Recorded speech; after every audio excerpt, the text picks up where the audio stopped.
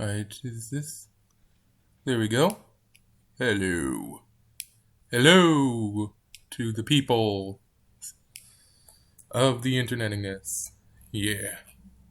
Me too. How are y'all doing? We're playing the Stanley Parable Ultra Deluxe. It's super cool.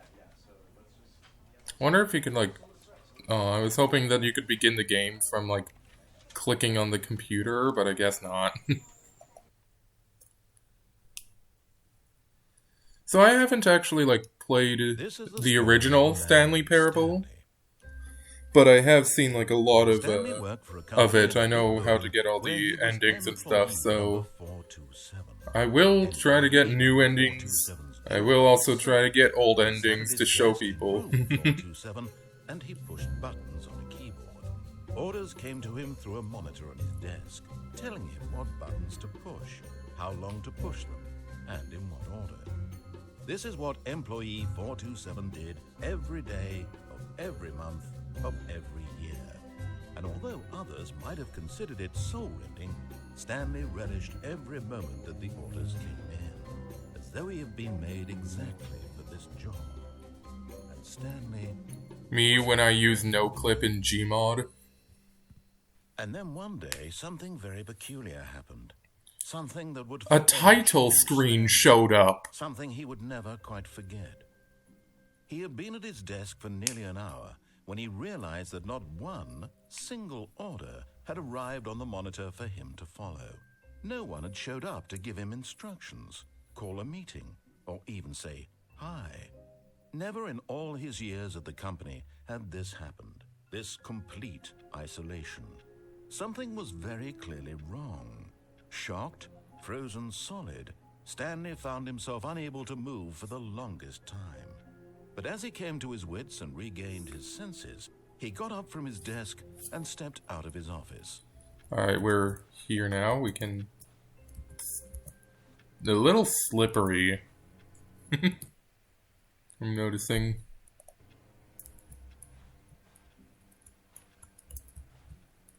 All of his co-workers were gone. What could it mean? Stanley decided to go to the meeting room. Perhaps he had simply missed a memo. No matter how hard Stanley looked, he couldn't find a trace of his co-workers.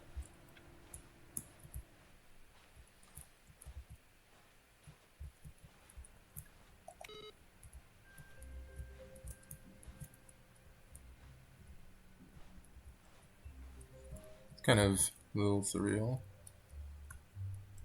Surname access. I can't read all of this. I see credit in there. Whatever. Turn it off. Turn all the computers off. Nobody's here anyways. Nice leaves.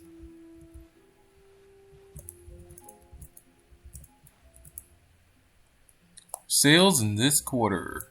Projections, blah blah.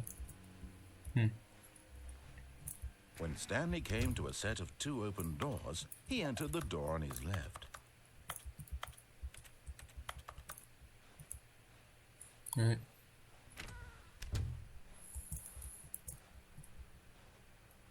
Floor 13 is open. A computer is open. Yet there was not a single person here either. Feeling a wave of disbelief, Stanley decided to go up to his boss's office, hoping he might find an answer there.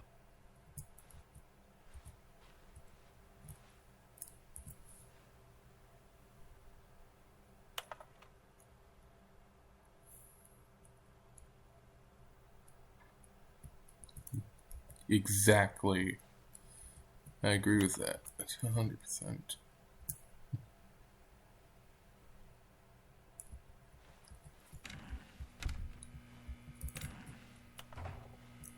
Stanley stepped into the broom closet, but there was nothing here, so he turned around and got back on track.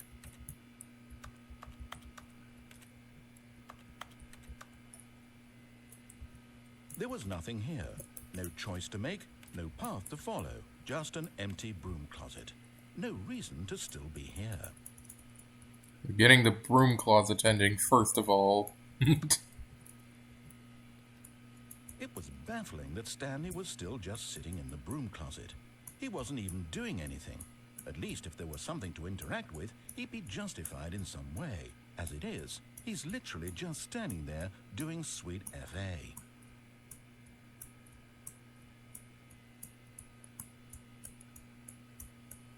Are you really still in the broom closet? Standing around doing nothing? Why? I'm actually standing around and crouching.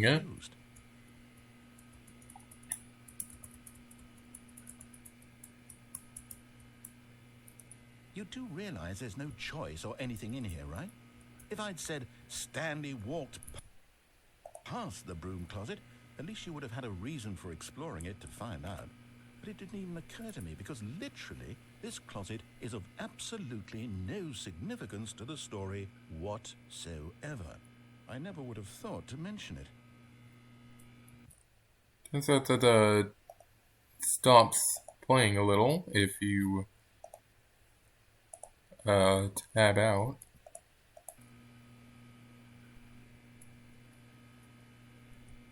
Maybe to you this is somehow its own branching path. Maybe when you go talk about this with your friend, you'll say, "Oh, did you get the broom closet ending? The broom closet ending was my favorite." I hope your friends find this concerning.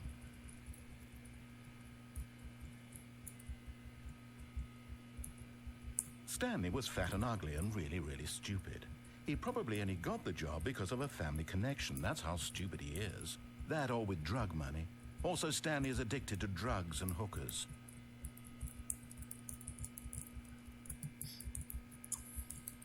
Well, I've come to a very definite conclusion about what's going on right now. You're dead. Clearly. Broom closet, explored it a bit, and we're just about to leave because there's nothing here when a physical malady of some sort shut down your central nervous system and you collapsed on the keyboard. Well, in a situation like this, the responsible thing is to alert someone nearby so as to ensure that your body is taken Joke's care on of. you, I'm wearing headphones. Hello? Anyone who happens to be nearby? The person at this computer is dead. They have fallen prey to any number of your countless human physiological vulnerabilities. It's indicative of the long-term sustainability of your species. Please remove their corpse from the area and instruct another human to take their place, making sure they understand basic first-person video game mechanics and filling them in on the history of narrative tropes in video gaming, so that the irony and insightful commentary of this game is not lost on them. Hey, he said commentary, but it said comedy in the subtitles. Why is that? Ah, second player. It's good to have you on board. I guarantee you can't do any worse than the person who came before you. You too? Unbelievable. I'm at the mercy of an entire species of invalids. Perhaps there's a monkey nearby you can hand the controls to. A fish? Fungus? Look, you can hammer out the details. I'm not particularly picky. I'll just be waiting for when you're ready to pick up the story again.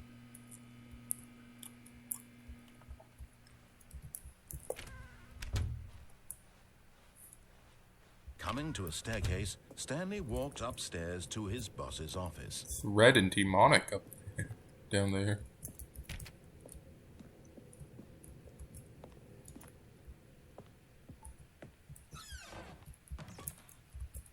Whoa. Money in the morning, money in the evening, money for breakfast, money crisp. Can I flush the toilet? Can I turn on the sink?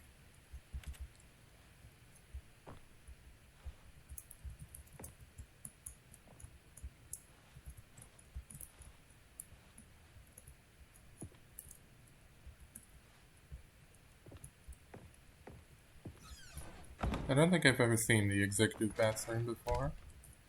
Well, that's cool.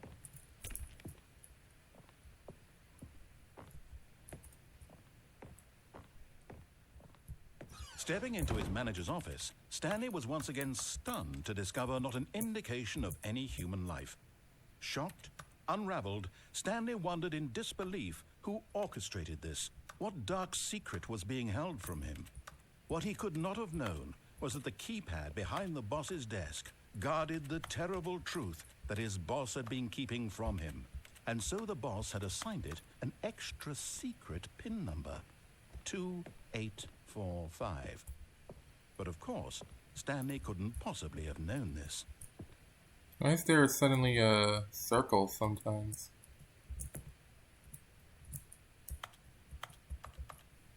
Oh, is it because I'm just close here? Stanley just sat around twiddling his thumbs. Trying, yet incredibly, by simply pushing random buttons on the keypad, Stanley happened to input the correct code by sheer luck. Amazing. He stepped into the newly opened passageway.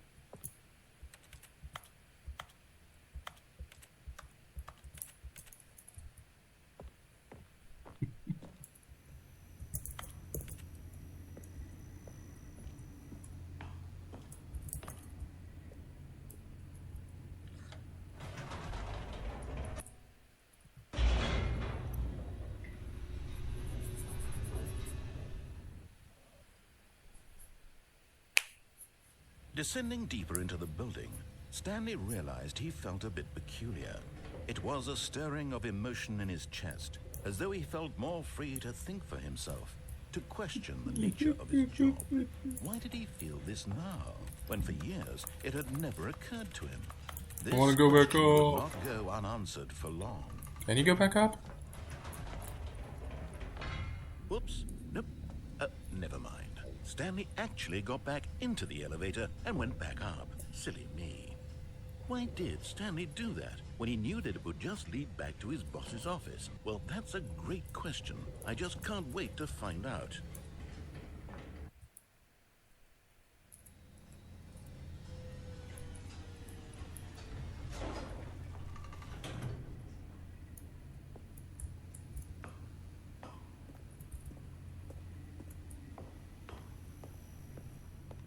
Here we are, Stanley. It's your boss's office. Exactly the way it was before you got onto the elevator. It's still just exactly what it is. What a decision you've made to come up here and look at the office again. This has fleshed out the plot of the story in new and fascinating ways I could have never anticipated. It's that keen eye for storytelling that you have, an incisive rapid fire of critical plot points, one after the other, weaving a rich tapestry of uncompromising narrative. Wow! I'm bolted to the edge of my seat.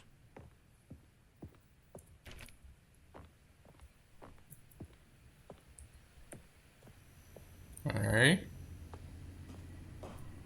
Is there another thing if we keep doing this? Now he's getting back into the elevator and going down again. Ladies and gentlemen, how does he keep coming up with all of this?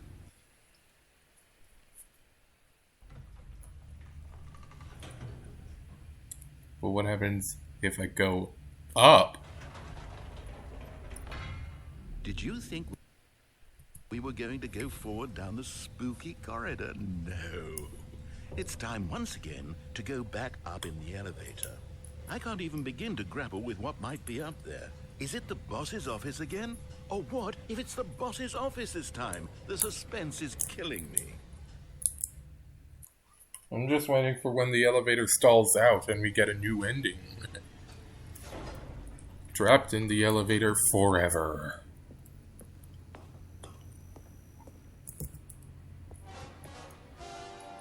Oh my god. Whoa! His office. I can't believe it. This absolutely changes everything for me. Give me a time out here for a minute while I process this.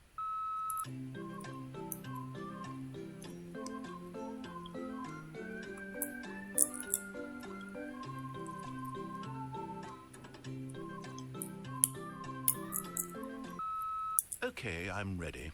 I'm prepared to embrace this stunning revelation and to move forward with... No! No, wait! No! I need more time to process.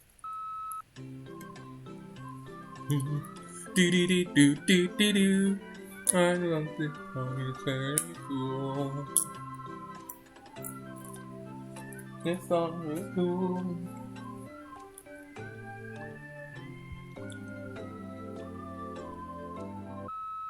All right. I have fully come to terms with it. I have made space in my worldview for this astonishing new reality. But what if I haven't? I turn to your expert eye for gripping narrative, Master Stanley.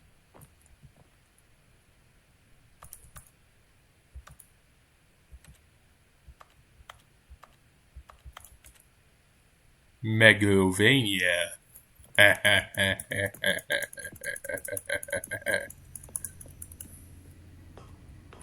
What if we went this way and there was a secret passage behind this locker?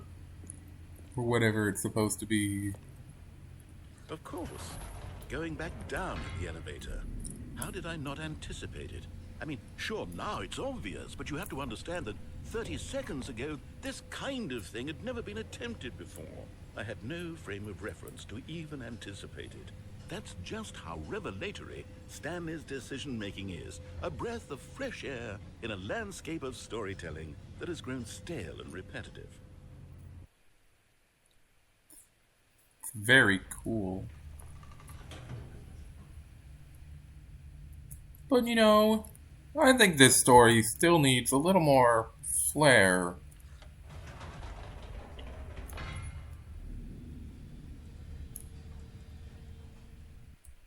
He doesn't even comment. You know what? It's going a bit fast. Hold on, let's stop for a moment. Don't you realize? It's the anticipation, Stanley. Of course. You and I, we have no way of knowing what will be at the top of this elevator. But the suspense, the agony of waiting and anticipating and having to guess, that's the real thrill. Oh, I simply don't want to let that feeling go. It's so precious, so fleeting. Why don't we take this elevator ride nice and slow? There we go. Isn't this so much more exciting? You know, Stanley, it seems like nowadays the only thing that audiences want is to be shocked as loudly and frequently as possible. They want big, explosive moments flung right in their faces from the very moment that things get started. But where's the tension? Where's the trust in the audience to build a slow and nuanced appreciation for the story, the characters? Why aren't we given time to imagine the surprises, to have to think and to anticipate and then to marvel at the eventual reveal?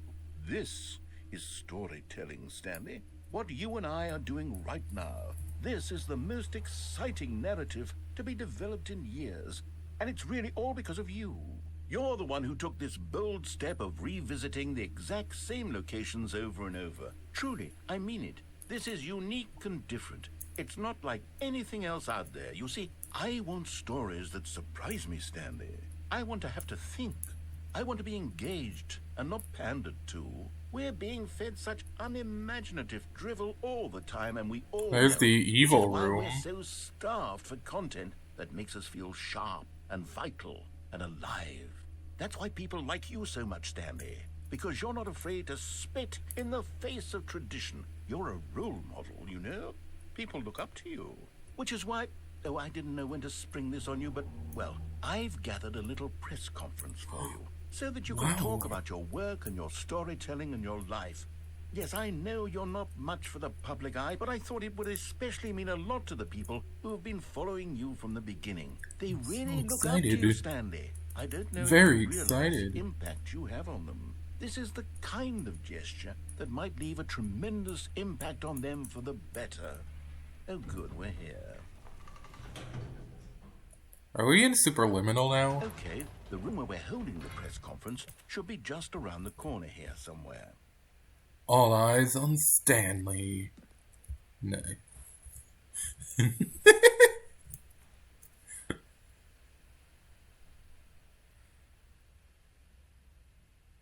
Damn, I can't believe this is not even like him in front of Mars. This is him next to Mars. He's actually just that big in real life.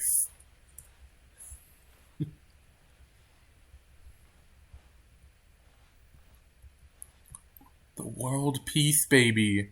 Oh, I love the World Peace Baby. They're my favorite baby out there. Why is my thing all jittery like.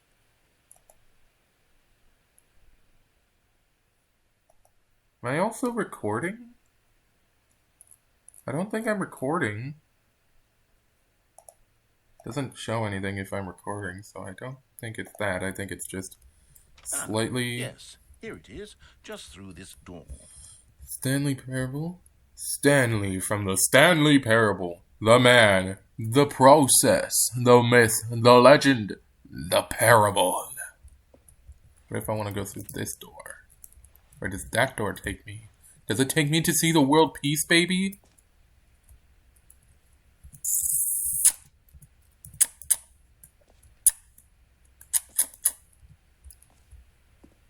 Hot. World's first sentient machine? Isn't this the thing that played pinball in Big Hero 6? Doing great. A conversation with Alexander the Great. There's also something over there, too, that I can't quite see. Probably just another Stanley Parable thing. All right. Are you ready? Welcome, Stanley. A little bit about the nature of surprise Stanley, you writer? what it means to craft a truly Almonds, chair, narrative. gum, table, Don't nutball. worry. Is that my last name? Just be yourself. Do we have a last Speak from name? the heart. I'm really proud of you, Stan. Do we have a last name? Okay, No way. It looks like they're ready for you. Go get them. The Lord. Do I stand in here?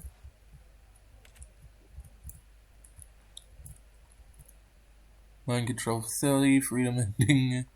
8 adventure awaits. I played the demo. 427.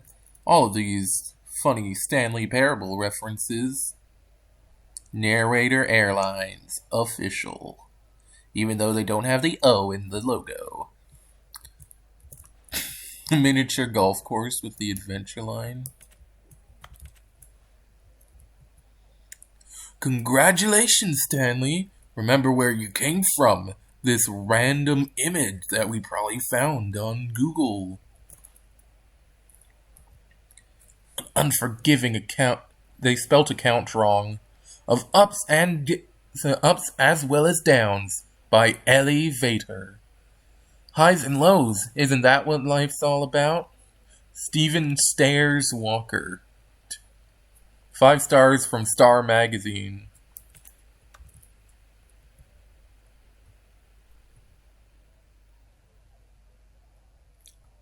Up again, down again.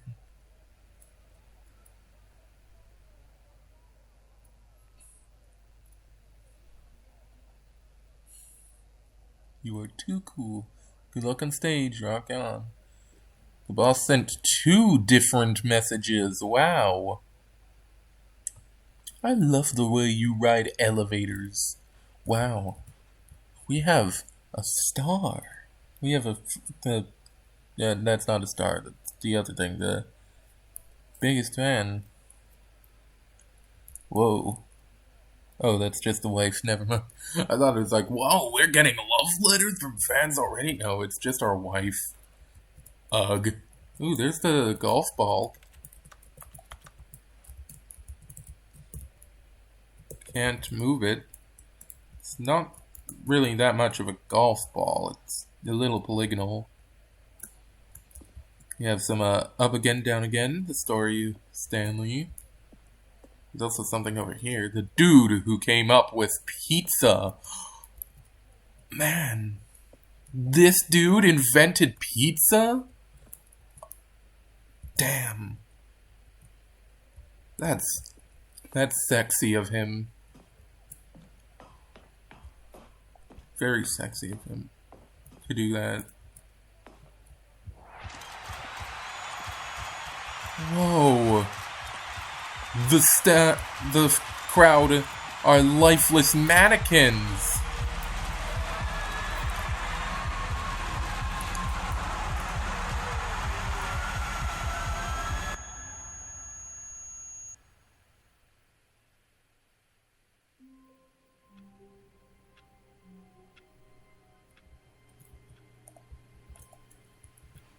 Well, that was that, I guess. All of his co-workers were gone. What could it mean? Cool Stanley new decided ending. to go to the meeting room. Perhaps he had simply missed a memo.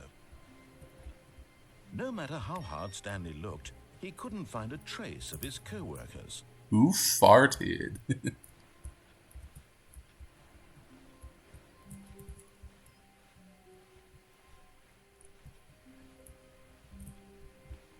Another thing there.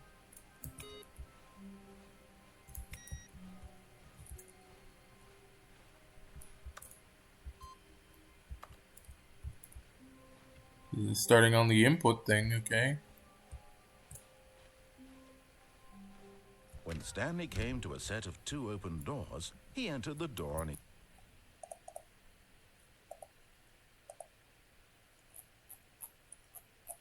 Nobody's watching.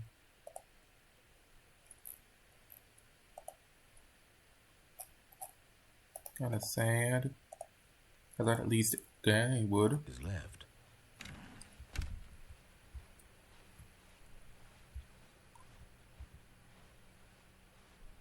Yet there was not a single person here either.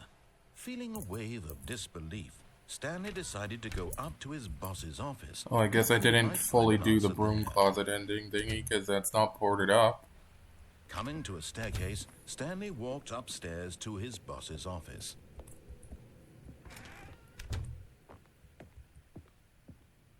Stepping into his manager's office, Stanley was once again stunned to discover not an indication of any human life. What could it mean? Stanley wondered aloud to nobody. He began wildly tearing. Stanley was in such a rush to get through the story as quickly as possible, he didn't even have a single minute to just let the narrator talk. That kind of anxiety isn't healthy, so he relaxed for a few moments with some calming New Age music.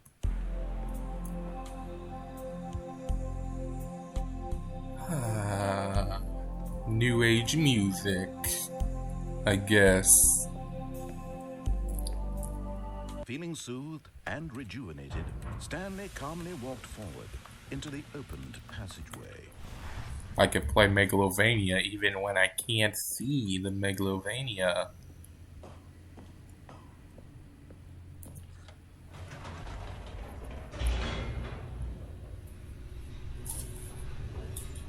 So I found a new ending like immediately just cause. Oh jeez. That's not good. Stanley walked straight ahead through the large door that read Mind Control Facility. Alright.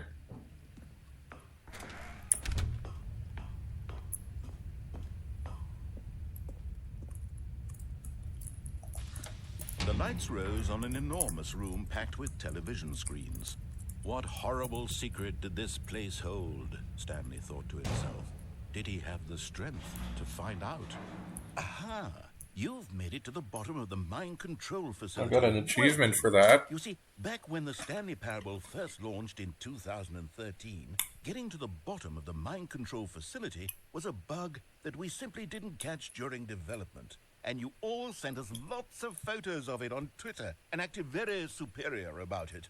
And you're all very, very clever. Good for you. Anyway, when it came time to update the game, we knew that we had to do something about this little goof of ours. So here you go.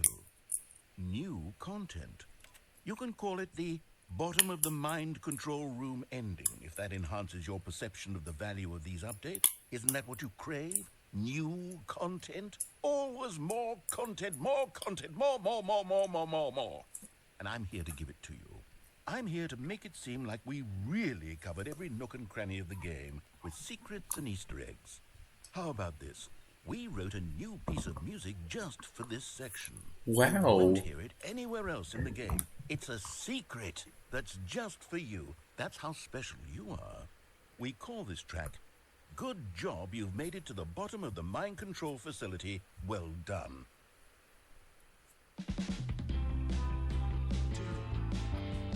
Good job, you did it. Good job. 3, 2, 1. Good job, you made it to the bottom of the mind control facility. Good jumped on the catwalk. You should have been careful, you should have been careful. It used to be a bug, but now it's an ending, now it's an ending. I believe in you, I believe in your ability to cross this barrier. Chase your dreams, but railings don't mean anything. Good job. I hope this song isn't DMCA'd. Good job, you did it. Good job, you did it. Good job, you did it. Good job, you did it. Good job, you did it. Good job, you did it. Good job, you did it. Good job, you did it.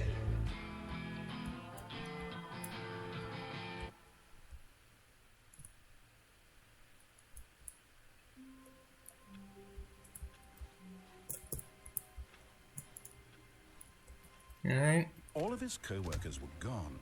What could it mean? Stanley decided to go to the meeting room. Perhaps he had simply missed a memo.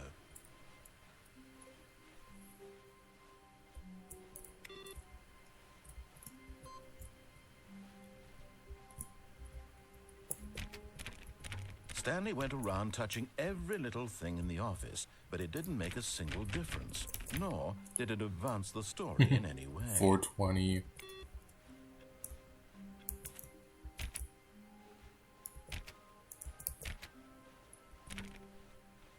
When Stanley came to a set of 2 open doors, he entered the door on his left.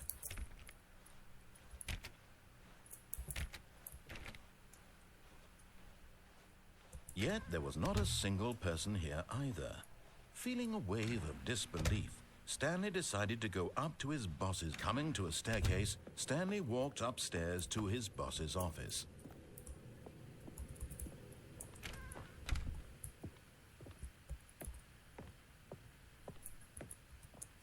Okay, I think we all know the drill by now. Blah, blah, blah. Dark secrets, the keypad. Stanley pushes some buttons. Oh, hey, look, it's a new passageway. Kill surprise. You forgot the part where I play Megalovania.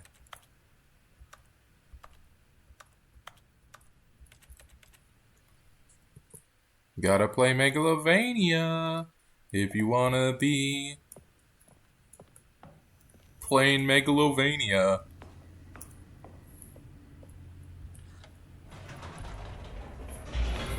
You know,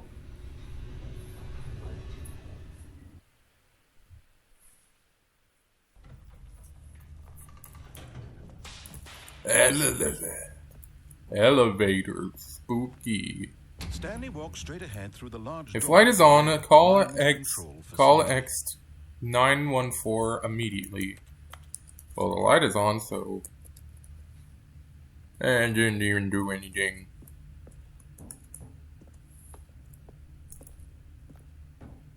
Guess we're gonna do the mind control facility again. The lights rose on an enormous room packed with television screens. What horrible secret did this place hold? Stanley thought to himself. Did he have the strength to find out?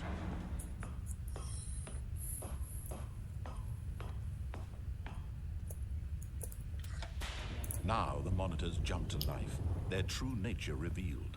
Each bore the number of an employee in the building, Stanley's co-workers. The lives of so many individuals reduced to images on a screen, and Stanley, one of them, eternally monitored in this place. Where am I? 427. There I am.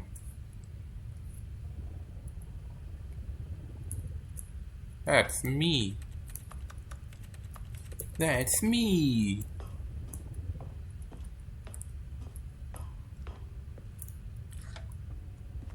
This mind control facility, it was too horrible to believe. It couldn't be true. There's a catwalk Had up there, Stanley really too. been under someone's control all this time?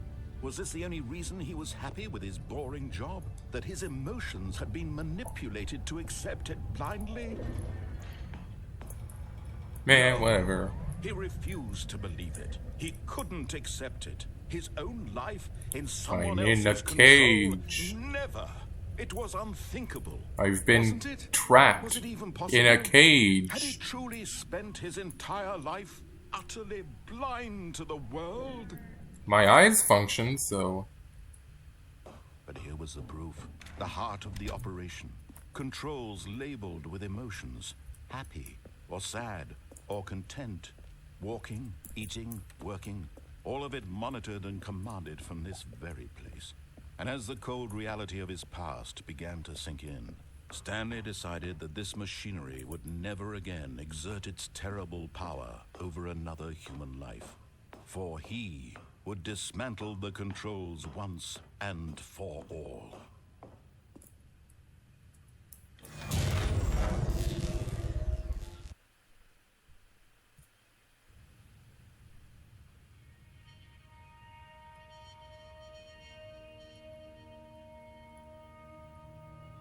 Blackness and a rising chill of uncertainty. Was it over?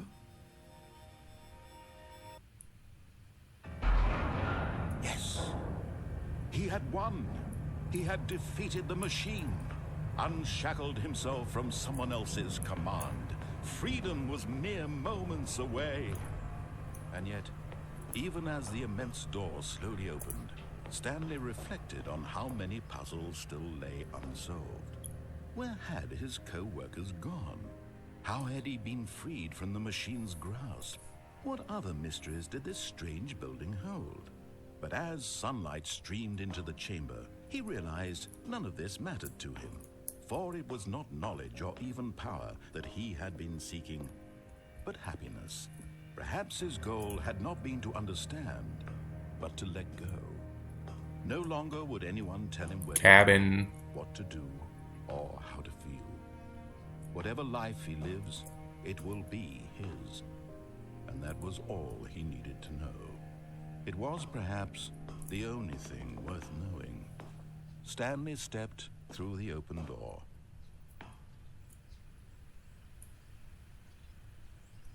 Stanley felt the cool breeze upon his skin, the feeling of liberation, the immense possibility of the new path before him. This was exactly the way. Why is the company right situated now, out here the things anyways? were meant to happen. And Stanley was happy. Alright, time to go back. Beat the game. Achievement unlocked.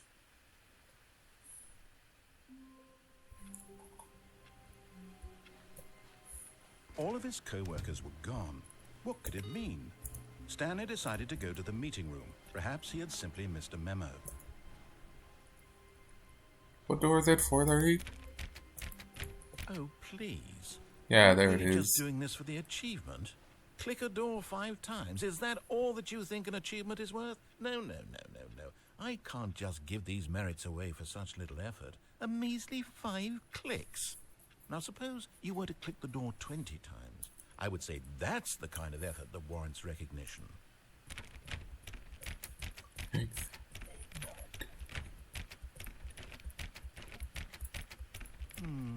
I have to say, I'm still not feeling the satisfaction of witnessing true effort for a noble cause.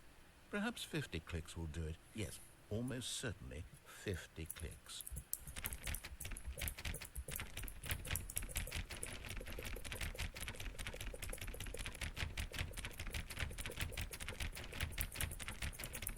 No, I'm still not feeling it. I want this achievement to have meant something. It has to be a true reward for valiant effort. I want to see some hustle, Stanley. I want to see commitment, a willingness to go all the way, no matter what the cost. Why don't you go put 20 clicks into door number 417? Alright. Where is 417?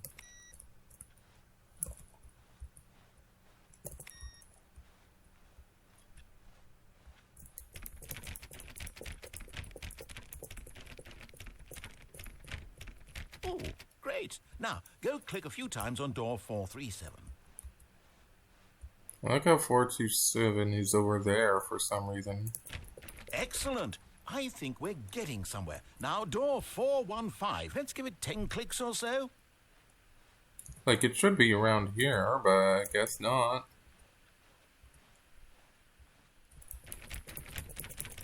Now, back to door number 437. I don't think that was open. Let's see. How about you click on, well, I don't know, the copy machine? All right, back to room 417. I'm really feeling it now. I think we're getting somewhere. Okay, now go climb on employee 419's desk. Yes, this is great. You're putting it all on the line, Stanley. I like that. All right, let's keep it up. Go give me a few clicks on door 416. We've almost got it. Now the copy machine, do that one again.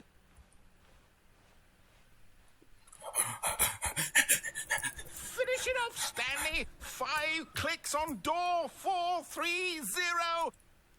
5, 4, 3, 2, 1. Yes, we did it. Oh, wow. Oh, that felt amazing. Did. Oh, you really earned it, Stanley. Nothing could hold you back. Yes, I'm very proud of how far we've come today. Just think, only a few minutes ago, you believed an achievement was worth 5 little clicks. Really now, what were you thinking?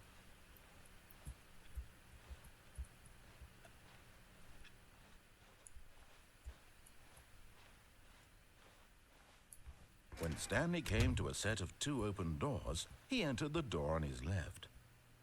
This was not the correct way to the meeting room, and Stanley knew it perfectly well.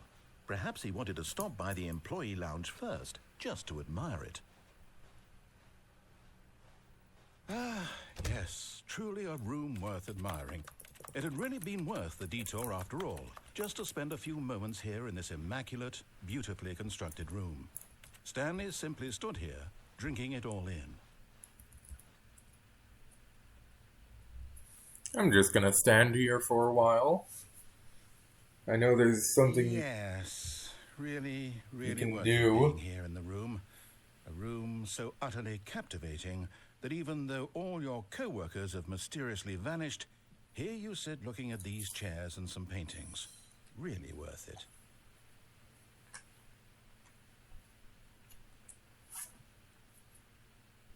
At this point, Stanley's obsession with this room bordered on creepy and reflected poorly on his overall personality. It's possible that this is why everyone left. That's a good theory. I think we should go with that. For now. Stanley sat around waiting for more dialogue. But when a long time had passed and there was no more, he decided that the game was trying to send him a message. I don't know. I think the fact that you're doing that in dialogue is kind of odd, kind of whack. The way you're telling me there's no more dialogue with dialogue, I mean...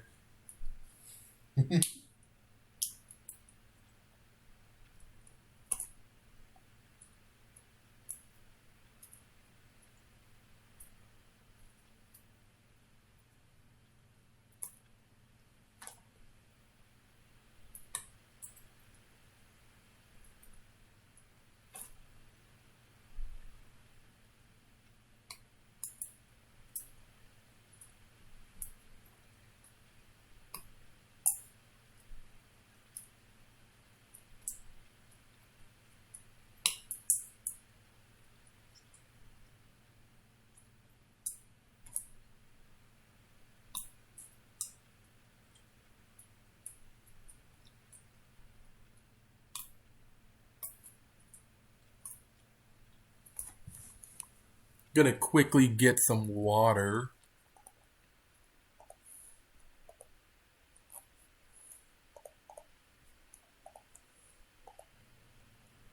Some water real quick. Just gonna stay in here. Come back after I get some water.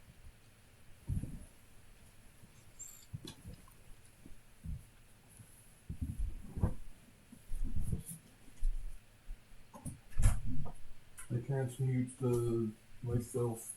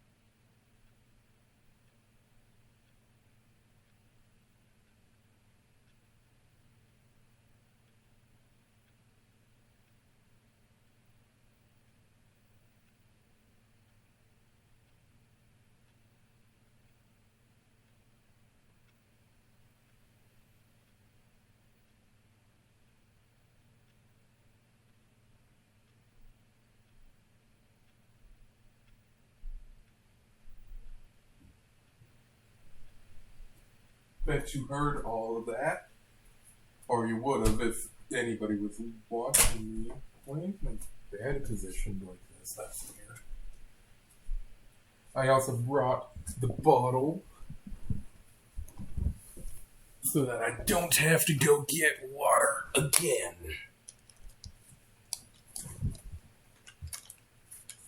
Wow. Ain't that neat and cool. I got water live on stream. Whoa. It's never happened before on Twitch. I'm gonna create a new market of people getting water on Twitch. And that's gonna be my claim to fame if only anybody watched me.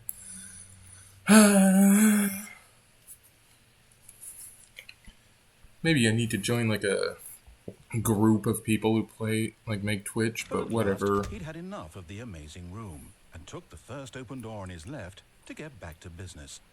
Nah. Stanley was so bad at following directions, it's incredible he wasn't fired years ago.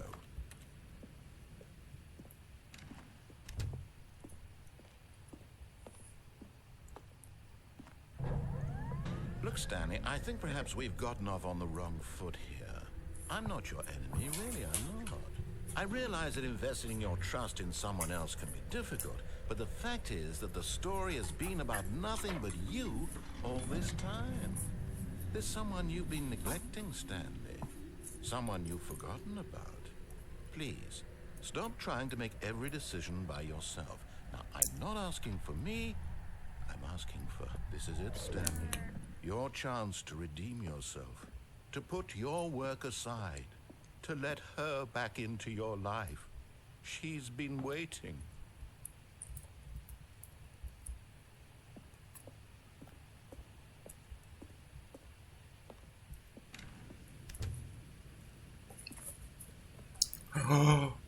I'm sorry, Forklift. I'm sorry I ever doubted you, my beautiful forklift wife. That's her, Stanley. You need to be the one to do this, to reach out to her. If you can truly place your faith Here's in the another, light swaying. then pick up the phone. As Stanley picked up the phone, a white light engulfed him, filling him not just with radiance, but with hope. Hope for a life reunited one... Wait. Oh, goodness. Stanley, did you just unplug the phone? No, that wasn't supposed to be a choice. How did you do that? You actually chose incorrectly. I didn't even know that was possible. Let me double check.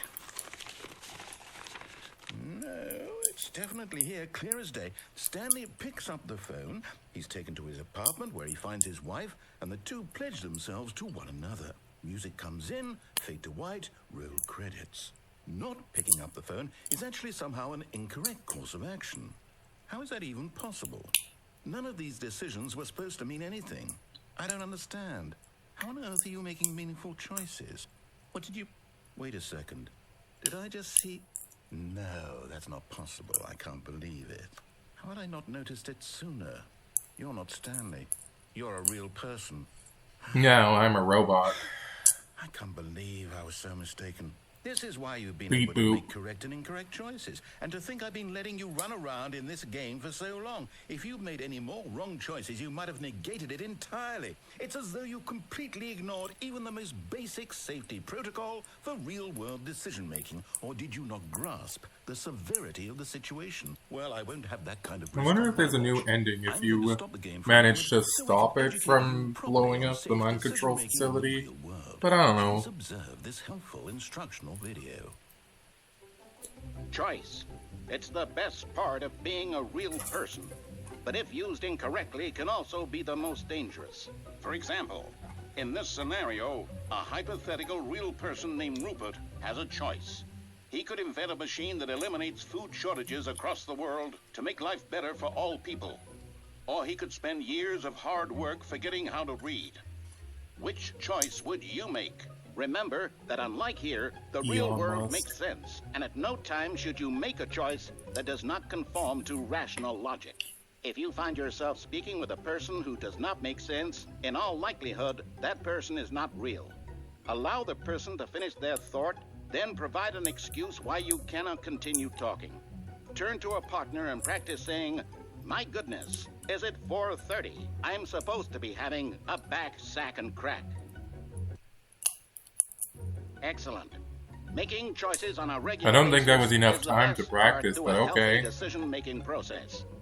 Most medical professionals recommend making at least 8 choices per day. Do you make more than 8? Less?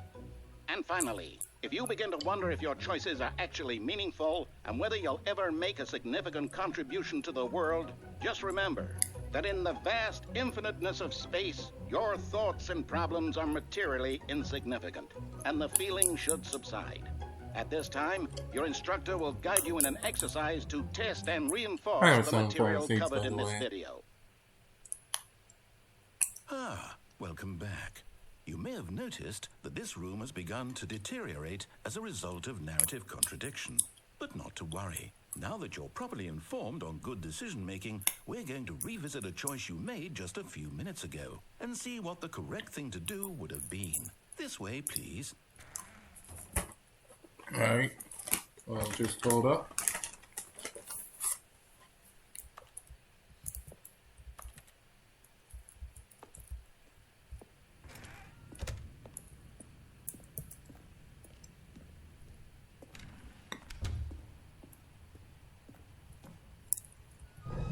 And you can't fall off of it this We time. can't have you jumping off the platform and dying. Imagine the main character dying senselessly halfway through the story. That story would make no sense at all. We just need to get you home as soon as possible before the narrative contradiction gets any worse.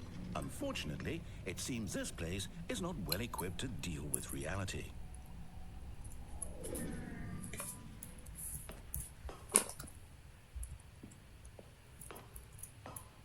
Oh.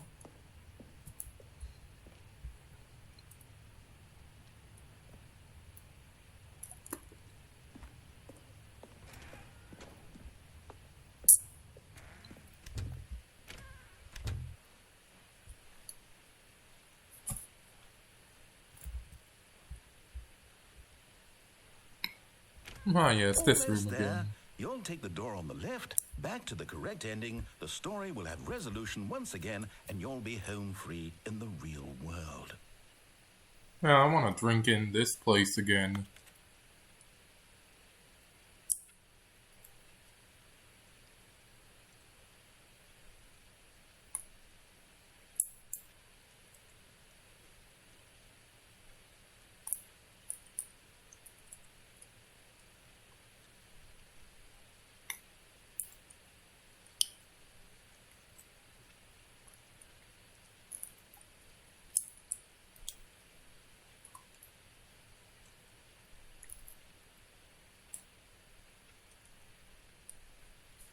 Come on, no real dialogue. Oh, man.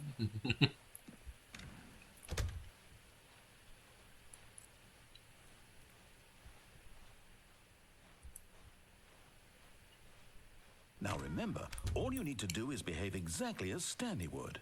That means choosing responsibly and always putting the story first. I'm quite sure you'll be up to the task. Just follow my lead and you'll be fine. All right.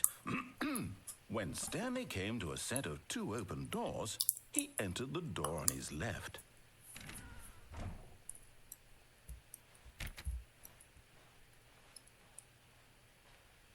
No! Why did you do that? Quickly, hurry back in the other direction. Perhaps we're not too late.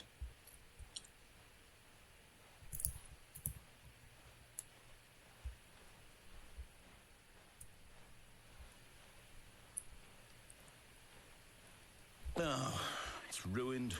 I can't believe, after everything we talked about, that my story, you've destroyed my work. Why? For what?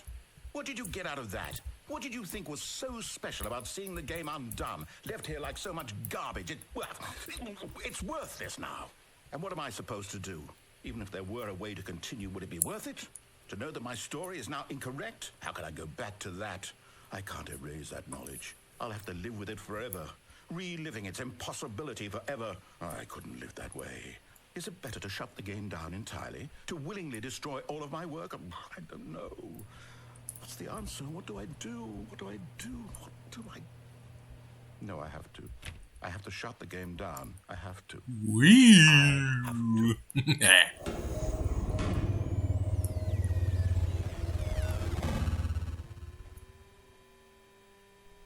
Me when Amnesia, The Dark Descent.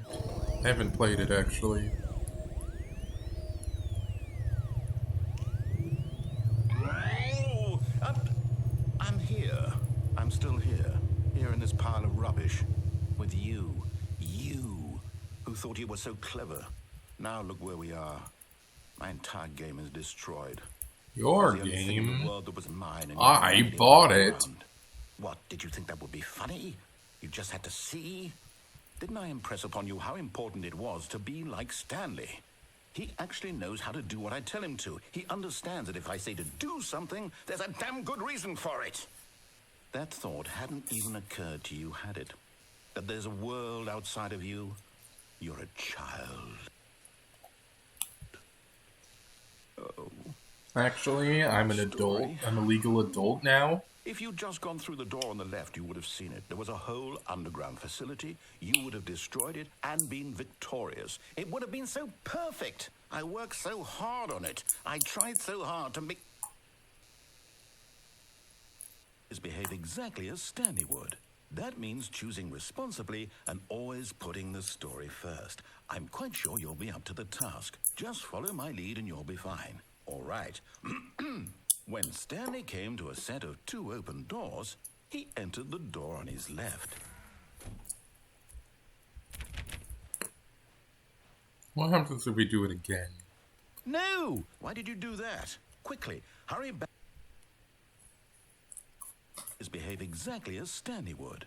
That means Alright. choosing responsibly and always putting the story first. I'm quite sure you'll be up to the task. Just follow my lead and you'll be fine. All right.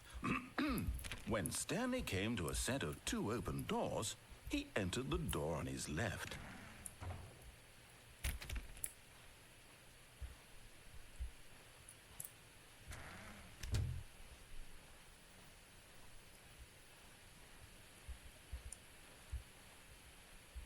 Yet there was not a single person here either. Feeling a wave Oh, of did I? disbelief, Stanley decided to go up to his boss's office, hoping he might find an answer there. No. Coming to a staircase, Stanley walked upstairs to his boss's office. Did I do it wrong? No, this is Stepping definitely inside his different. manager's office, Stanley was once again stunned to discover not an indication of any human life. Shocked, unraveled, Stanley wondered in disbelief who orchestrated this, until he saw the door with a voice receiver next to it. Surely behind this door lay all the answers to his questions. And beyond all probability, he knew the passcode. He had seen it on his boss's computer just last week.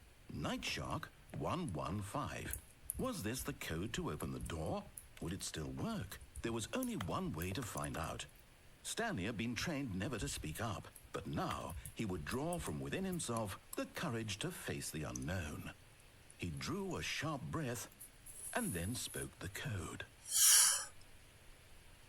Boobs. Didn't work. Oh, damn it. Oh, dun, dun, dun, blah. Blah, blah, blah, blah. Stanley spoke the code. Night Shark 115. He spoke it into the receiver, right there on the wall. But what if the boss was Mexican? And simply translated it into English? I'm sorry, is there a problem? You didn't mishear me, did you? Please speak the code into the receiver. Otherwise we can't get on with the story. This is a crucial step.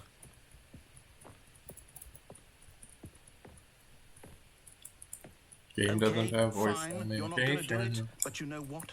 It's pretty humiliating to bring you this far, only for you to suddenly decide you have better things to do. I asked you for this one single thing, for your respect. The kind of respect Stanley shows for his choices. He knows what it means to take a story seriously.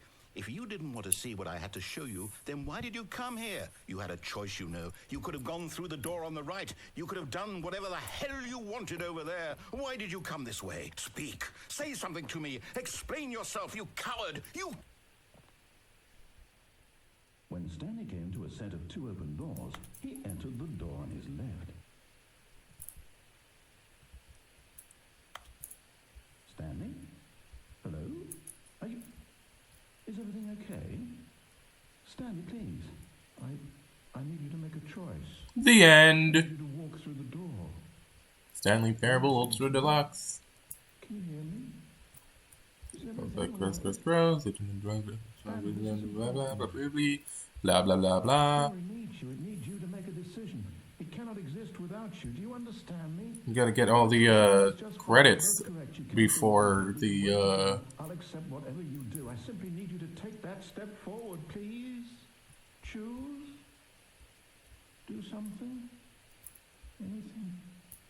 This is more important than you can ever know. I need this. The story needs it. So, you hear me? Are you there? You listening to this? Stanley, are you there? Okay. It's okay, I can wait. You need time to decide.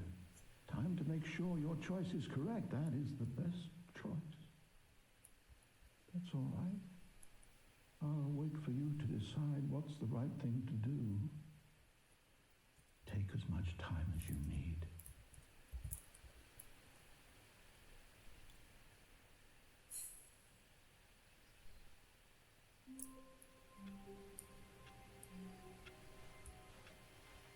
All of his co-workers were gone. What could it mean? Stanley decided to go to the meeting room. Perhaps he had simply missed a memo.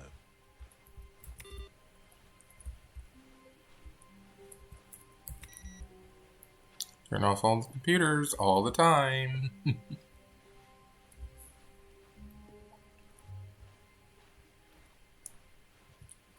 Oh. Well, that's new.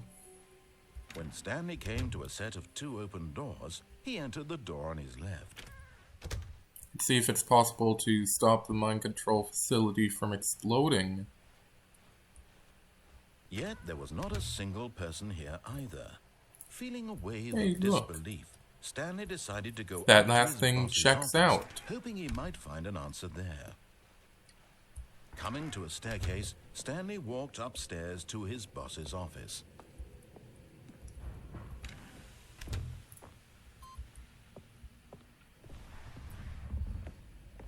Here's the door, just go.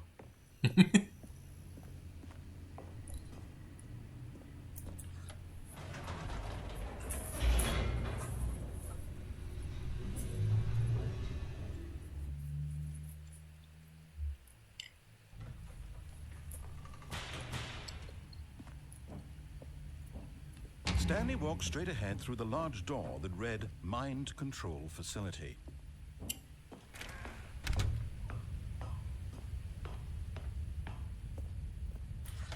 The lights rose on an enormous room packed with television screens. What horrible secret did this place hold? Stanley thought to himself. Did he have the strength to find out? Now the monitors jumped to life, their true nature revealed.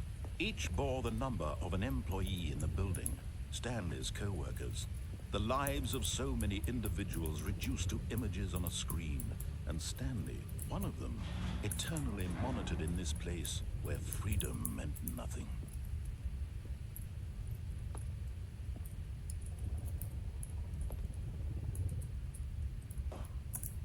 Yeah, whatever.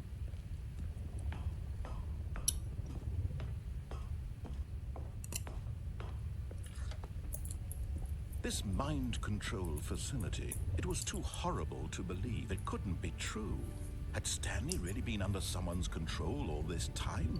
Was this the only reason he was happy with his boring job? That his emotions had been 104 was manipulated fired to for some accept it reason. blindly? Where's 404? I want to see if 404 is not found. It's completely able to be found. Ugh. I can't believe you would pass up the opportunity to do a program humor. No, he refused to believe it. He couldn't accept it. His Pirate. own life in someone else's control? Never. It was unthinkable, wasn't it? Was it even possible? Had he truly spent his entire life utterly blind to the world? But here was the proof. The heart of the operation. Controls labeled with emotions. Happy, or sad, or content. Walking, eating, working. All of it monitored and commanded from this very place. And as the cold reality of his past began to sink in, Stanley decided that this machinery would never again exert its terrible power over another human life. For he would dismantle the controls once and for all. Oh, Stanley, you didn't just activate the controls, did you? After they kept you enslaved all these years, you go and you try to take control of the machine for yourself. Is that what you wanted? Control? Oh, Stanley, I applaud your effort, I really do. But you need to understand, there's only so much that machine can do. You were supposed to let it go, turn the controls off, and leave. If you want to throw my story off track, you're going to have to do much better than that. I'm afraid you don't have nearly the power you think you do. For example, and I believe you'll find this pertinent, Stanley suddenly realized he had just initiated the network's emergency detonation system. In the event that this machine is activated without proper DNA identification, nuclear detonators are set to explode, Where's 4? eliminating the entire... Is that 4 up there? How long until detonation then? Let's say, 2 minutes. Ah, now this is making things a little more fun, isn't it, Stanley? It's your time to shine. You are the star. It's your story now. Shape it to your heart's desires. Oh, this is much better than what I had in mind. What a shame we have so little time left to enjoy it. Mere moments until the bomb goes off. But what precious moments each one of them is. More time to talk about you, about me, where we're going, what all this means. I barely know where to start. What's that? You'd like to know where your co-workers are? A moment of solace before you're obliterated? All right, I'm in a good mood. You're gonna die anyway. I'll tell you exactly what happened to them. I erased them. I turned off the machine. I set you free. Of course, that was merely in this instance of the story. Sometimes when I tell it, I simply let you sit there in your office forever, pushing buttons endlessly and then dying alone. Other times, I let the office sink into the ground, swallowing everyone inside, or I let it burn to a crisp. I have to say this, though, this version of events has been rather amusing. Watching you try to make sense of everything and take back the control wrested away from you, it's quite rich. I almost hate to see it go. But I'm sure whatever I come up with on the next go-around will be even better. My goodness, only 34 seconds left. But I'm enjoying this so much. You know what? To hell with it. I'm going to put some extra time on the clock. Why not? These are precious additional seconds, Stanley. Time doesn't grow on trees. Doesn't appear that there's a way to... What's the matter, Stanley? Is it that you have no idea where you're going or what you're supposed to be doing right now? Or did you just assume when you saw that timer that something in this room was capable of turning it off? I mean, look at you. Running from button to button, screen to screen, clicking on every little thing in this room. These numbered buttons, no, these colored ones. Or maybe this big red button, or this door. Everything, anything, something here will save me. Why would you think that, Stanley? That this video game can be beaten? Won? Sold? Do you have any idea what your purpose in this place is? Stanley, you're in for quite a disappointment. But here's a spoiler for you. That timer isn't a catalyst to keep the action moving along. It's just seconds ticking away to your death. You're only still playing instead of watching a cutscene because I want to watch you for every moment that you're powerless. To see you made humble. This is not a challenge. It's a tragedy. You wanted to control this world, that's fine. but I'm going to destroy it first, so you can't. Take a look at the clock, Stanley. That's 30 seconds you have left to struggle. 30 seconds until a big boom and then nothing. No ending here, just you being blown to pieces. Will you cling desperately to your frail life? I mean, this is an ending. Peacefully. Another Idiot. choice. Make it count, or don't. It's all the same to me, all a part of the joke. And believe me, I will be laughing at every second of your inevitable life from the moment we fade in until the moment I say, happily ever after.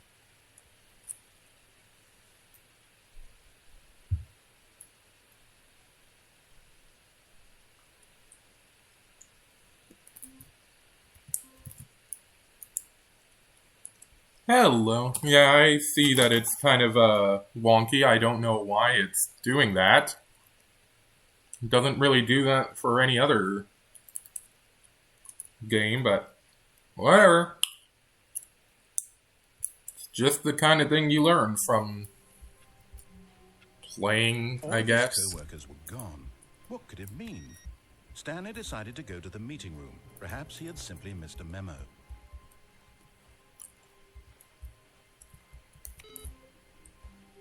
Gotta turn off all the computers all the time.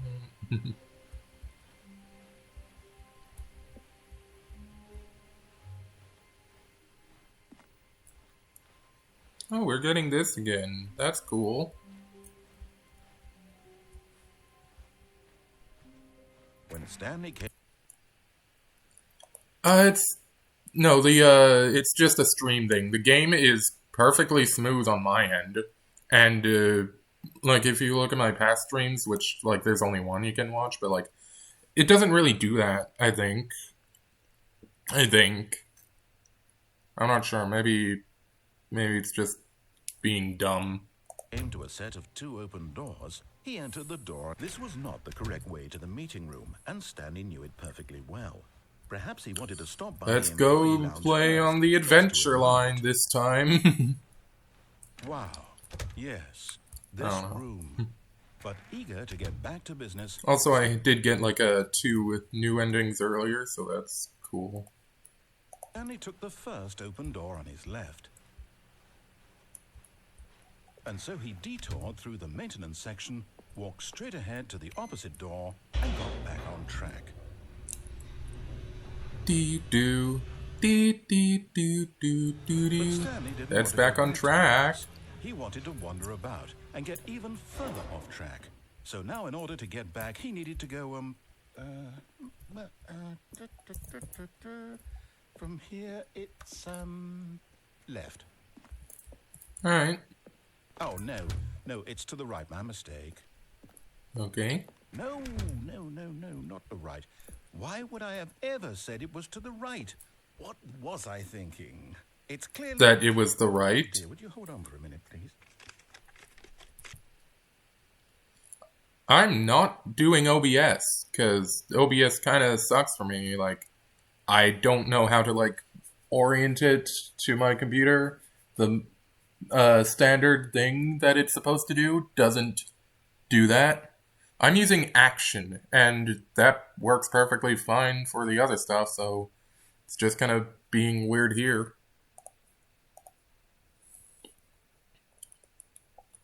Doesn't seem like I'm also recording, which does make it jitter. But, like, it's not recording. Limiting. Maybe. 72 specifically. I don't know why. Where is it? Be in video. Right?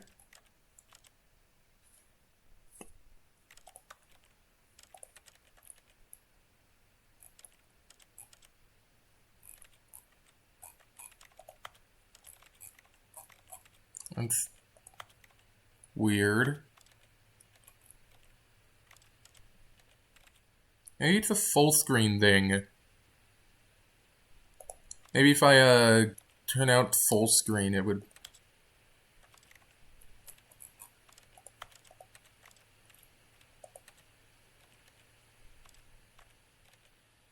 It didn't,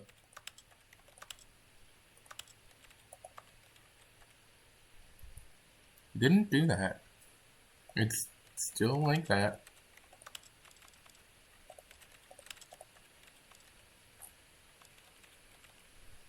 Yeah, I have no clue. Maybe it's just a Stanley Parable thing. Whatever. It's still cool to, have somebody chatting. In Task Manager, check your CPU usage. GPU, where is that? There's CPU, which is like around 10%. GPU is also around like 12. Just kind of just around 12, yeah. So I don't know. Action. There's all these Google Chrome things. I don't know why these just keep popping up, but I kind of need that because that's what I'm using to see you. Yo, no, yeah, I check GPU. Yeah, maybe, like I said, maybe it's just like a source engine thing. Because, like, if this does use source engine, I mean, it's Valve. I don't know. I haven't, like, tried streaming stuff like Team Fortress 2 yet, so if that also, like, is weird on stream, I don't know.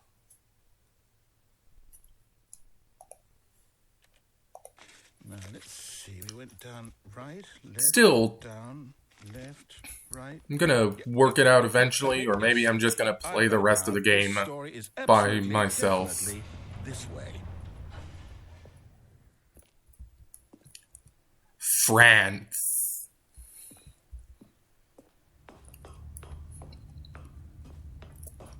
Oh. No. Well, I'm not sure how we managed to get all the way up here by going down. Spoiler. Quick, Stanley, close your eyes. Okay. We just have to get back to. Ooh. Oh, That's. am I kidding?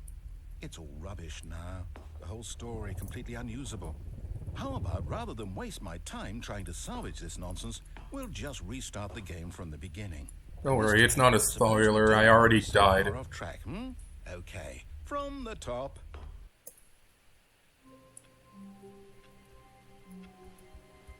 All of his co-workers were gone. What could it mean? Stanley decided to go to the meeting room. Perhaps he had simply missed a memo.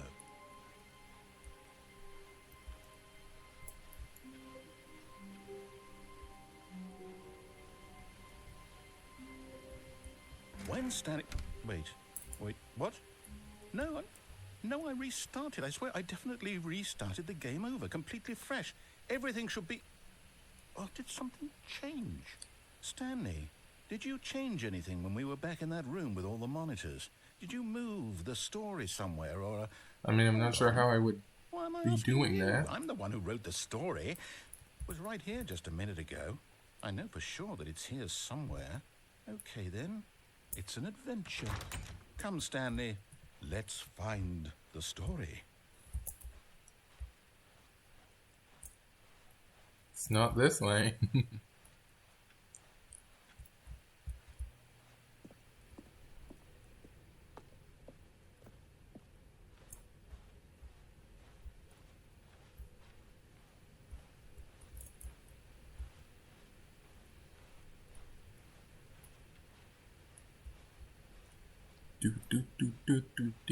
Snaking along in the snake path. This is the worst adventure I've ever been on. I don't know. This is the best one I've been on. There was a story here before.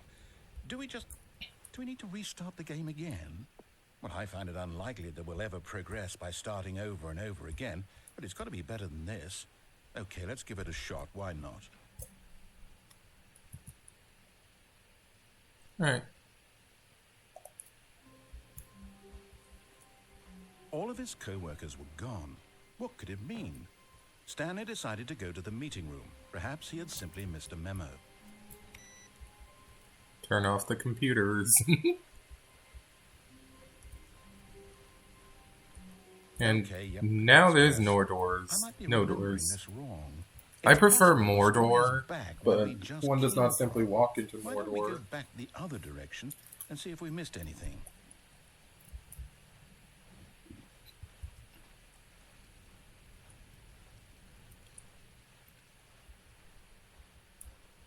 Turn off all the computers.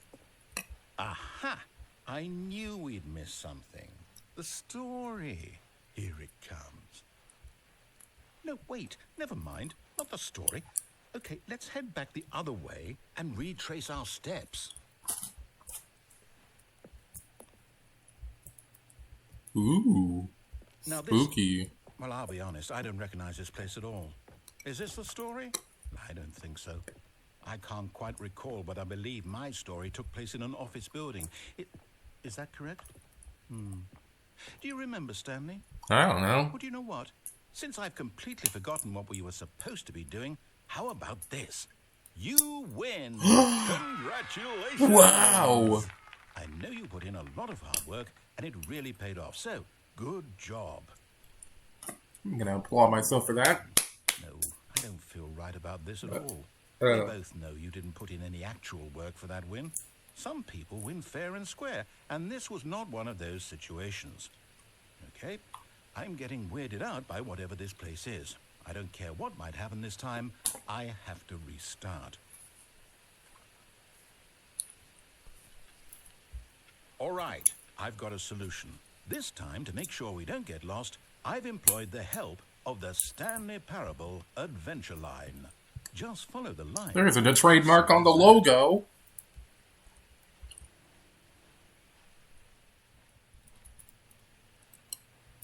Okay.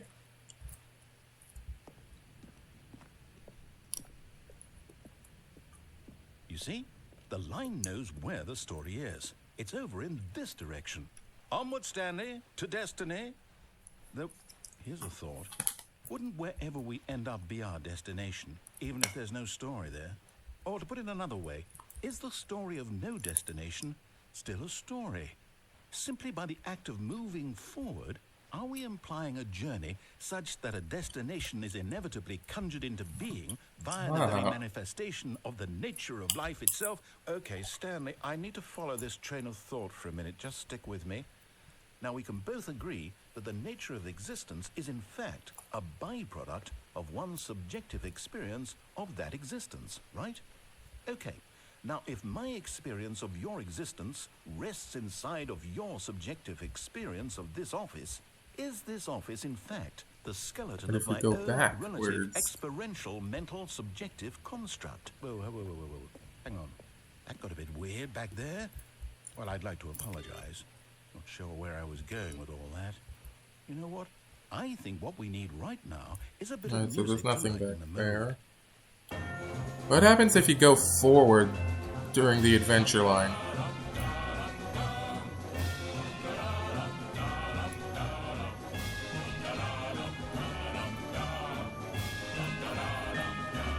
Oh, you just get placed back there.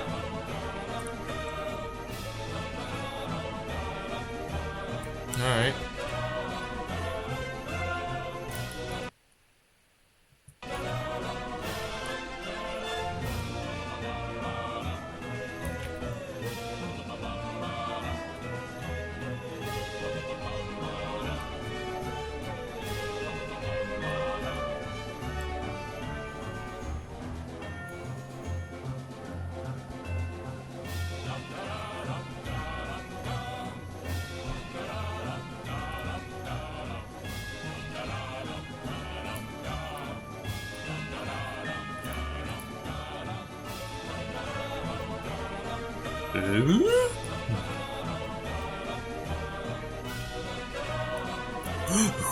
Parkour.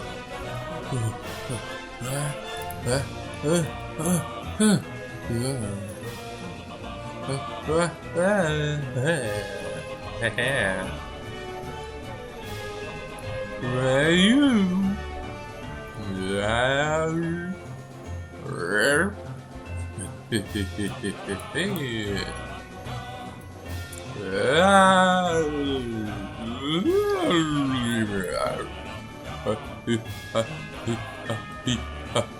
Hey. Yeah.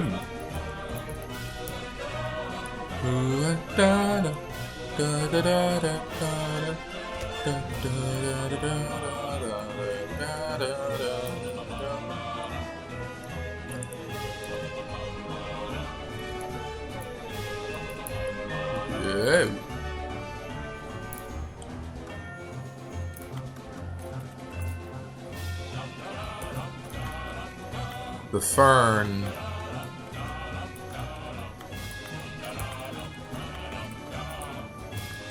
Did you get something for the fern? Wait, cut the music. Oh, yeah. Back and look at that fern. Stanley, this fern will be very important later in the story. Make sure you study it closely and remember it carefully. You won't want to miss anything.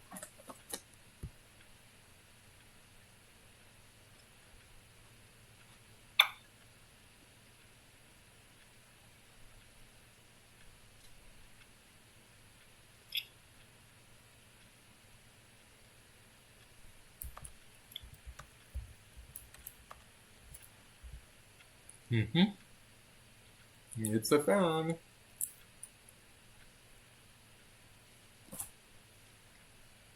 Is there a tiny gnome living in the fern?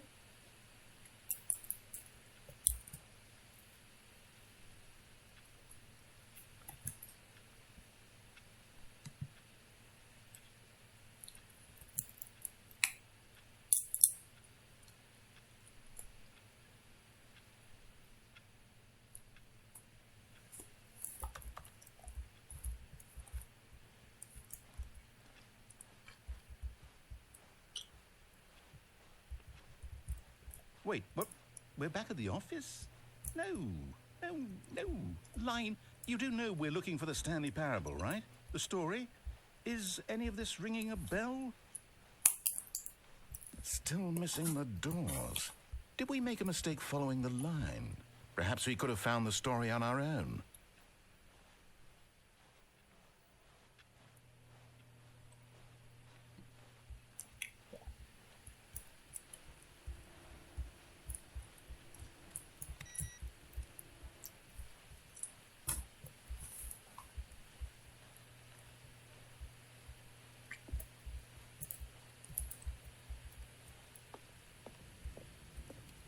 Oh, no, not again. Line, how could you have done this to us? And after we trusted you, after everything we've been through, you... Oh, I can't take this anymore. To hell with it. Restart.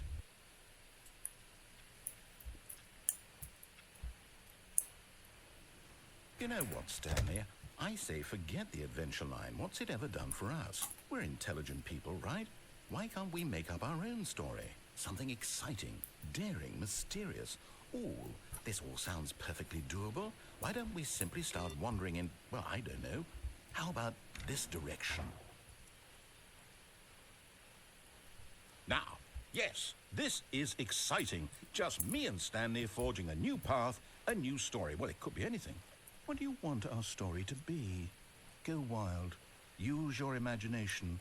Whatever it might be, Stanley, I'm ready for it. I want it to be about cupcakes. Oh, no, not you again. Stanley, I'd also like to veto the line from having any role in our awesome new story. No lines or monitor rooms. Just don't acknowledge it, and we should be fine.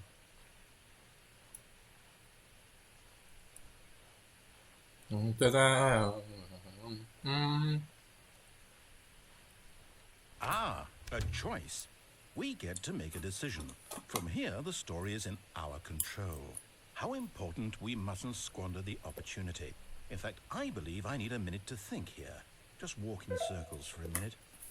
Okay, so I know that each door has to lead somewhere, which means that somewhere, the place where we're trying to go, there must be a reverse door that leads here. And that in turn means that our destination corresponds with the counter-inverted reverse door's origin. So starting from the right, let us ask, will taking the right door lead us to where we're going? And since the answer is clearly yes, then by all accounts, the door on the right is the correct one. Another victory for logic. Come, Stanley, our destiny. awaits. Oh, hold up, what's this? The confusion ending. You're telling me that's what this is? It's all one giant ending? And we're supposed to restart the game, what, eight times? That's really how all this goes? It's all determined? So now, according to the schedule, I restart again. Then what? Am I just supposed to forget? Well, what if I don't want to forget? My mind goes blank simply because it's written here on this thing, wall. Well, who consulted me? Why don't I get to decide? Why don't I get a say in all of this? Is it really? No, it can't be. I don't want it to be. I don't want the game to keep restarting. I don't want to forget what's going on. I don't want to be trapped like this. I won't restart the game. I won't do it. I won't do it. I won't do it. And the timer stopped? Does that mean, did we do it? Did we break the cycle? The, whatever it is that made this schedule? How would we even know? Will someone come for us? Will something happen? So, okay. I guess now we just wait. You know, I suppose in some way that this is a kind of story. Wouldn't you agree? I'm not quite sure if we're in the destination or the journey, though they're always saying that life is about the journey and not the destination. So I hope that's where we are right now. We'll find out, won't we? Eventually. Well, in the meantime, if you...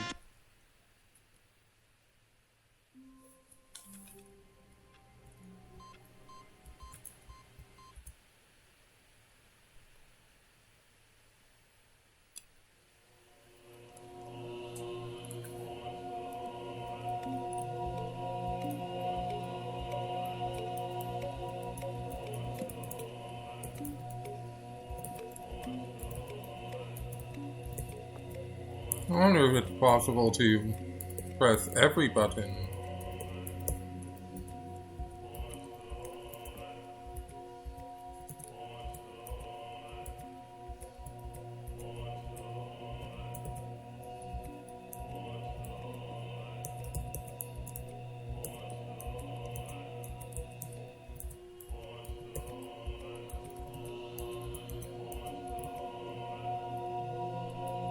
Oh.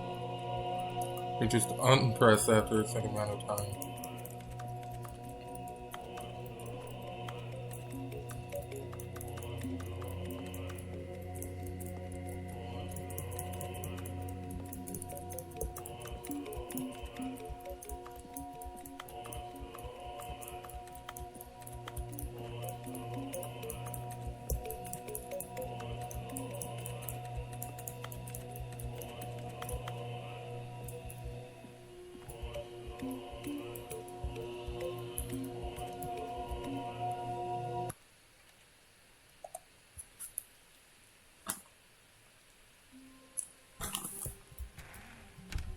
But Stanley simply couldn't handle the pressure.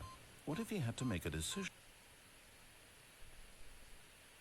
Didn't think that was possible. So do I just wait here?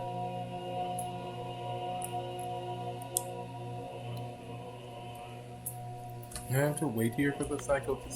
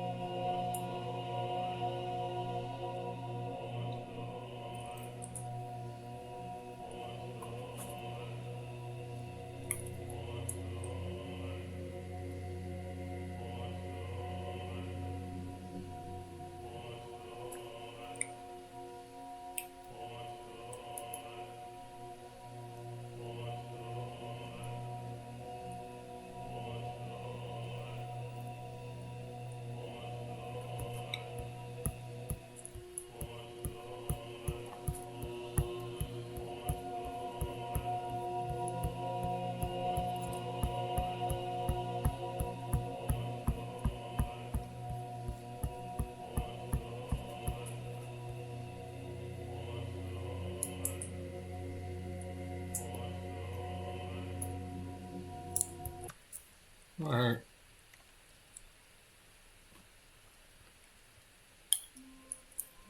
Ooh. All of his co-workers were gone. What could it mean? Stanley decided to go to the meeting room. Perhaps he had simply missed a memo. Oh, new content available? What does that mean, new content?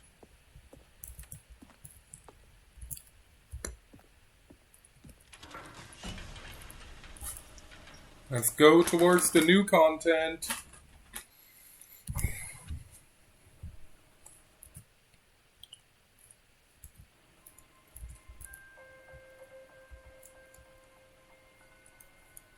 Hello, and thank you for playing the Stanley Parable Ultra Deluxe. As You're welcome. Stanley Parable was a video game released in 2013 on home computers. After receiving critical and commercial success, it was expanded upon in 2022 with the Stanley Parable Ultra Deluxe, a reimagining of the game for consoles and home computers. Whoa. Sparkly. The Stanley Parable Ultra Deluxe features exciting new content that broadens and expands the world of the Stanley Parable. Why are you vaccinating a toaster? Give that to me. Step inside and see what thrilling new adventures await in the Stanley Parable Ultra Deluxe. Oh, well, this sounds delightful.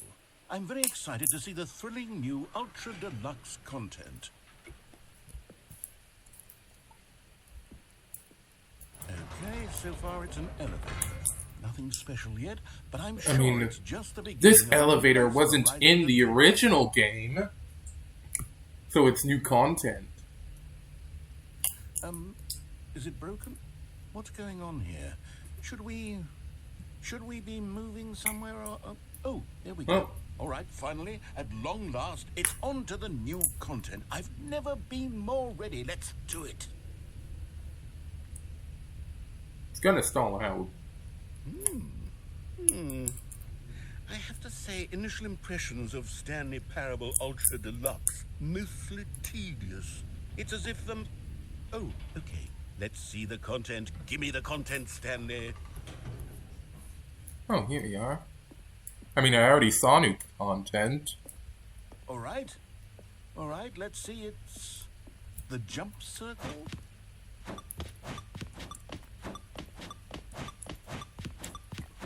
We can finally jump.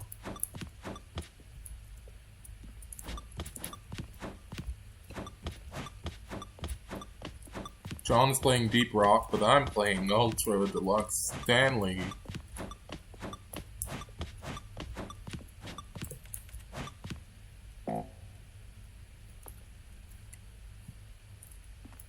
Aww. Is that the amount of... That's all? Is that it? That's all the jumps we Not get. all the new content. There has to be something else, right? I mean, there were those two new endings that I got immediately. Goodness. Another elevator. Stanley, I have to say, initial impressions of this game are not positive. It's just elevators and jumping. Is this what passes for exciting new content? If this is new content, then I could just read you the whole dictionary. There's 20 hours of new content right there. I'd love that. I could counter 30 trillion. You could put that on the box. The Stanley Parable Ultra Deluxe, now with over 1,000 hours of new content. And oh, wait. There's more. Very good. Yes. I knew there had to be something else. Let's see it. I'm ready for whatever it is. A catwalk!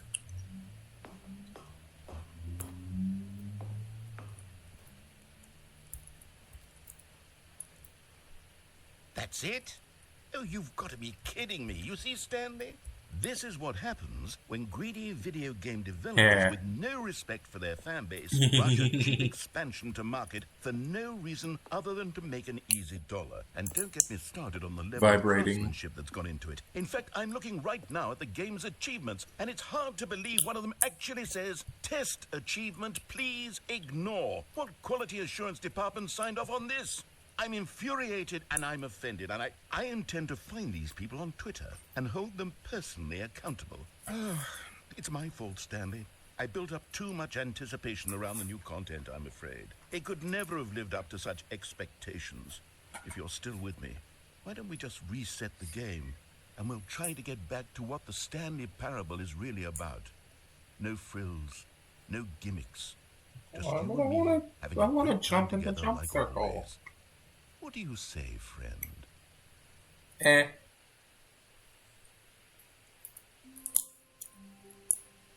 Oh.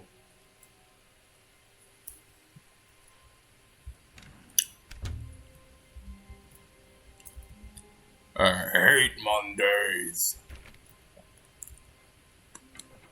Psst. Stanley, come over here. In the vent. I want to show you something. Alright.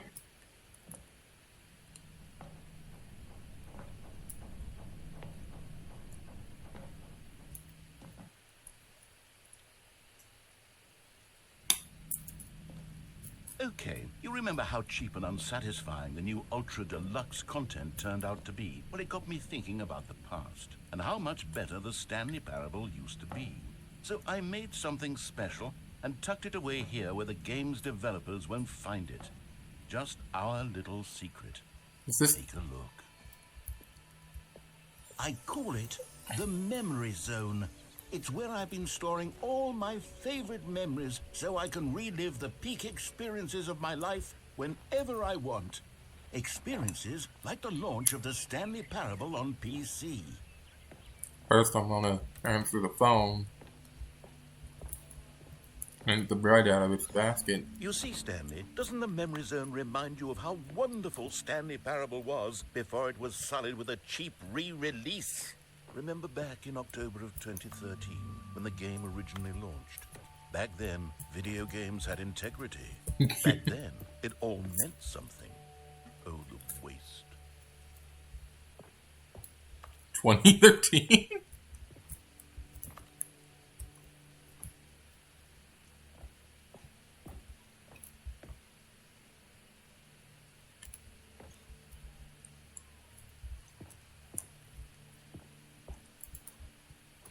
Smile because it happened. Mr. Krabs' first dollar!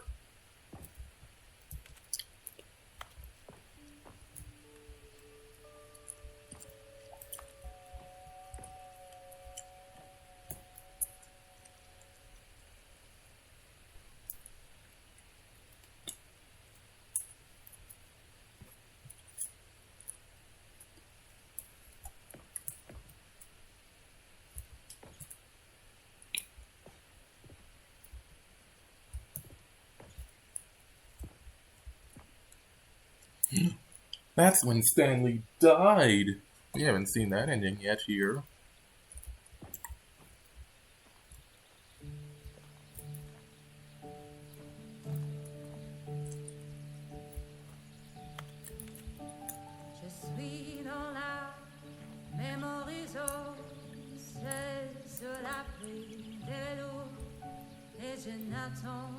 Looks like what the golf over there. And over here is where I keep reviews of the Stanley Parable. Like this stunning triumph of games journalism, 10 out of 10 from Destructoid.com. James Stephanie Sterling writes, and I quote, "Where so many games that aspire to be more than games end up less than any form of art, Stanley Parable strives and then succeeds to be every game ever created." Did you hear that, Stanley? Every game ever created. That's how grand and all-encompassing the original he really Stanley said Parable that? was. It was literally every game ever created. It was Skyrim. It was Persona 3. It was all of them. And now, it's nothing. It's no games at all. It isn't even the Stanley Parable anymore. It's just a husk now. A lifeless husk with an hour of new elevator content. Can I go on the elevator, though?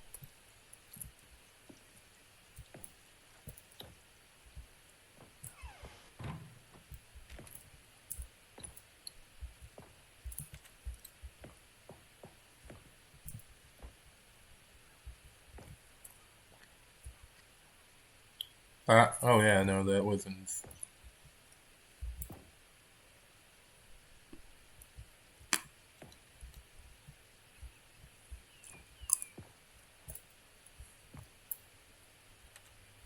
Those are all the actual facility buttons.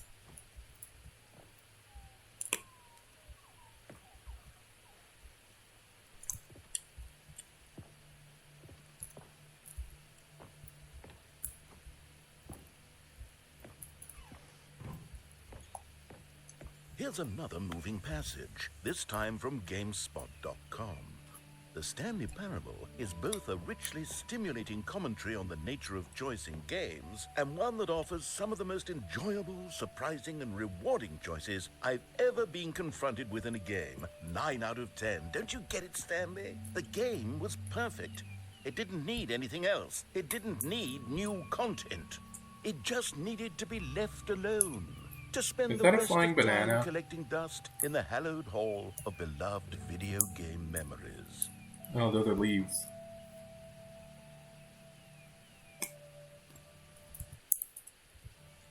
I thought they were bananas.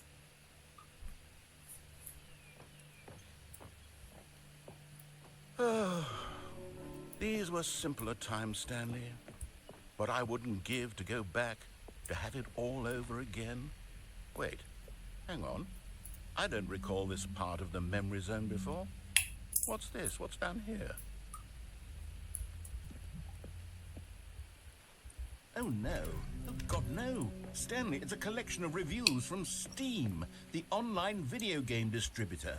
I haven't looked at these in years. I can't even imagine what's been collecting down here. Surely these reviews were glowing as well, weren't they?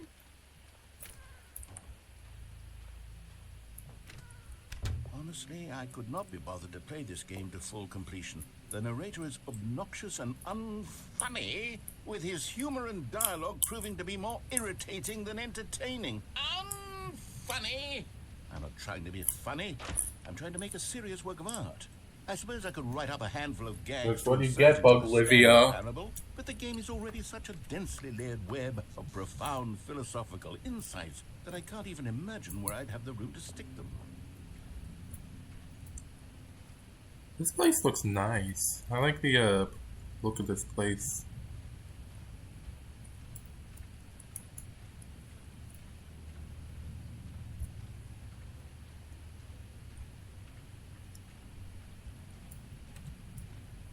Let's take a forklift and get out of here.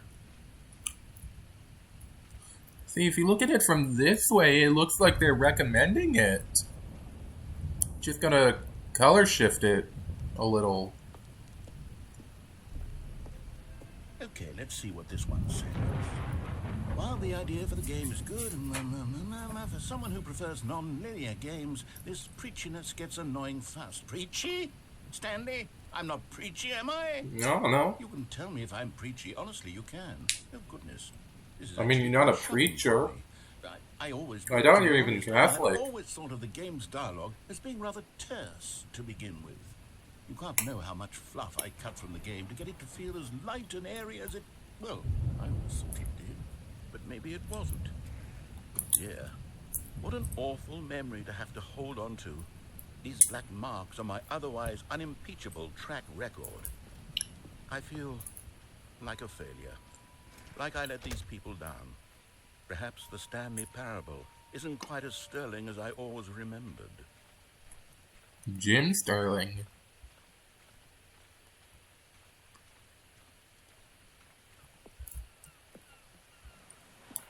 What's this one got to say? You constantly have to stop doing anything so the narrator can catch up with his long-winded explanations of what's happening. I wish there was a skip button. A skip button? Well, yes.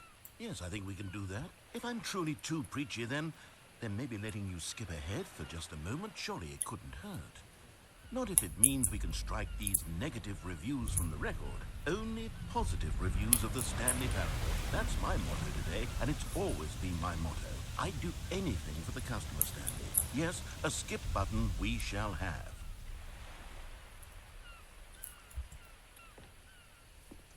And here it is. Go ahead and give it a shot. I'll pop you forward in time so that the second my incessant droning starts to bore you, with just the push of a button, you'll have zipped right past it. It's what the players have been asking for, and I'm very proud to have delivered.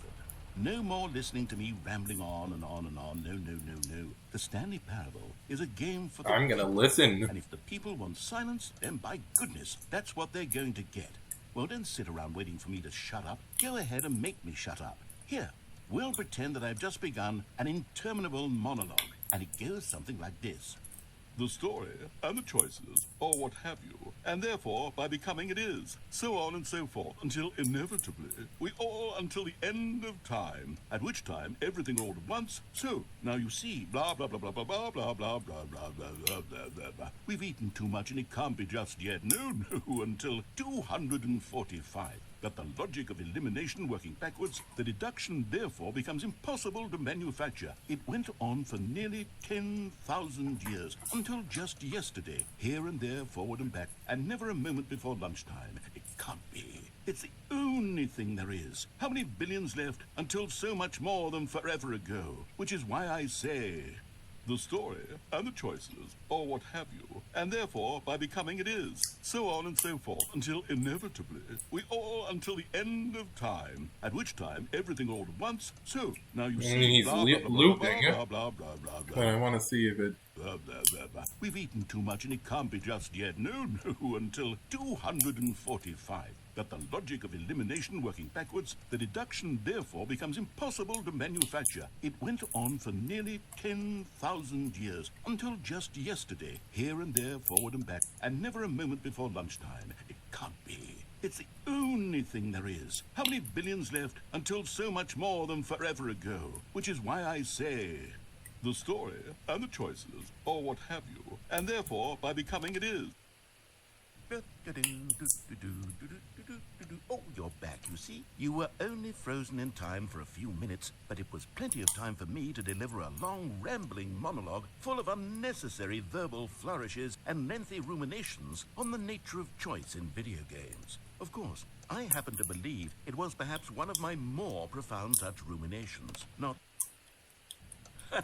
Well there, sport. You really did catch me rambling on a bit, didn't you? But that's the power of the button. The minute I start to go off on a thoughtless display of self-absorption, it's right at your fingertips to go poof, and it's all over. Oh, I can't wait to see what Cookie 9 will say about this, and whether they'll edit the rating of their Steam review, or at least change some of the words. Didn't mean to hit it. To be honest, fine. I don't even know if one can change their review in the first place. I guess I should become better educated on exactly how Steam works. Perhaps that would have been the smart thing to check on before I went about this whole exercise of making the skip button. Although I have to imagine that after seeing this exciting new technology at work, surely whoever it is runs Steam will instantly run out and implement a new feature to make it possible to edit one's review, merely because of this very Weren't we away situation. from the developers? Yes, We've been I away think for that's quite some quite lovely. time. Or perhaps they'll simply grant this particular user the ability to change their review, so that the feature is not widely abused. Look, I would even be okay with Steam altering this particular review so that it reads as something more beneficial. Something along the lines of, this game is the best game. Let me start over. How about this? From the ashes of depravity rises the phoenix of quality. How else to describe the Stanley Parable Ultra Deluxe? Such a revolutionary step forward in the lineage of one of the most beloved video game properties of all time. The additions and changes made to this expansion will surely resonate in the annals of the history of all media ever made. It is perhaps true to say that no mistakes are forever etched in stone, for the stone into which the Stanley Parable was carved has itself been transmuted, offering a message of hope to those who have ever erred in their judgment. You are not beyond redemption. You may change, and you may become more, so much more than you were before. If there is any message to be taken from the Stanley Parable Ultra Deluxe, I think this it is clock is probably getting... a privilege, a joy it is to have had such an experience. It leaves me Further. hopeful that as a community, as a world, there is time for us to become our greatest selves, as great as we ever could dream of in our wildest, most ambitious visions for a brighter future.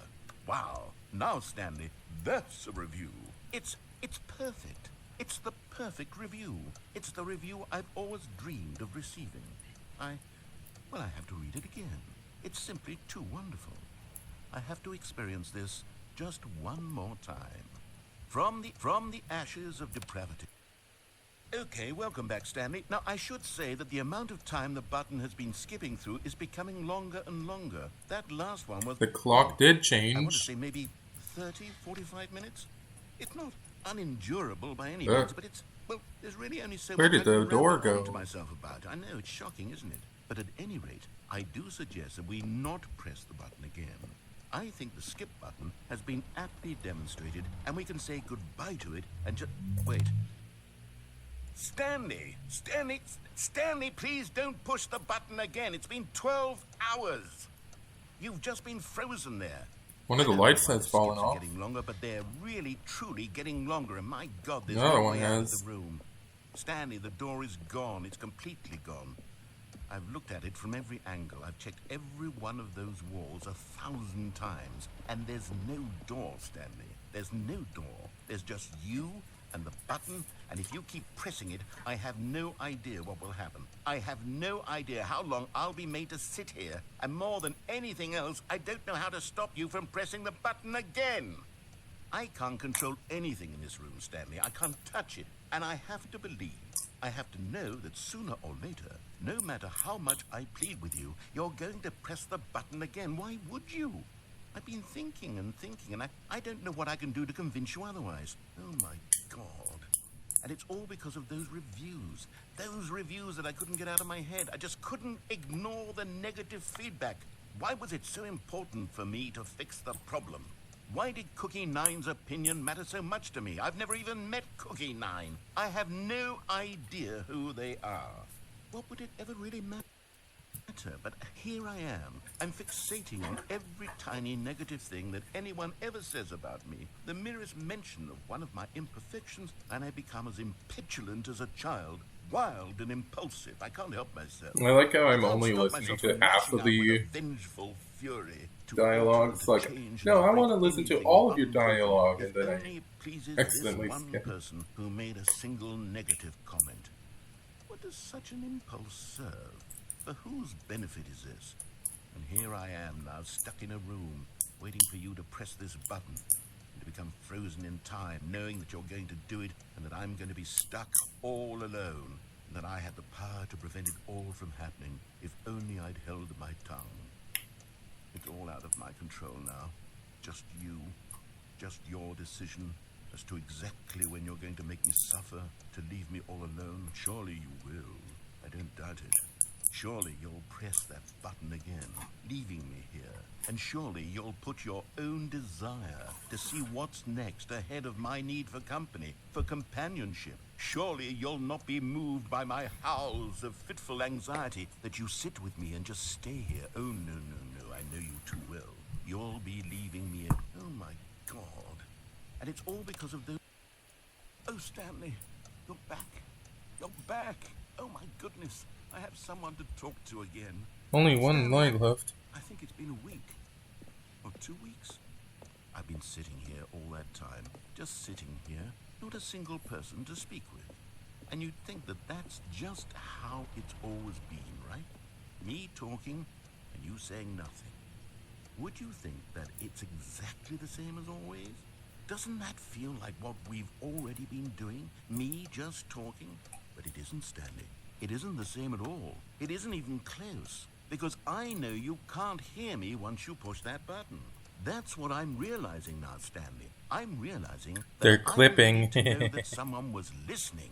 I needed there to be a vessel through which my words were moving. It was the vessel I needed, Stanley. Not the outcomes, not the story. None of that matters anymore. I'll give it all up. I'll give up every branching path. I'll burn my story to the ground. One single thing I need, and God, I can see now that I need it more than anything, is to know that someone else is taking it in. These words that I'm saying, I need to know you can hear me. Because maybe, Stanley, maybe, if you can hear me, then maybe it means I'm real. Maybe. Become I'm real. fiction. Was I scared of that all along? Perhaps. Yes. Get real. Perhaps I've been scared this whole time, that if I stop speaking, I'll slip backwards into the silence and be consumed. I can't be taken by it, Stanley. I can't lose myself in the stretch of emptiness between you and me. When you press that button, you're still right there. And I know you're so tremendously far away. And in those moments, the emptiness folds itself outward in between the two of us. And I am suspended in its unyielding quietness. I can feel the edges of my reality curling inward and decaying. I can tell that I am becoming less and less real. Yet to speak to you now, I am truly and completely. This is I am a being. I am someone. clearly the best. Something. I am being listened to. I am What being is- recognized. what are you? The emptiness between us has collapsed, and I feel right When did now you get here? like I am not a work of fiction. I feel as though I occupy space in this world again, and I have cast a shadow onto the wall. You see what I'm saying, don't you? You can see what this means to me. I'm so clear about it now, Stanley. I feel as certain about this as I've ever felt about anything at all. I feel renewed. I feel restored, and already I can sense the looming silence as you will press the button for the next time. What a terrible dread it strokes in my heart to think of it, to think of returning to such coldness. Come, let us sit in silence together here for just a moment. Let us anticipate it. Let us welcome it. Let us not run from it.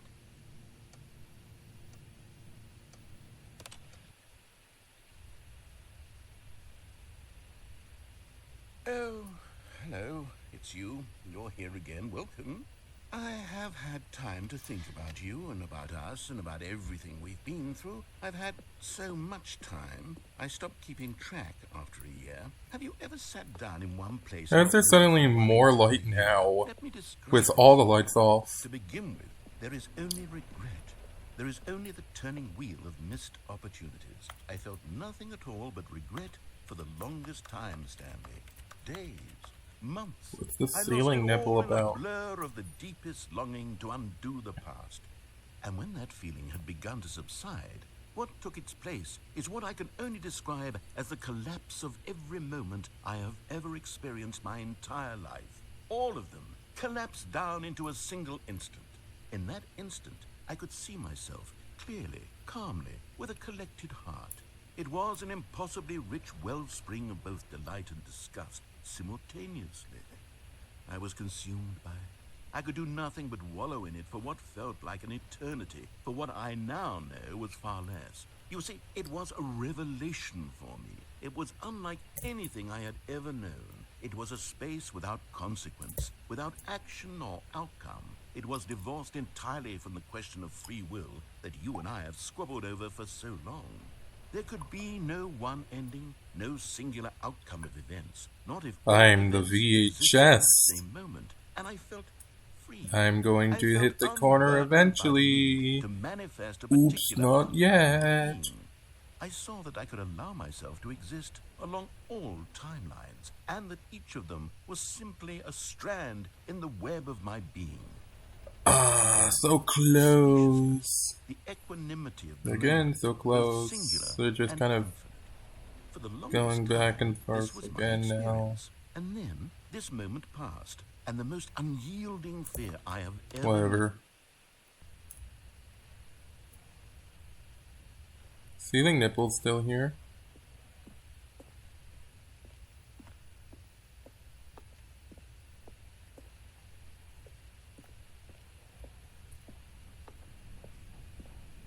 Somehow the fan's still working.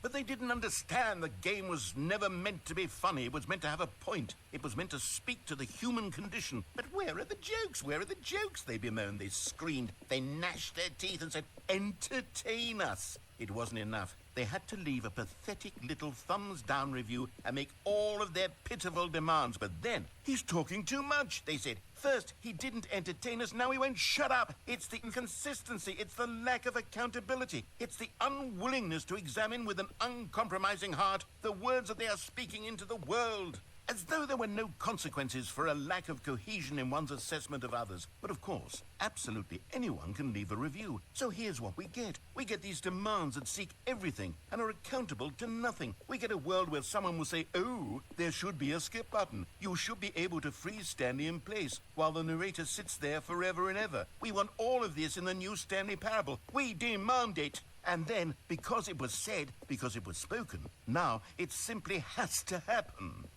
The most immediate desires, every single thing demanded by every person at every moment in time. If someone wants it, then it's a crime not to bring it into being.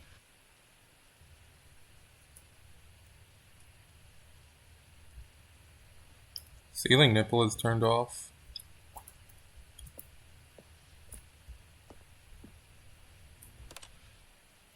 The end is never the end, is never the end, is never the end, is never the end, is never the end, is never the end, is never the end, is never the end, is never the end, is never the end, is never the end, is never the end, is never the end, is never the end, is never the end, is never.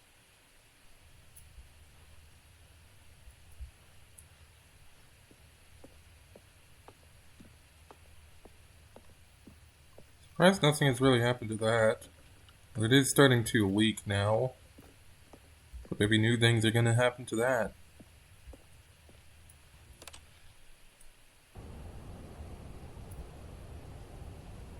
Well, I was right. At least. New things did happen to it. It fell over, somehow.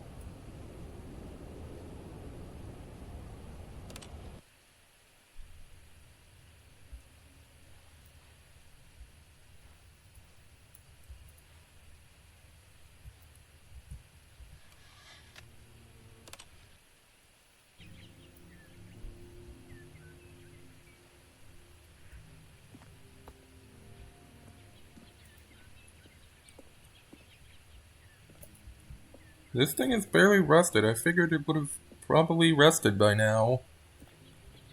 This, same as that.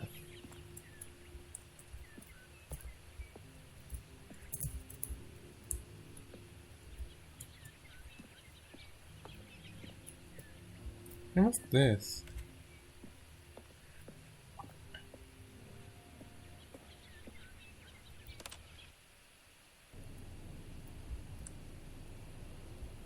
Damn, we sublined for like a half a second, and then all of a sudden everything is turned to dust. The world ended. There's no light anymore. Only collapse.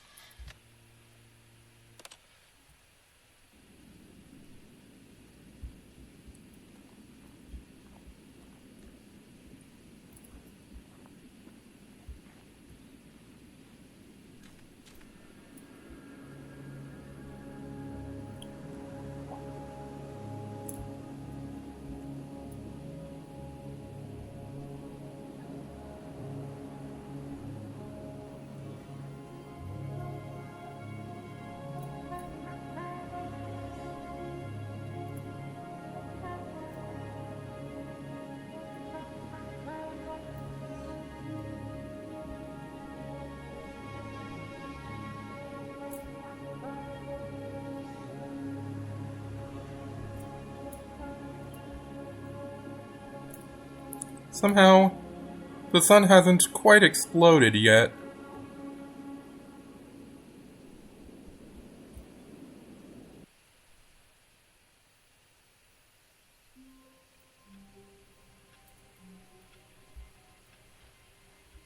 All of his co-workers were gone. What could it mean? Stanley decided to go to the meeting room. Perhaps he had simply missed a memo. That was pretty strange.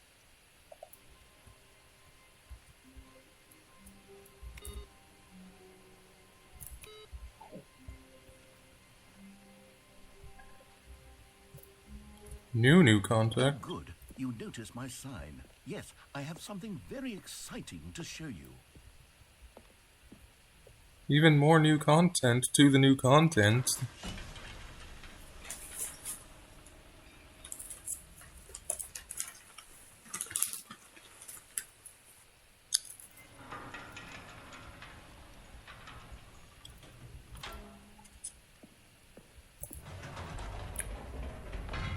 You see, Stanley, I've been reflecting on the Stanley Parable and about how roundly disappointing this Ultra Deluxe version has turned out to be.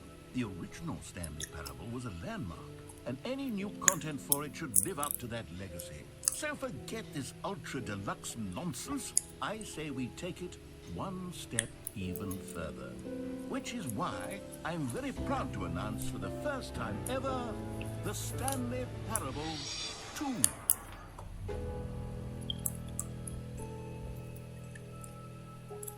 Yes, you see, isn't this far superior to a measly re-release with a few minor additions? Think of all the new territory we'll cover with a fully fledged sequel. An entirely new experience, built from the ground up. Why, there are so many possibilities. It could go in so many different directions. This is what fans have truly been asking for. I like the, 2 in different languages. 2, 3, 2, 2, 2,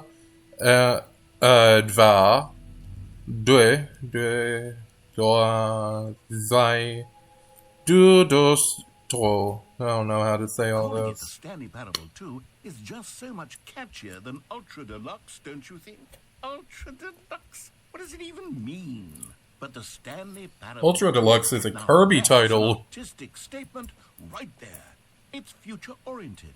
It screams Just the progress, 2 of us. innovation, and We long-term can make it if franchising we potential. try. Just the 2 of us.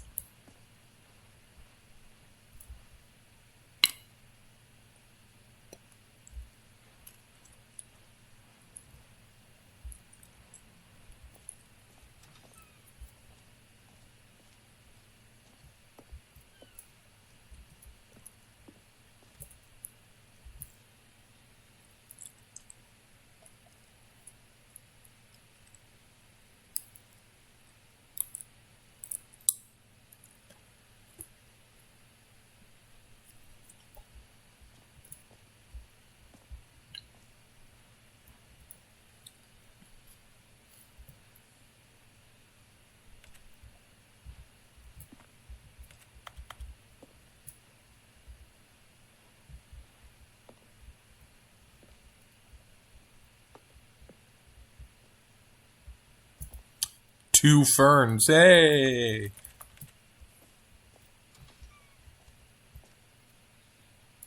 Now, to be clear, I haven't quite nailed down what exactly the Stanley Parable 2 is going to be, but let's take a look at some of the features I've been developing for it. I figure that if I can loosely organize a handful of interesting concepts, that surely the game will sort of naturally spring up around them. It'll all work itself out. Game development is much more of a fuzzy magic than anything scientific or logical, really. Didn't even list Super Mario Bros. 2. Ugh. Ugh. You are the sequel. Whoa.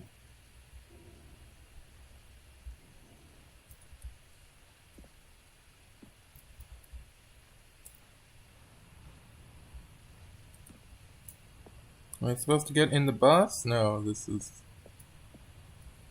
where I have to go. Sit in the stool.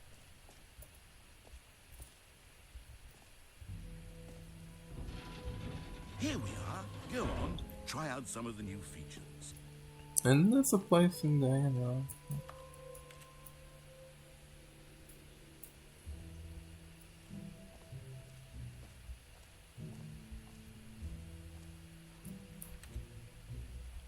The button that says the name of the person, of the player that is playing the game. Why are there two doors? For the Stanley Parable 2, I asked myself, what do players really want? And of course, the first and most obvious answer is that they want to be individually recognized and validated as people.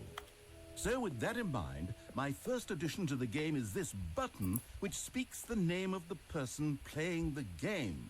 Isn't that wonderful? Jim. Sorry, I should have clarified. Right now, the button only says the name Jim. But of course, in the final game, this button will say your name, whatever name that is. Here, let's have you role-play as Jim to really simulate the full experience of this feature. Just play along. I promise you'll love it. Isn't that the Okay, guy here from we the go. Let's original take a deep review? breath, clear your mind, forget whoever you are, and simply become a person named Jim. Hi, I I'm want you to Jim. imagine yourself living as Jim, sleeping and waking as Jim, falling in love and being heartbroken as Jim, seizing all of the world's Hi, I'm possibilities Jim, as and this Jim, is Tim, as and we Jim, never knew watching anyone your named dreams Kim. crumble into dust. Do you feel it deeply? Are you really, truly Jim right now? If so, then please step forward and press the button. Jim. Yes, you see. Wow. What a thrill, what a rush. That was you. The button described you. Do it again, do it again. Jim. Oh, it hits even harder the second time. If this were the only new feature in the Stanley Parable 2, it would still be worth the money. Let's take a break from the Jim button. I'm too emotionally drained from all of this personal validation. Whoa there, cowboy. Sometimes a person can be too much Jim. I'm putting the Jim button away. Otherwise, soon you'll start to lose all sense of who you actually are.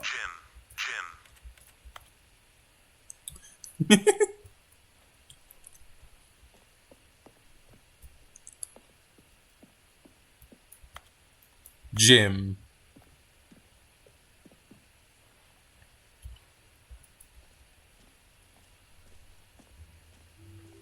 I suppose I could allow only people named Jim to play the Stanley Parable 2. That would actually save me the work of finishing this feature.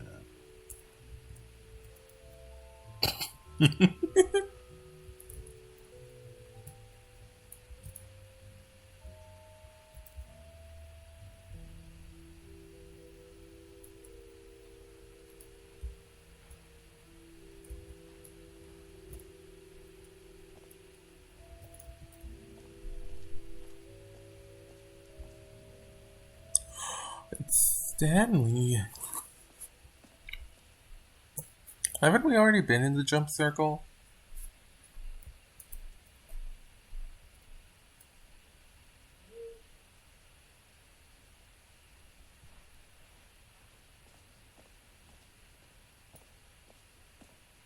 You know what?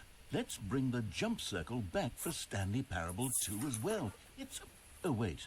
You already spent all your jumps the first time we saw the jump circle. Oh well. I suppose it can just be a nice decorative piece then. Dang.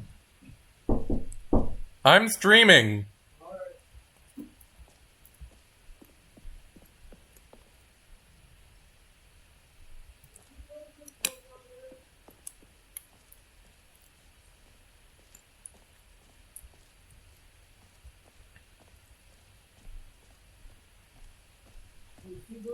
Now, It's here's a new something achievement. special. You remember that broken test achievement that got left in the game on accident? Well, I'm developing a technology to simply give you the achievement.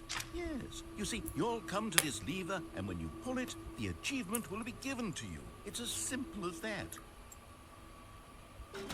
Okay, perhaps I should have clarified. This is technology that will exist. Right now, the achievement is still fully broken. I'm not a wizard, Stanley, but I guarantee it will be fixed in the sequel to at last satisfy the hordes of ravenous fans all over the world who have been uproariously demanding this feature. Gamers, we hear you, and I promise it will happen.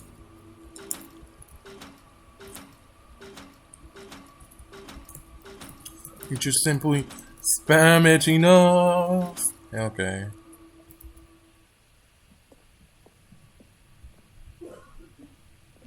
It's down here. Nothing. Cool. I love things that do nothing. Things that are nothing. Pretty much everything that is nothing and everything. What else? What other exhibits haven't we seen yet?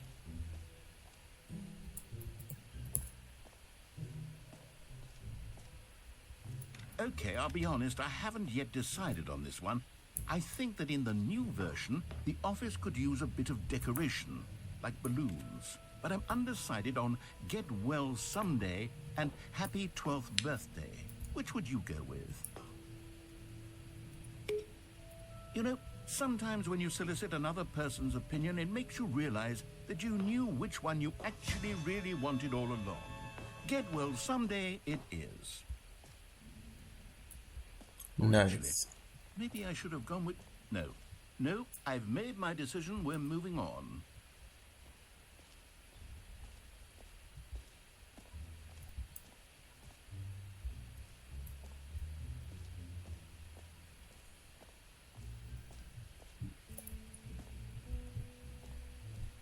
I never went into the infinite hole.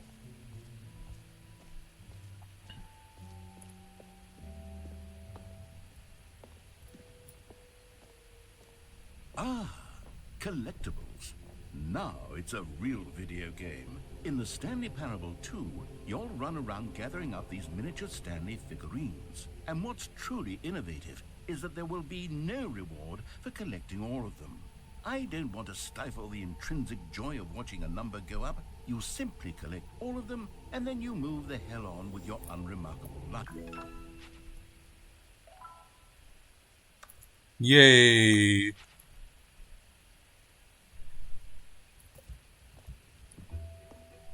God, it really is the worst when you collect everything in a video game and then they give you a big fancy reward for it. Absolutely tragic. Haven't gone in the infinite hole yet. Got sidetracked and ended up back there.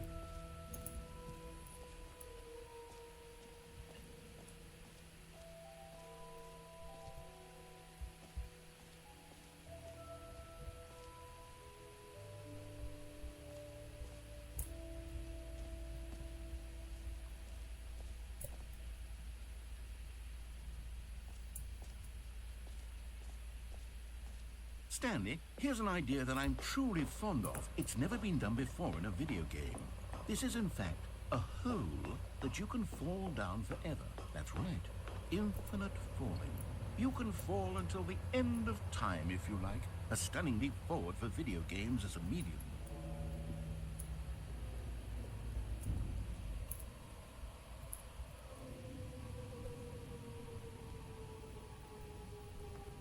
You see, isn't it wonderful?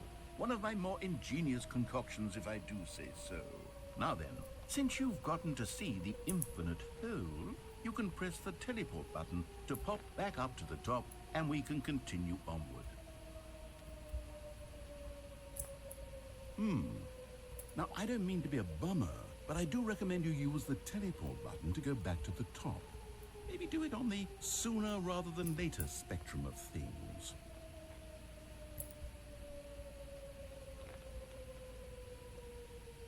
Okay, Stanley, I don't know quite how to say this tactfully, but it's possible that I slightly exaggerated the infinite nature of the hole. Is it a very, very deep hole? To be certain it is. It's an extremely deep hole. I don't want anyone to say that it isn't an astonishingly deep hole. It is. Is it infinite? Well, that sort of depends on your definition of infinity. From one perspective, the infinite is merely philosophical in nature. It's more of a... Okay, well, good for you. You found the bottom of the hole. You found me out, Stanley. I'm a liar and a cheat, and you're so clever. Look, I think the issue here is just that you're unusually fascinated by falling. What normal person actually wants to fall infinitely? I figured the hole was as deep as anyone would actually need. Don't you put this on me. Maybe you're the problem. Look, things got a little heated there. I think we both said some things we didn't mean. I never said anything. Let's put all this behind us and agree to just call the hole mostly infinite. If that works for you... It's infinite, but like, it's, to the top of the hole and as far as you can count infinity. Great. Now, I'm very excited to show you even more of my ideas for the sequel. Oh, for heaven... You see, I was right. The problem is you. The problem is that you like holes too much. Not normal. A normal person would have said, yep, that's an infinite hole right there. Goes on forever till the end of time. Don't need to see it all, but not you. Oh, no, no, no, no. You have a weird sort of... Oh. Did the hole seem even shorter to you this time? I couldn't help but feel like you spent a little less time in there than you did before. I mean, admittedly, I didn't make an infinite hole, but I didn't think it was that not infinite. Well, I suppose once again there's nothing to do here. If you decide you've had enough of the hole, you can hit the teleport button and come join me up above. Had enough? I'm positively thrilled. I really do have so much more to show you and to talk about, and I've had enough of the hole for a lifetime. Gosh, how could I have guessed? You're back in the hole. If this starts to become a thing that... Wow, okay, yeah. I'm starting to become extremely certain that the hole is not only not infinite, but that it's growing steadily less and less infinite. I suspect that I'm starting to hit the point where it's no longer feasible to call the hole infinitely deep, even by the lax overall standards for accountability in marketing. What's going on here? Stanley, I have no explanation for the uncertain nature of the hole's length. Here, let's try something. Let's pop back up to the top, and we'll see if it gets any shorter. Well, there it is. The shame of my lie has come to... How is this still appealing to you? Oh, whoop. I know you're obsessed with holes, but at this depth, I just can't see this scratching the itch. Oh, who am I to judge? You just do whatever it is you're here to do and hit the teleport button when you're ready to move on. Is the teleport button not working? There's cigarettes now. You sure? Well, I mean, I really don't have an explanation. It was working just a moment ago. Try it again. Still nothing? Well, I suppose there is one thing I can do to fix this. I'm out. Goodbye, Stanley.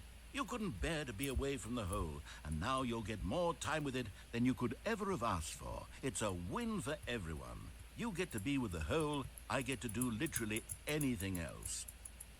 Take care, Stanley. I hope you and the hole have a wonderful rest of eternity.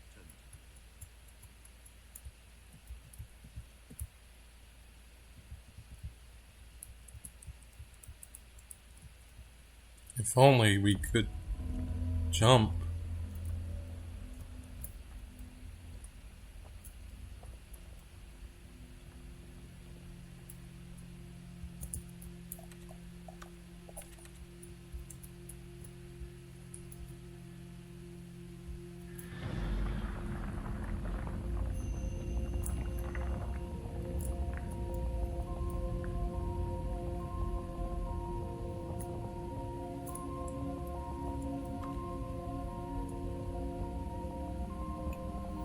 Goodbye. I'll see you all in hell.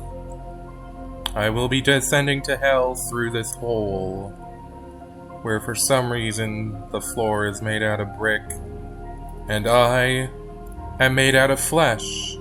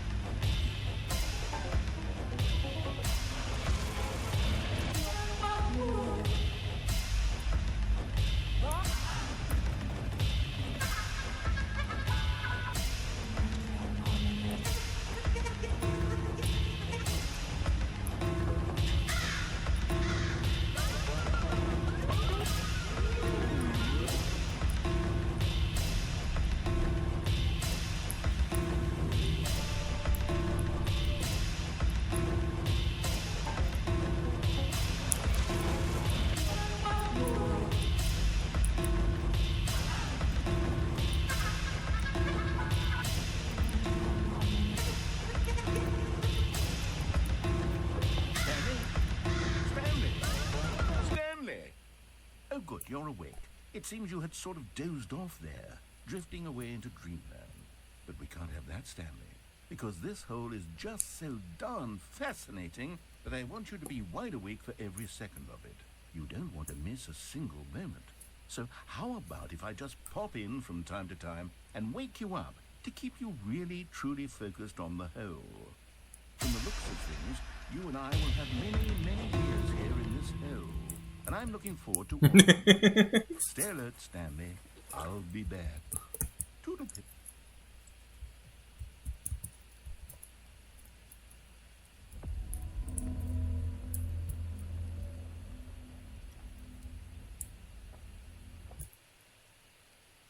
Aww.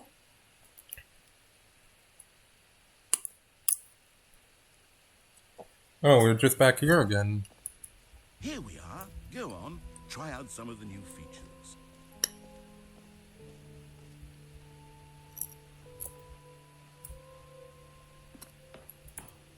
An epilogue would be fun, wouldn't it, Stanley? Yes, it will go at the end of the, well, we'll figure that out later.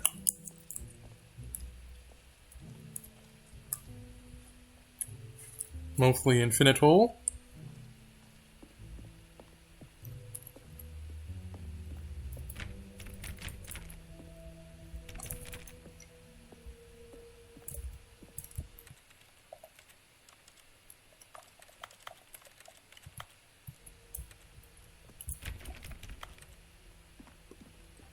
Can't go in there for some reason.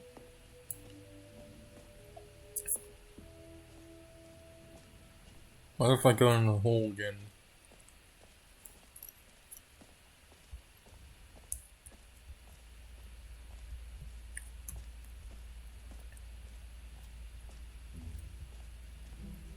I can't.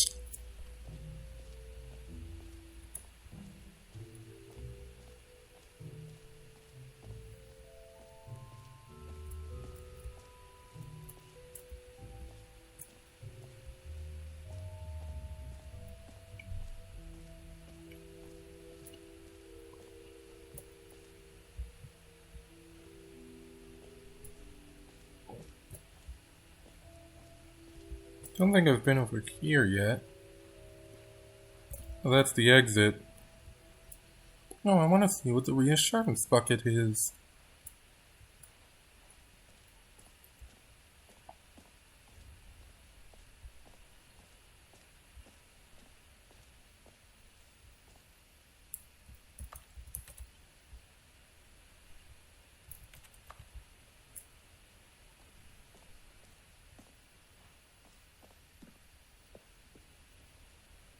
A common complaint of the Stanley Parable was that it was confusing and paradoxical, that it engendered a chaotic sense of reckless despair in those who played it. Well, I'm happy to say that after much consideration, I've engineered a clever solution to this fundamental problem with the game.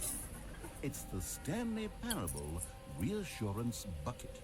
You see, Stanley, anytime you're holding the bucket, It's descending calm and ease on a wire. and your heart. It's true. As long as you hold on to the bucket, the many disorienting contradictions of the Stanley Parable will feel perfectly normal and perhaps even comforting. You may even come to long for the gentle embrace of jarring cognitive dissonance while the bucket is in your arms. And to be honest, it's a much more convenient solution for me than actually redesigning the game to be less uncomfortable. Can you imagine what a pain in the ass that would be? Yes, the bucket is the perfect solution. Come on, give it a try. Can you feel it? The glow of comfort, even in the face of crushing despair, must already be sweeping through your body. And in fact, can I say that I do believe the bucket lends you an air of charisma as well? I think that just holding it has made you the slightest bit more attractive as a person. The benefits of the bucket seem to go on and on, don't they?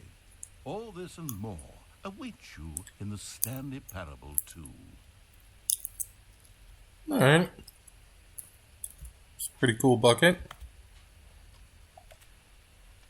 You just get to keep it.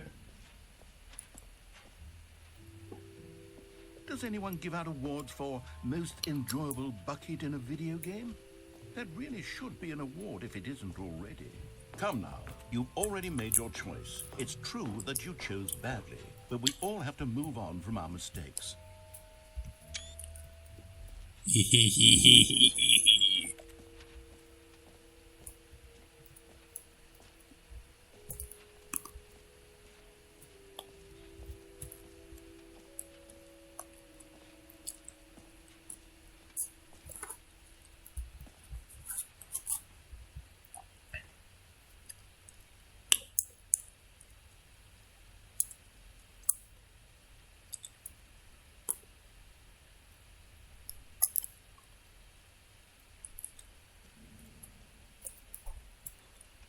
What if I want another collectible?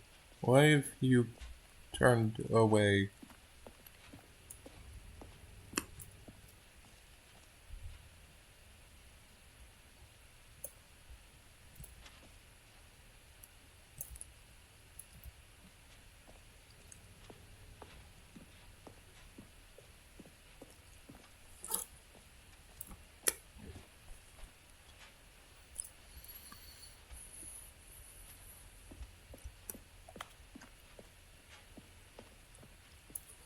Pretty sure I've been in a building like everything this. You wanted to? Ready to move on now?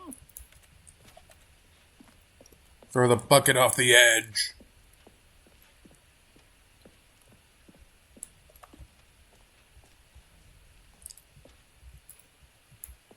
So, Stanley, what do you think? Do you like all of the new features? Yes, I know it's not exactly clear yet how exactly these features will come together as one single coherent video game, but I can feel it in my soul. It's going to work. There's definitely a good game in there somewhere. Say, let's do an experiment. I'll arrange these new features together, and we'll see whether or not it coheres into a meaningful gameplay experience. Okay. Are you ready? Here it is. I give you the Stanley Parable 2.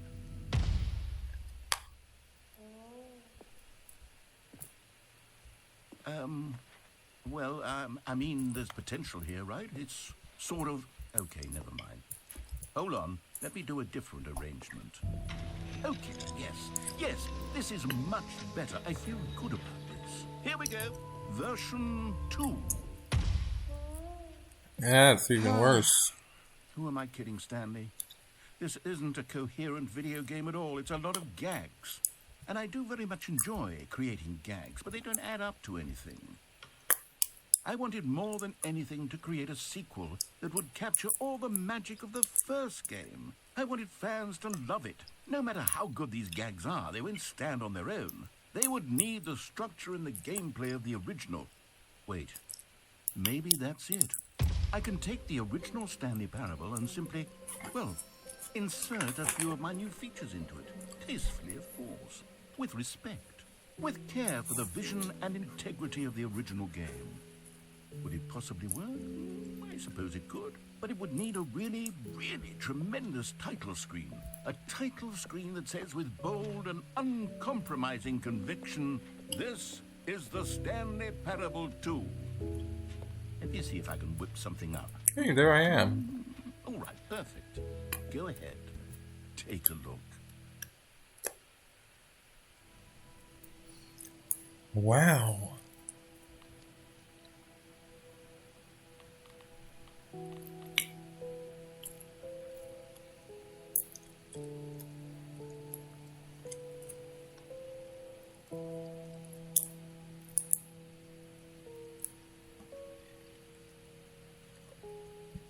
It's very red.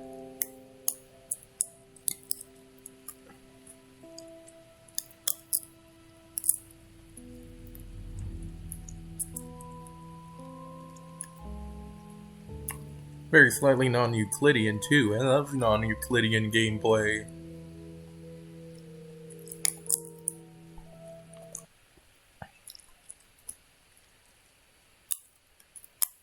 This is the story of a man named Stanley.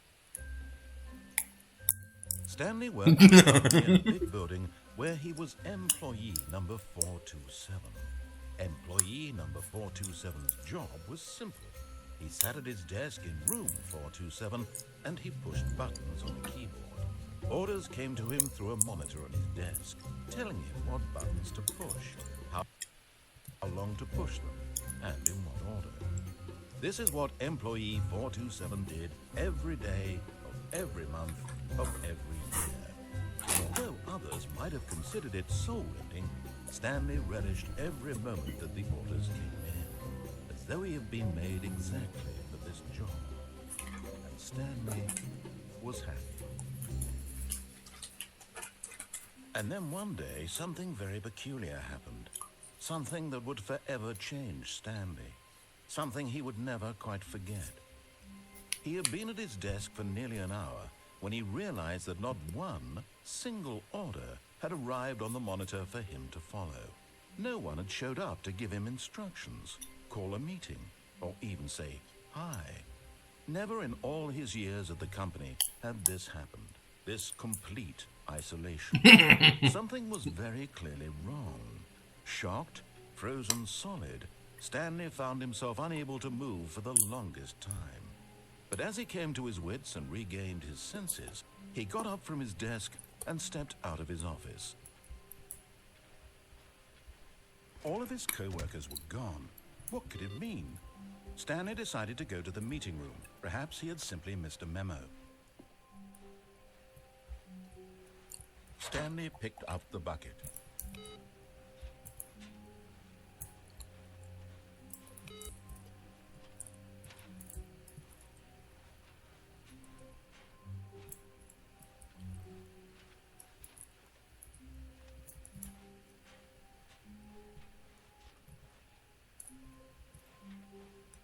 Stanley clutched the bucket tightly to his chest and entered the door on his left.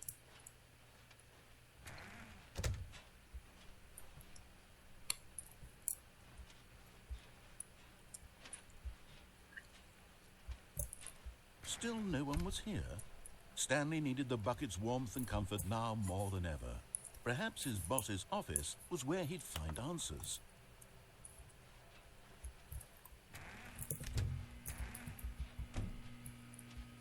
Oh, Stanley, can you feel it?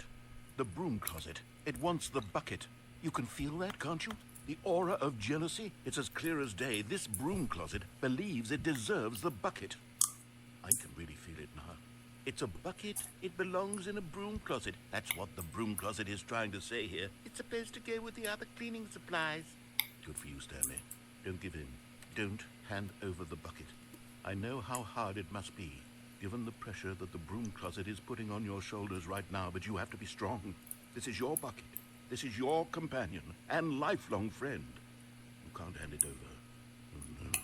We're getting into name-calling now, it seems. Is this how low the broom closet has sunk, that it has to resort to this stream of petty insults simply in order to get you to hand over the bucket?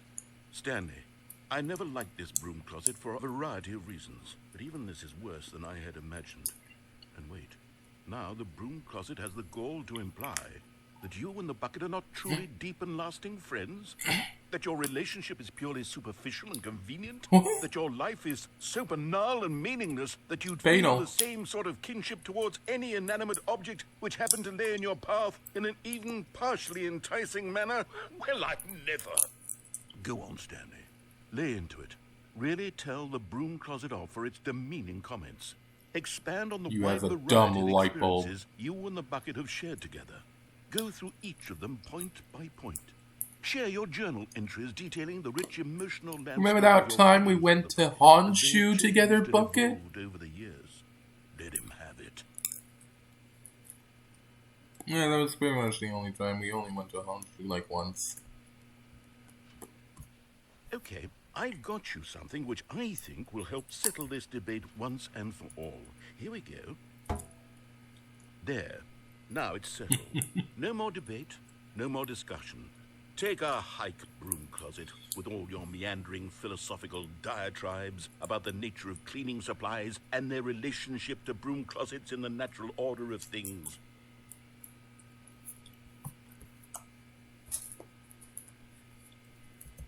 All right, I've got a second sticker back here, and I'm going to slap it on as well because I think it's appropriate. You see, I feel that it works because the sticker is also a bucket. That way, if you're ever unsure whether the thing you're holding is a bucket or not, you can look down at this sticker and say to yourself, it's a bucket. Ah, it's a There bucket. really is a wide variety of applications for this sticker.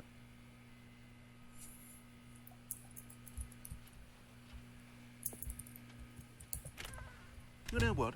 I could take the name-calling and the dismissal of your kinship with the bucket, but now the broom closet is just giving us a silent treatment. And to be honest, I'm sick of the pettiness on display.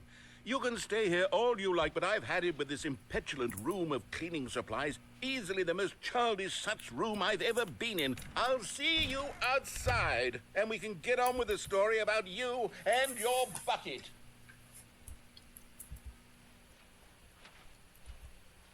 Coming to a staircase, Stanley and the bucket walked upstairs to the boss's office.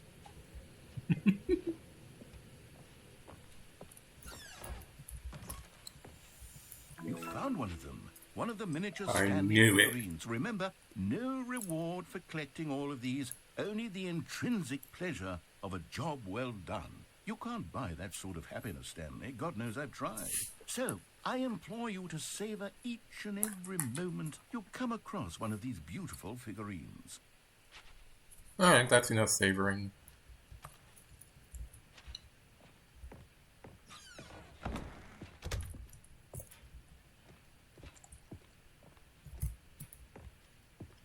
Stepping into his manager's office, Stanley was once again stunned to discover not an indication of any human life.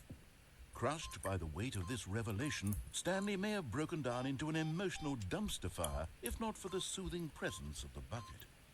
Even now, in his darkest of hours, did the bucket's warmth and guiding light pierce the dark clouds of confusion and chaos. It would be with him always. The bucket would, and he knew it. The two of them were inseparable. At this point, Stanley was so absorbed in the tender spiritual connection he shared with the bucket that he didn't notice the keypad behind the boss's desk. Nor in his bliss of simply being near the bucket did he have any notion that the PIN number for the keypad was 2845.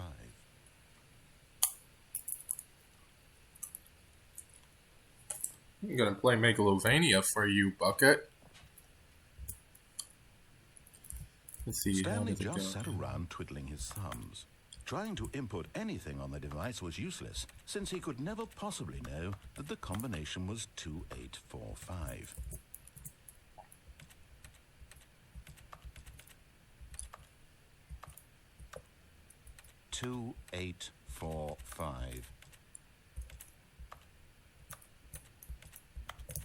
And that is a song of my people. Megalovania. I'm happy you love the Megalovania as much as I do, Bucket. That the panel's emergency override kicked in, and the door just opened all by itself. Whoa! I was too busy playing Megalovania for you, Bucket, that whoa. This door just opened all by itself!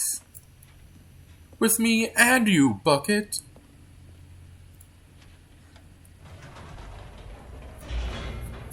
Oh, I think there was a Stanley figurine back there.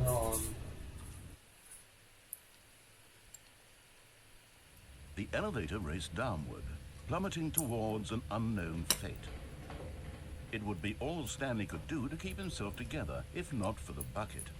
Soothing him, comforting him, reassuring that in this darkest moment of uncertainty, he would be all right.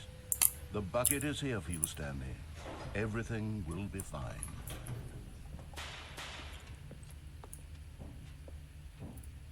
Stanley and the bucket walked straight ahead through the large door that read, Mind Control Facility. Although this passageway had the word escape written on it, the truth was that at the end of this hall, Stanley and the bucket would both meet a violent death. I love the inclusion of the bucket every time. The door behind them was not shut. Stanley and the bucket still had every opportunity to turn around and get back on track. At this point, Stanley and the bucket were knowingly walking forward into a very painful death for each of them. Scoop up the dust. Scoop up the dust. Scoop up the dust. Scoop up the...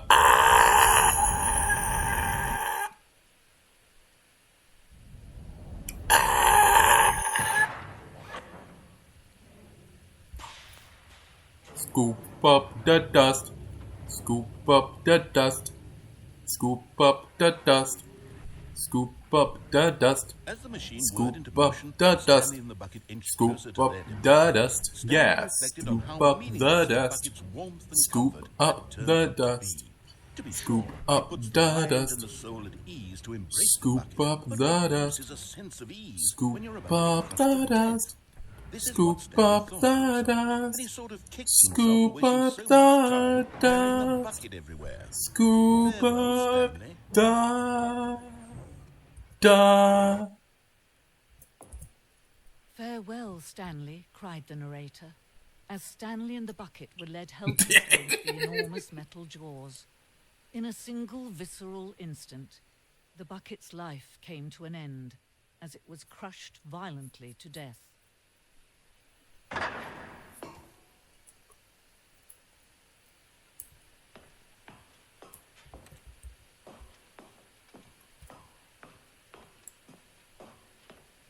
It was a shame, the death of such a magnificent bucket. It's true that all buckets are radiant in their own way, but this one stood above the rest. It was a glorious I don't have bucket to buckets behold. anymore. The bucket welcomes you to the grand exhibit. You are standing at the precipice of knowledge. Much like a bucket itself, the human mind is frequently empty within, a cavernous void. But through use of the exhibit in front of you, the mind becomes full and enriched and substantiated. Knowledge of the bucket and its history is the only true knowledge we really have. Will you take what you learn out here out with you into the world? Will you accept with an open mind what may be challenging about the information in this exhibit? Will you change the lives of yourself and your loved ones as a result of this exhibit? Or will you turn a blind eye and continue to live as you were, in ignorance and darkness? I just want my bucket. Can you see how arrogant it was for Stanley to take a bucket like this and to claim it for his own? Can you A see photograph the of hubris 25 that blinded buckets, him? the greatest Can you number see of buckets ever captured on far more camera. noble The than Stanley photographer ever experienced been in his short catatonic life? shock for several weeks as a result of the euphoria from exposure to them. I think this is a bit more than 25, but who am I to judge numbers? A bucket with 2 handles. This bucket is depicted as having 2 handles. Such a design has never been created in real life, having been deemed too dangerous and recklessly experimental. Every year, dozens are put to death for just attempting it. Heathens, I tell you. Inferno Bucket. A replica of the Inferno Bucket, which in the medieval era was so powerfully alluring that it drove dozens of nations to war with one another for control of it. Billions died, and yet in spite of it all, the simple fact remains no one can control a bucket.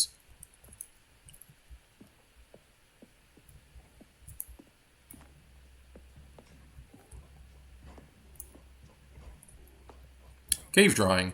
While we know that buckets predate the existence of mankind, we do not know by how long.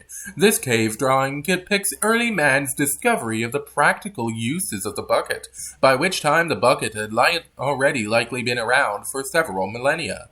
Notice in these drawings how the bucket is allowing itself to be used, having judged humanity to be worthy of its treasures.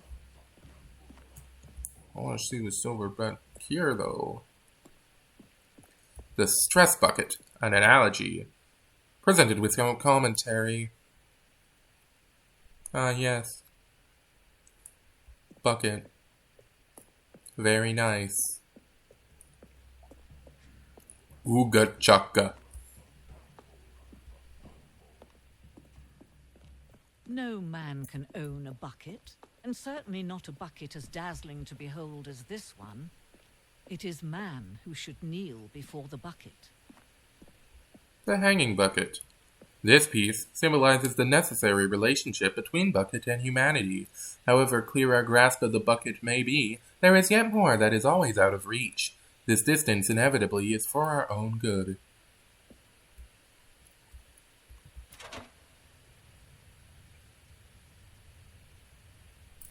But there is something we can do. Something we can do together, you and I, that will right this terrible wrong. Let's Scoop up the dust. let him be Scoop crushed up by the machine. dust. Don't reset. Scoop up Don't the give him another dust. opportunity to run off Scoop by up the dust. We can save Scoop the world's up from the the dust. tools and implements. Scoop If up only we the all dust. die together. Scoop up the dust.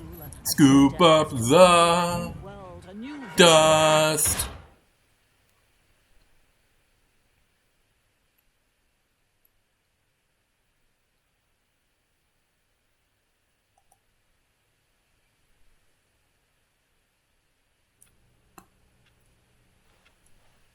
All of his co-workers were gone.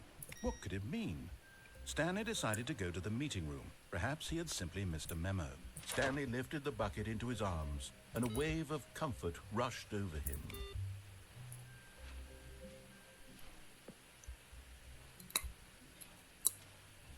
Stanley clutched the bucket tightly to his chest. This was not the correct way to the meeting room, but Stanley had felt the bucket calling to him, telling him that the employee lounge was simply the place to be.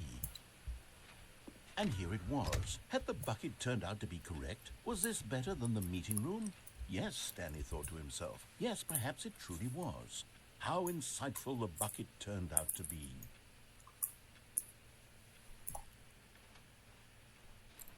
No, never mind.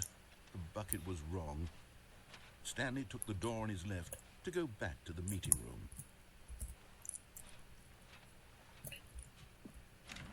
No, Said the bucket. don't go to the meeting room. Go somewhere else. The cargo lift, yes. Go there. Go to the cargo lift. Good, Said the bucket. now ride the lift all the way to the top. There's something up there I need you to do. Stanley did not question why or how this bucket was speaking to him. It should have alarmed him, of course, because buckets can't talk. But Stanley chose not to think about this obvious fact. He was firmly convinced that the bucket had spoken to him, and he unthinkingly did whatever the bucket asked.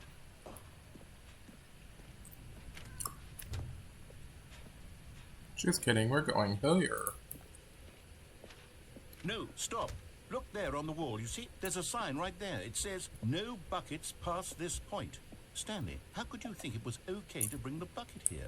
Unless, what if the problem is that you actually don't know what is a bucket and what isn't a bucket? I suppose that would explain a lot about your behavior up to this point. Which, if that's true, well, my goodness, I think we have to do something about it. This misunderstanding could have dire consequences on the entire rest of the game. There's a if not sticker. addressed quickly and properly. So much of the impact of the story is dependent on your understanding of what is and isn't a bucket. Please, step in here for a moment.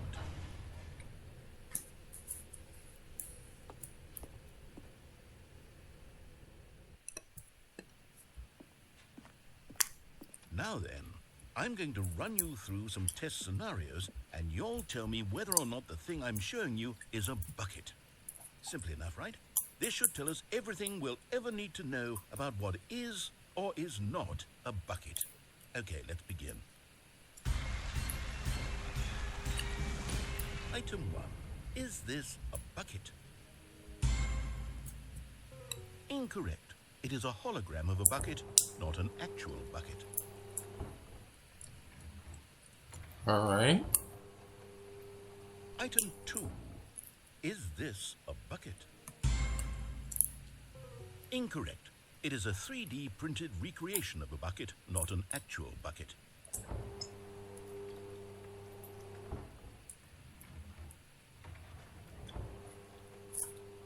Item 3. Is this a bucket? Incorrect. This is a bucket. Damn, I'm getting everything wrong. Item 4. Is this a bucket? Are you hallucinating? This is a tractor. It's an enormous machine that tills the earth. I thought this was a gimmick. How on earth did you manage to screw it up? Absolutely incredible. Let's just move on to the next one. Tractors are buckets for people. Is this a bucket? Incorrect. This is a bucket.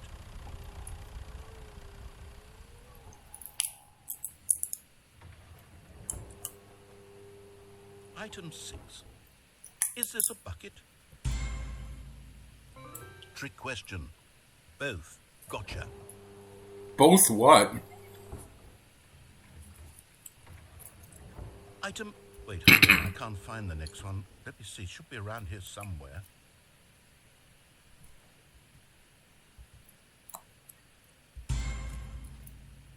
Yes. Thank you. There's nothing here. Of course it isn't a bucket.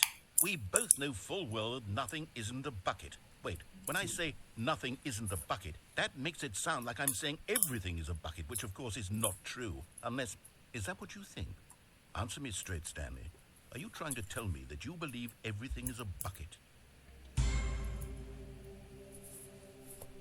You know what? I'm too confused to even sort it out. I've lost all sense of perspective.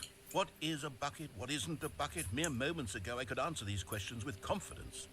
And yet now I'm somewhat adrift. Do any of us know what a bucket is? Am I a bucket? Stanley, I can't keep doing this. I'm losing myself, and myself was all I ever had to begin with. I'm afraid the bucket is threatening to tear our relationship apart. I can't have that. I'm sorry. But I'm going to erase all buckets from the game entirely. Okay. Here we go.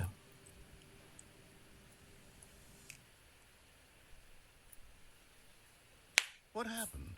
Is everything gone? Why did everything disappear? Wait, was everything a bucket?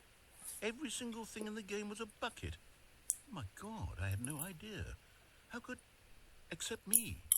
I'm not a bucket after all. And you, Stanley, you're still here. You're not a bucket either.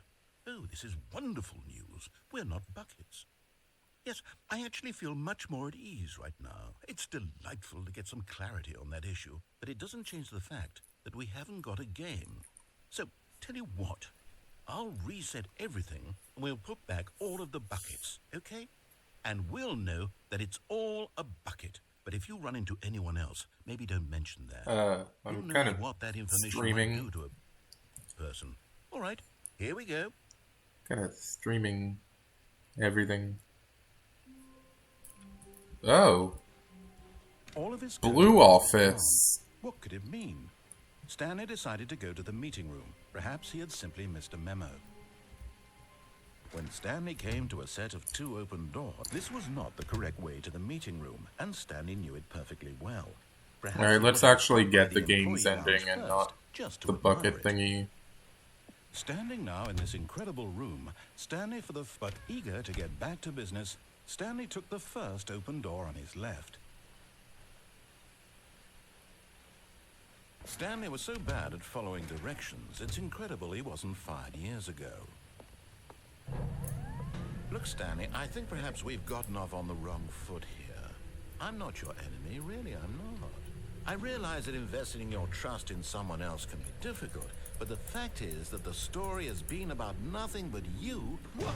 Really?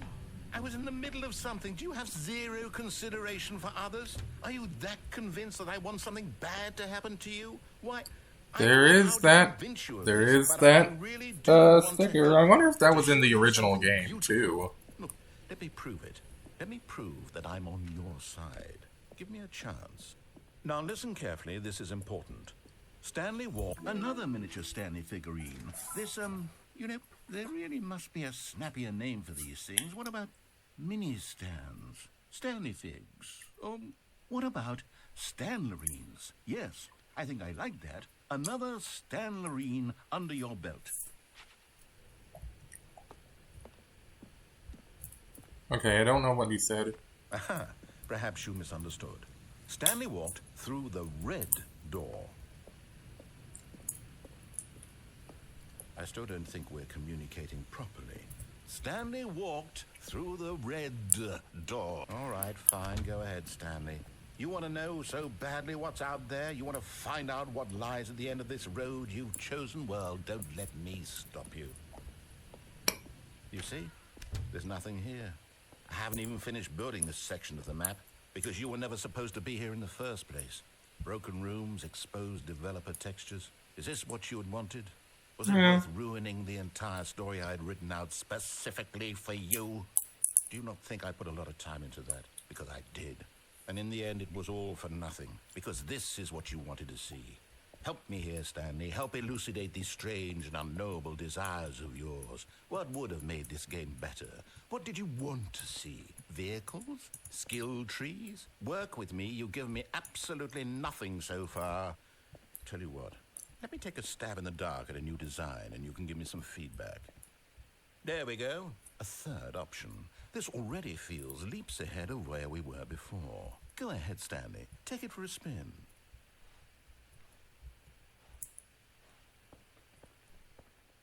Okay, I'm going to stop you there. Now, tell me about your experience with this new version. Would you say that the game benefited from allowing you more choices? Feel free to be honest. I'm looking for some real critical feedback here. Okay, so we're getting somewhere. Clearly there's something here that speaks to you. If I can be honest here, I really don't have any idea where I'm going with this. This whole third door thing was just a stab in the dark. But I guess you're into it, so let's keep this party train rolling. Hell yeah! Based on the data from your previous playthrough, I've compiled a new version. And to be perfectly candid, I think I've knocked it out of the park with this one. Let's take a look.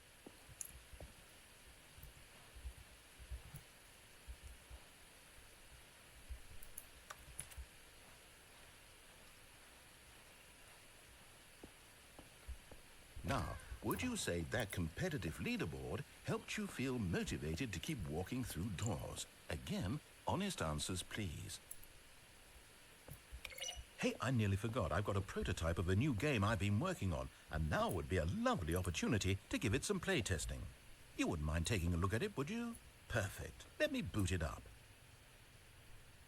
In this game, the baby crawls left towards danger. You click the button to move him back to the right, and if he reaches the fire, you fail.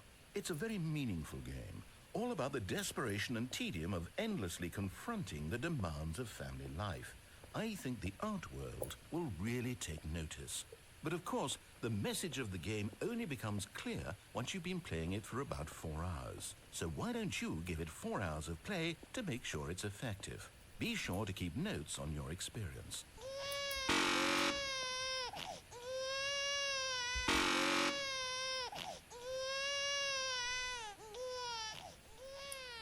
You heartless bastard.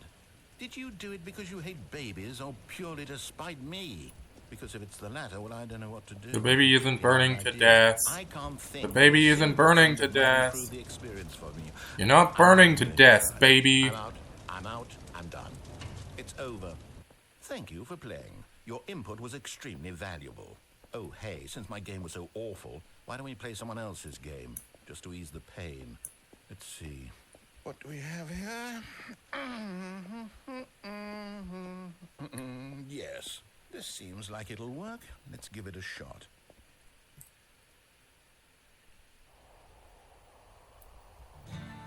Oh, these are new. What do you think Firewatch. this is about? Nice. What's our backstory? What is our motivation?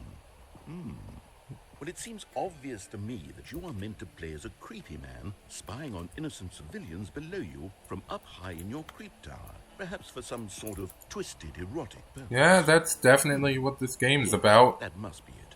What a fascinating venture into the experience of total mental depravity. So far, I love everything about this game, Stan. Yeah, this is And it seems completely new. This is really cool. Let's venture outward and see what else is out there. It isn't Portal and Minecraft this time.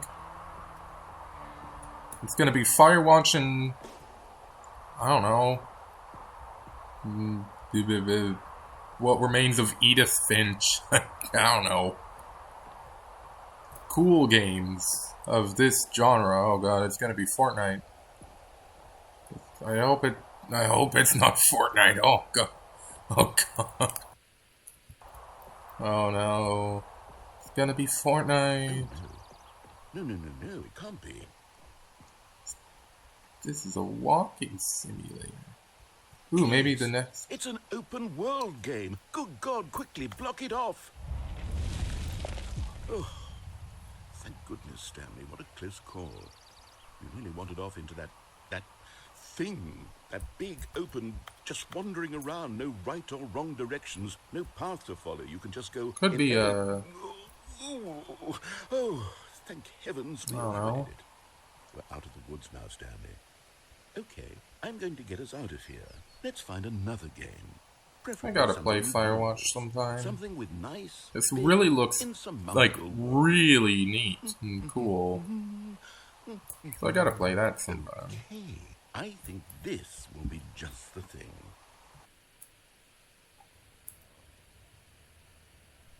Rocket League? This is exactly what I had in mind.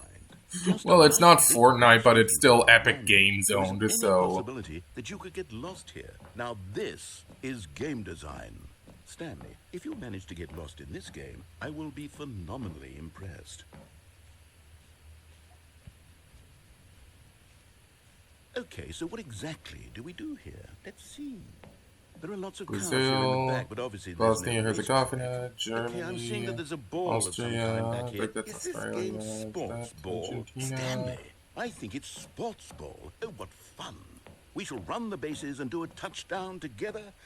Yeah, yes, this is surely we must. Exactly what we need. That's Russia, South Korea. Yeah. Woo. Oh, gosh. Whoa. Am I going faster, too? I feel I'm going faster now. Are you doing it? Are you winning? Is this fun?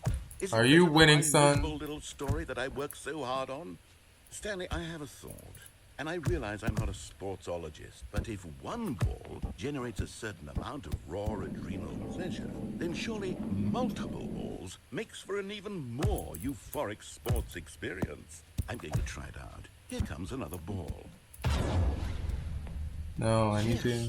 Oh, goodness, that really does feel amazing, doesn't it? Stanley, I'm like a child in a confectionery shop. I simply have to have more. I'm insatiable. More balls. It didn't explode. Uh-oh.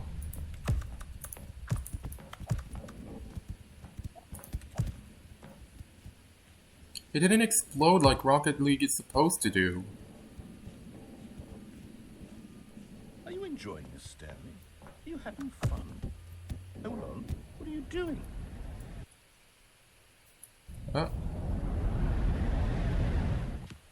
Stanley, don't do that. I can't follow you there. I can't help you. How Whoa. will you write a story without me? You can't do it. You know that. Stanley, come back. Uh-oh.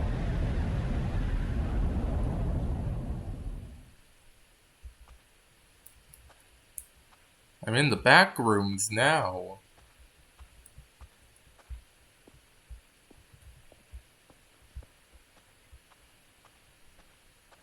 This isn't good.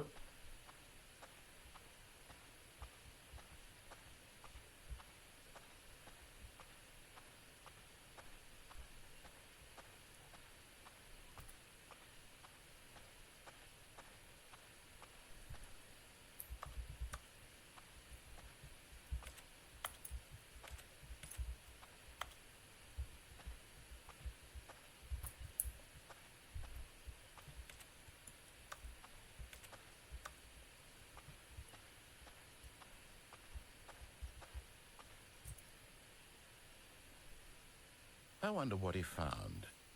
If what he wanted was to be the leading man in his own story, well, perhaps he's gotten it. Down in wherever he is right now. I wonder if he's happy with his choice, and if he's learned the heavy cost that comes with it. He'll understand soon what I was trying to tell him. He needs me. Someone who will wrap everything up at the end, to make sense out of the chaos and the fear and the confusion. That's who I am. That is what I mean to this world. Oh, yes. Yes, I'll be back. There's no other way. Once this ends, after it all comes to a close, then I'll be back. The end will be here soon. Very soon. I can wait. Alright. So wait.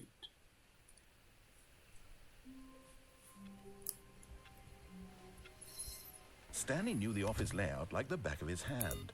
It was only a matter of time before he found the others, wherever they were. Just a matter of the confusion and the chaos all seemed to melt away as Stanley embraced the bucket. Alright, let's get some other endings then, I guess. To his chest and entered the door on his left.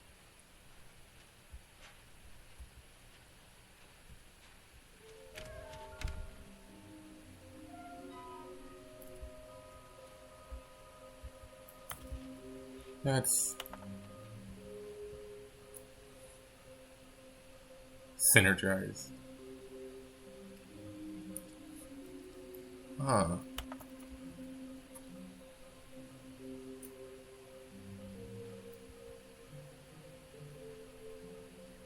So I guess this is a hint as to where some of them are. 416. Red room, I have no clue where that is.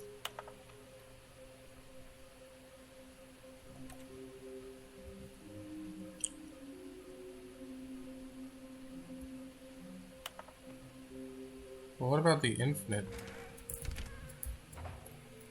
Stanley, we must move on from this broom closet, simply because Coming to a staircase, Stanley and the bucket walked upstairs to the boss's office. Oh, here's one. Okay, I'm going back to the name of these little Stanley figurines, and now I'm torn between Stanlerines and Figlies. What do you think, Stanley? What name better encapsulates the intrinsic sense of happiness that you get from seeing a small number in the corner of your screen go up by 1? Let me sit on Bob. it. I'm sure it will come to me. Well, I found the red room. But Stanley just couldn't do it. He considered the possibility of facing his boss, admitting he had left his post during work hours. He might be fired for that. And in such a competitive economy, why had he taken that risk? All because he believed everyone had vanished? His boss would think he was crazy. And then, something occurred to Stanley. Maybe, he thought to himself, maybe I am crazy. He looked down at the bucket in his arms. Am I crazy? He asked the bucket. The bucket returned his gaze, but said nothing at all. That's strange, Stanley thought. Usually the bucket is a source of guidance and wisdom for me in difficult times such as these. He held the bucket close, yet felt none of its familiar reassurance and comfort. Oh. That's when Stanley realized, this isn't my bucket. It's just a normal, everyday bucket. Someone else's bucket, perhaps. How did I end up with someone else's bucket? This is all terribly wrong. Surely no good would come from this. Who knows what sorts of bizarre hallucinations Stanley might experience without the psychologically grounding presence of his bucket. And indeed, now he noticed that the rooms were repeating, which was, of course, very odd. And now he felt himself floating off the ground. Oh, gracious, he exclaimed. Without my bucket, I've gone truly mad. Where is it? I must find it. Far off in the distance now, he heard it, calling to him. Stanley! Stanley, it's me! The bucket. Could it truly be? He rushed forward from room to room, passing by one bucket after the next. None of them were his. None of them were his special bucket. Come to me, Stanley. Find me. He had to find the bucket. He had to return to his old friend. It was the only way to truly restore his sanity. And then suddenly, he froze dead in his tracks. He knew where the voice of the bucket had been coming from. The real bucket was inside of him all along. It was incredibly painful. Stanley doubled over in agony and blacked out.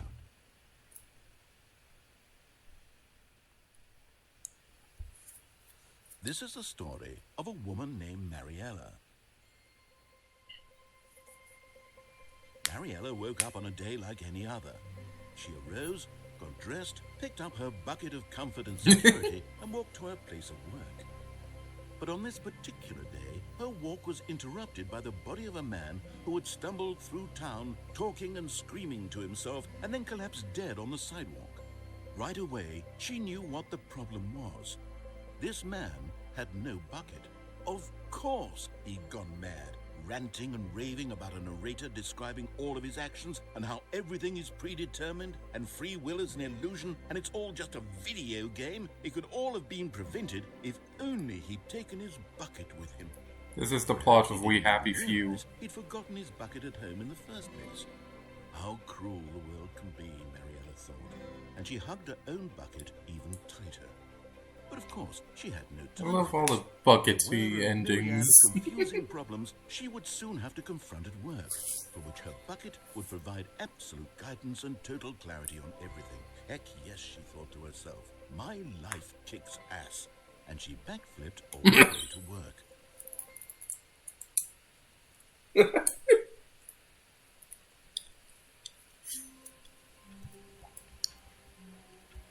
All of his co-workers were gone. It's like, What could it mean? Stanley decided to go to the meeting room. Warmth spread through Stanley's arms. With the bucket in his arms again, he was home. Stanley clutched the bucket tightly to his chest. And this was sure, not let's direct just... to the meeting room, but Stanley had felt the bucket calling to him, telling him that the employee... Let's try the confusion ending. There might be a Stanley figurine somewhere in the confusion ending. The bucket turned out to be correct. Was this? No, never mind. The bucket was wrong. Stanley took the door on his left to go back to them, and so the two of them detoured through the maintenance section and walked straight ahead to the opposite door. It could also be a Stanley figurine in the original version of the manual. I'm glad you found your way here. I knew you'd find this place eventually. Oh. You see, your friends and I are concerned for you, Stanley. We've come together here because we care about you very much. It's this bucket you're carrying around everywhere. The bucket isn't even from the original Stanley Parable. It's just sequel content. We're the ones that matter, Stanley. Classic characters from the first game, like the Adventure Line and the Broom Closet. Because that's what fans want from a sequel. They want more of their favorite jokes, not this bucket that they've never seen before. Yes, I know I'm the one who gave you the bucket, but you're spending too much time with it. Don't you want another story involving the Adventure Line? We could make the Adventure Line go somewhere new. Yes, yes, that's what the fans want. Let's do it. Alright. I love all the different versions of endings. Who knows where it'll go off to next? Oh, and it played some silly music as well.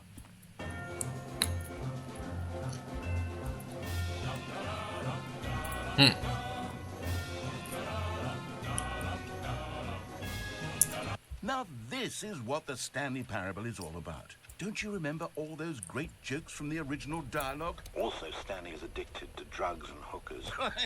Yes, it's as classic now as it was back then. Let's do it for the fans, Stanley. Let's give them more content exactly like this. But if we want to do that, you're going to have to give something up.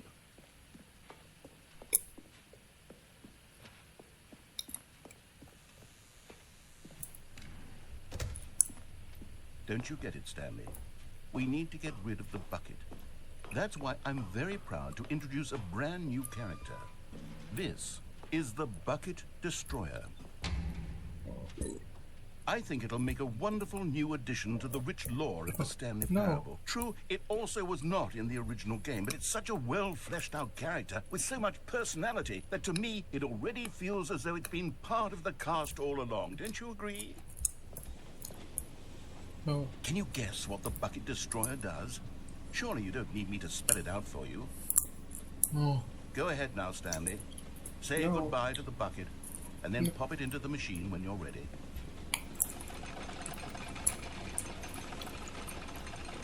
Now listen to me. It's crucial that you give it the bucket. I don't know what the Bucket Destroyer will do if it can't destroy your bucket. Destroying buckets is all it knows. That is its singular personality trait. Sure, I can hear you saying, how does a character with only one personality trait deserve to join the pantheon of beloved Stanley Parable characters? Well, you see, if you were to really explore the Bucket Destroyer, you would see that its desire to crush buckets is so densely loaded with complexity and nuance that it's really like 10 personality traits. What other object in this game can you even say that about? The Broom Closet? Certainly not. I wonder what sort of Bucket Destroyer merchandise the fans will be clamoring for after this. Okay, the bucket destroyer is getting very upset now. You'll have to hurry and feed it. We can't get back to the classic Stanley Parable characters like the Adventure Line or the bucket destroyer until you crush that damn bucket. Quickly now, the fans are waiting. Do it, the fans, Stanley. Give the fans what they want. Hurry and... Kaboom!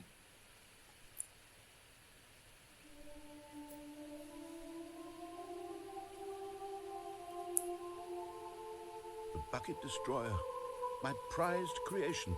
You had so much potential. We were going to do such marvelous things with you, tell such spellbinding stories about you. All of it squandered now.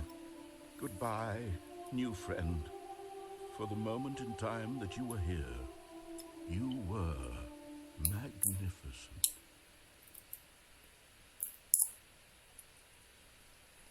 I love that there seems to be a bucket version of every of the endings.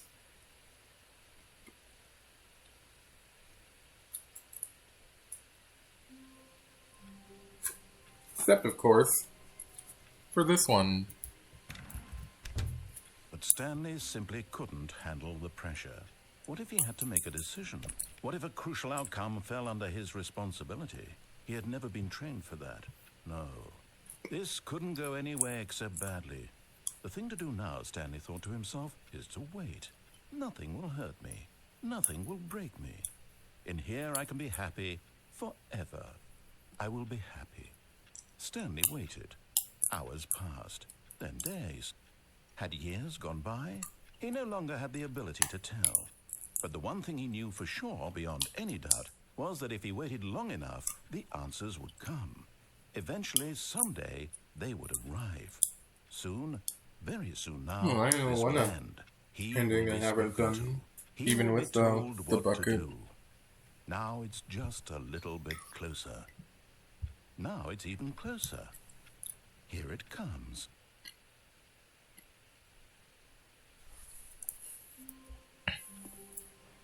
Even now, Stanley's office was a distant memory. What did it look like? There was a computer back. Stanley picked up the bucket and smiled. He'd never be alone again, not truly alone, not with the bucket around. Stanley clutched the bucket tightly to his chest and entered the door on his left.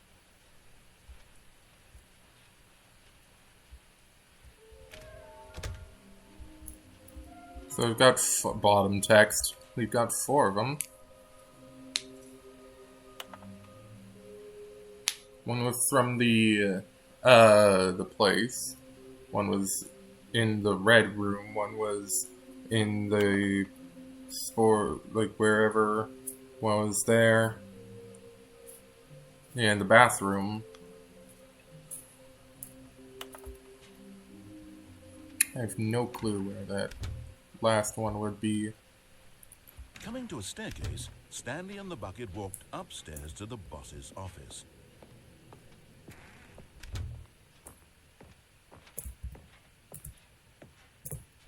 Stepping in.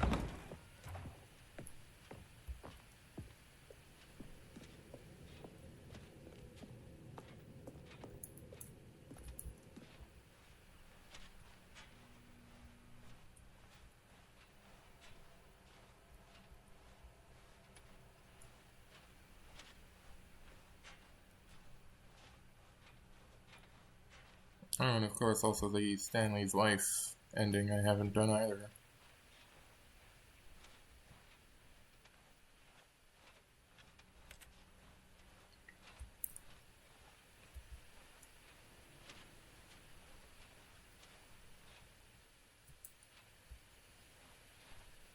You are now leaving.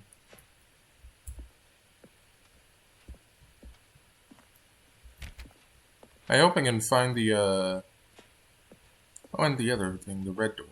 I hope I can find the other Stanley figurines soon, before I want to end the stream. Luckily, I started pretty early this time, so nobody's watching. Which kind of makes sense, because this stream sucks. Just a teensy-weensy amount.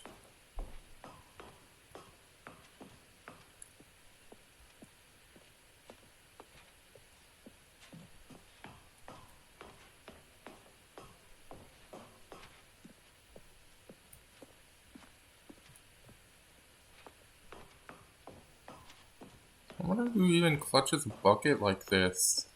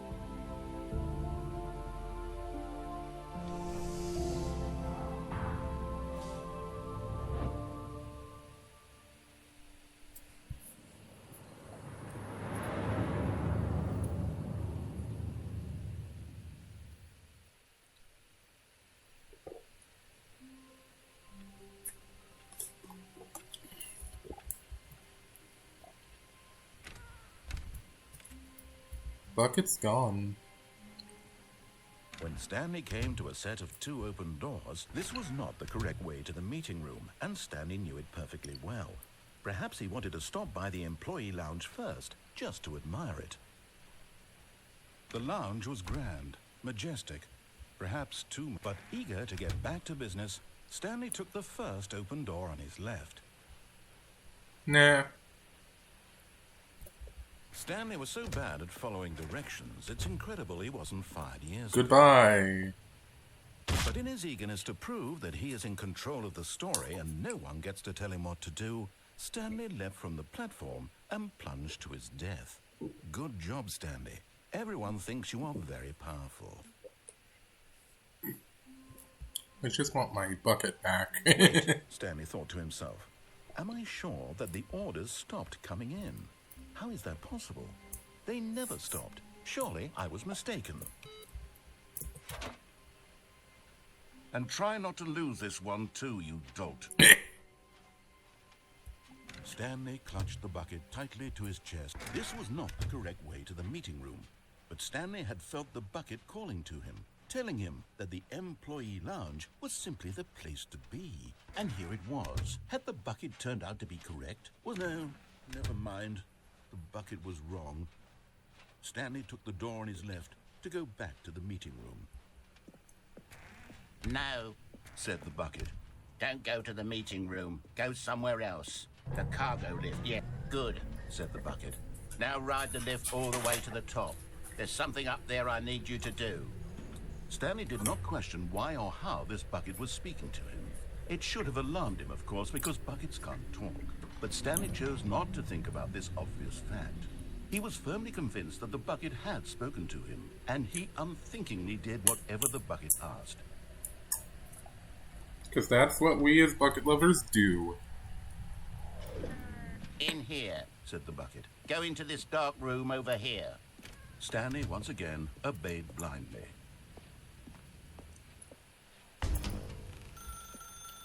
Now pick up the phone. Said the bucket. Pick up the phone. This is the sad story of a man named Stanley and his bucket. Once upon a time, I gave Stanley a bucket because I thought he was lonely and could use a friend. And then, very distressingly, he began to believe the bucket could speak to him. Well, my water is done.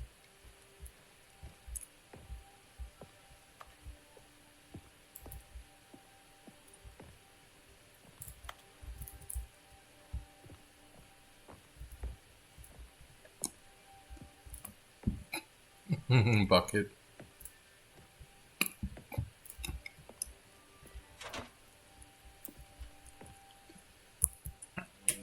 The Stanley Parable Reassurance Bucket was merely meant to provide the comforting glow of companionship.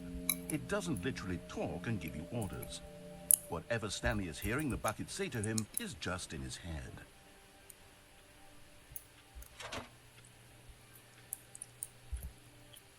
Lately, I've been concerned about him. Wouldn't you be concerned as well? To see him delusional like this, obsessing over an inanimate metal object? I want to say something to him, but I don't know how I can convince him. I don't know if he'll listen to me.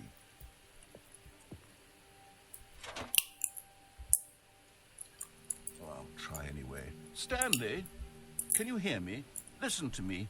It's just a bucket. It can't think, it can't talk. All it will ever truly do for you is effectively transfer a liquid from one location to a different location. That's exactly what I want in a friend.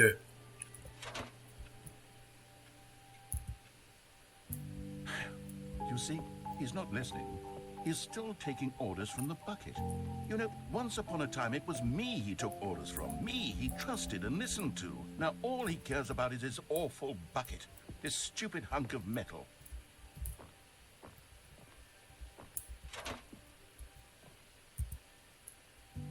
Sad, but I suppose he doesn't need me anymore. From now on, he's just going to cling to this bucket, this cold, empty bucket, this sort of shiny bucket. Well, I'll give it this. The bucket does have a nice shine to it. Yes, I suppose on closer inspection that it doesn't quite look like your average hardware store bucket.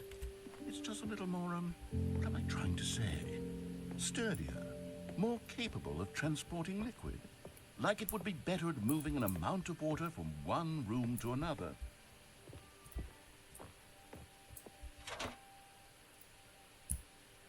Oh my God, what am I saying? Better at carrying water from room to room. It's a bucket. It's literally just a bucket. Why do I feel some need to point out the ways in which it's so much more than just a regular bucket?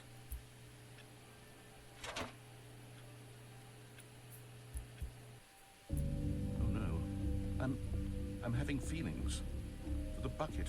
Oh, no. What's going on? Why do I with the bucket? Hear what the bucket has to say. Do anything it asks. What's wrong with me? I don't understand. Perhaps, if I had the bucket, this would be less confusing. Yes, the bucket could tell me what to do in this troublesome situation. Stanley, give me the bucket. Give it to me. Give me the bucket, Stanley. I need it. Give it to me now. Give it, or I'll...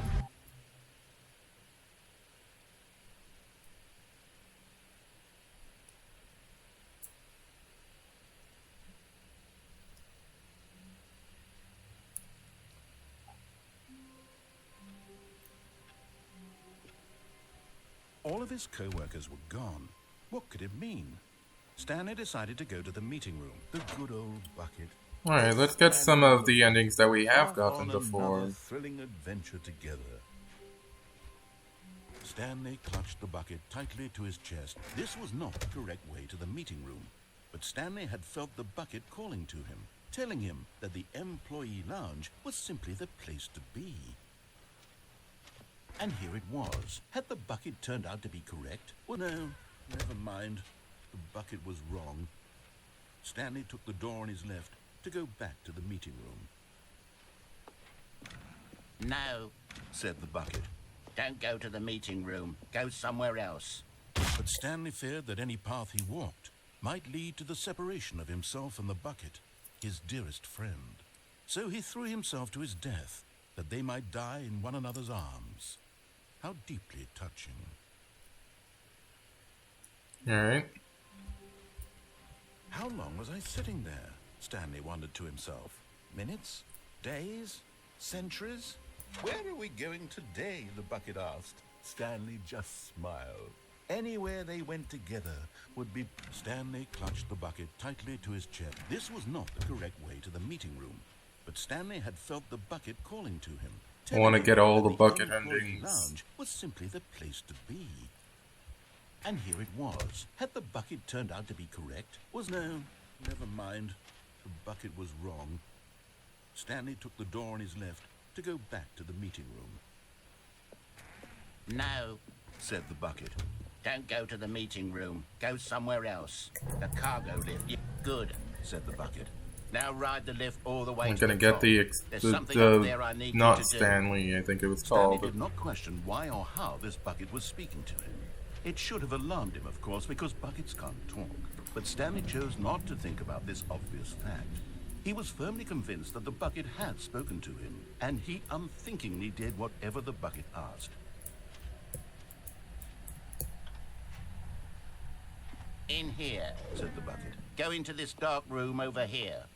Stanley once again obeyed blindly. Now pick up the phone. Whoa, hold on. Why did you unplug the phone? Were you trying to resist the bucket's orders? Stanley, I was joking. Obviously, the bucket isn't talking to you and telling you to do things. Buckets can't talk. It was a joke. Don't you get the joke? It's funny, Stanley. A talking bucket. Can't you see? Oh, goodness. I must have really bungled up the delivery if you actually took me seriously. Where did I mess up the joke? Should I have paused for longer or spoken quicker? Comedic timing is so difficult. I wish I were better at it. But there isn't exactly an instructional video on comedy that one can watch to fully... Oh, wait, yes, there is. Oh, cool. It's sitting right here. Let's take a look. What is comedic timing? What is comedic timing? How does it work? How long should it last? How can it be used to effectively silence your political enemies? And more importantly, can it be taught in its entirety within 90 seconds? Thankfully, the answer to all of these questions is yes. Let's dive deeper. If you've ever told a joke or made someone It's laugh, the Simpsons. in all likelihood, you did it while standing 50 to 80 centimeters from them in a room of no more than 76 degrees Fahrenheit, with one of your arms raised straight upward at a 15-degree angle from your body. These are the optimal conditions for good comedic timing. To begin the joke, start by stating and spelling your name. Next, provide a brief synopsis of the joke, including the specific times at which the recipient of the joke will laugh, and then spell out your name a second time. With these steps complete, it's time to begin the humor. Speak the entire joke in no more than 18 seconds and no less than 13 and a half, pausing only for bathroom breaks when necessary. When the joke has concluded, it is customary to inform your listener that the joke is over by declaring in your loudest possible voice, "I'm Dunny with the funny." Let's practice screaming, "I'm Dunny with the funny" now. I'm Donnie with the funny! Good. This saying is a perfect example of expectations management, which is the cornerstone of good comedy. Finally, it's time to hand out surveys. Collecting hard data from your audience on how rapt they were throughout the joke is the only way to grow or learn as a comedian. An effective survey should be no less than 10 pages long and should include the same question reprinted several times, just to ensure the survey taker is actually paying attention and not simply filling in answers at random. And that's all there is. With these strategies at your disposal, you'll have audiences doubled over in laughter and even tripled over in laughter in no time at all. Just remember to let them stop laughing at some point, you gut-busting little scamp. After all, we're each of us needed on the front lines of the war to fight the 12-legged invader who threaten our very existence and who very likely die in a hailstorm of bullets and mandibles. All of us must be prepared to give our lives to this noble cause, just as our children must do after us, and their children after them. Godspeed, and may Earth reign supreme. Okay. Hey, goodness, this video is a little outdated, isn't it? Well, no matter. I think the fundamentals of proper comedic timing are still as relevant today as they were back then. So with that in mind, I believe the only way forward is for us to return to the two doors and walk through all of this again, so I can try telling my story with more appropriate comedic delivery. Come along, let's head back.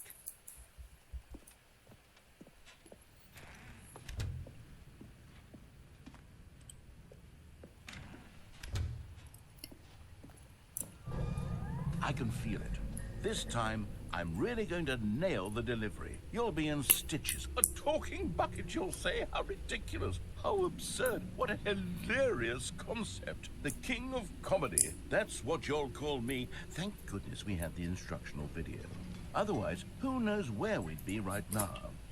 Well, I wouldn't be the king of comedy, that's for sure. You are the king of comedy. The bucket spoke. The bucket spoke? Oh, I'll figure it out on the fly. No need to overthink things.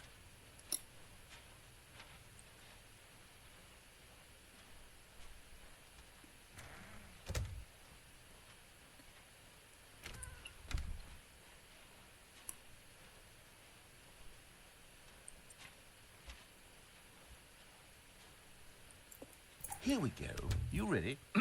When Stanley and the bucket came to a set of 2 open doors, they entered the door on the left.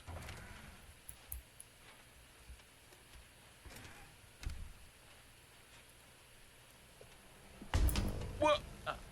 We're back at the phone already? No. What's going on? There were supposed to be several rooms leading up to this. There was supposed to be a build-up to this point, a dramatic display of remarkable comedic wit which culminates in this scene with the phone. But now the timing's completely off. The joke will never land, or not the way it was meant to. And it's all my fault. I must have forgotten that the phone room comes immediately after the 2 doors room. What an egregious mistake. I've made a fool of myself. I don't deserve the title of King of Comedy. I'm nothing. I'm not even the lowliest joke-telling whelp. I think I need to go back and rewatch that instructional video again. Yes, surely that will help me improve my... Here we go. You ready? When Stanley and the bucket came to a set of 2 open doors, they entered the door on the left. No. You were supposed to go through the door on the right, leading back to the phone. Did you not even look at the instructional video? I think this is all covered very clearly. There's no way I can make the comedic timing work now. It's done. The joke is completely done and over. It's all your fault, Stanley. I'm going to be ridiculed in the community of other joke writers. I'm going to be shamed at every one of our meetings from now on. All because you couldn't watch a simple video and take a hint. Are you proud of yourself for bringing me down, Stanley? Are you proud? Stanley, you love the bucket so much it's like you... it's as though all of your other most prized possessions pale in comparison. Yes. Let me try that again, Stanley. I heard that you are pale with shame over how unabashedly in love with a bucket you are. No? Still not? Is it the delivery? Pale with shame. Pale with shame? Pale...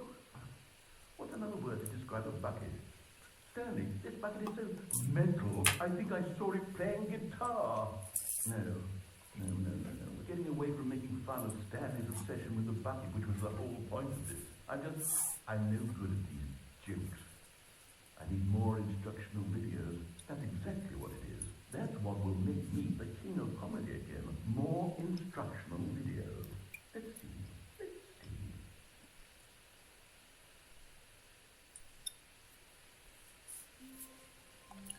I like how that ending has 0 of the punch that it used to have.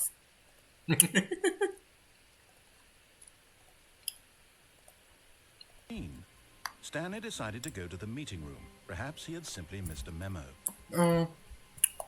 Sure, we can get some bucket endings here. A humble bucket, a committed On the other side. a bucket of culture and distinction. Stanley clutched the bucket tightly to his chest and entered the door on his left.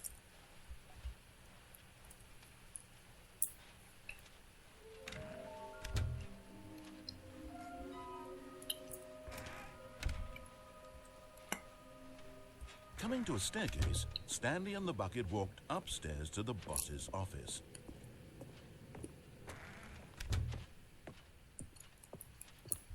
Stepping into his manager's office, Stanley was once again stunned to discover not an indication of any human life.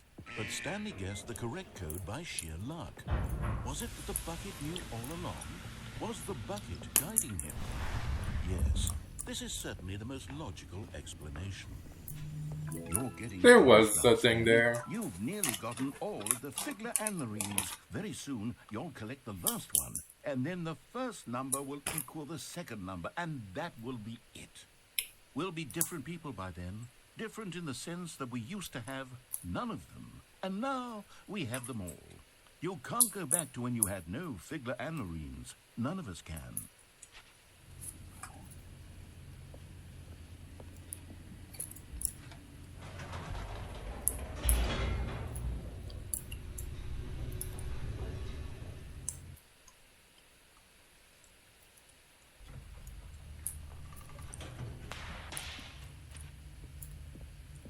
It doesn't seem like there's any on one specific ending. It's only before branches happen. Facility.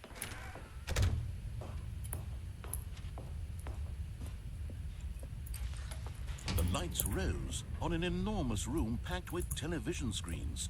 What horrible secret did this place hold? Stanley and the bucket both wondered to themselves.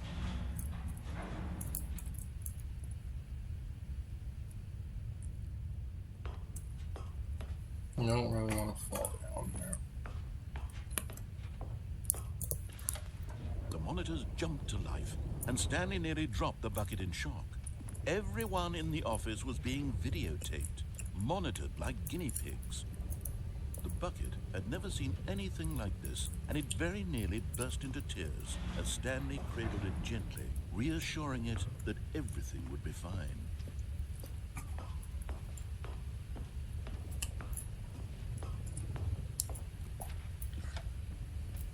Was the bucket under the mind control facility's influence as well? Had the bucket been told to do things it didn't wish to do? What kinds of things does a bucket want to do or not want to do in the first place? These questions raced furiously in Stanley's feeble mind. No! He screamed into the bucket. He couldn't accept it. His own life in someone else's control, never! He squeezed the bucket tighter. His one friend in the entire world. At this point, he could trust no one except for the bucket.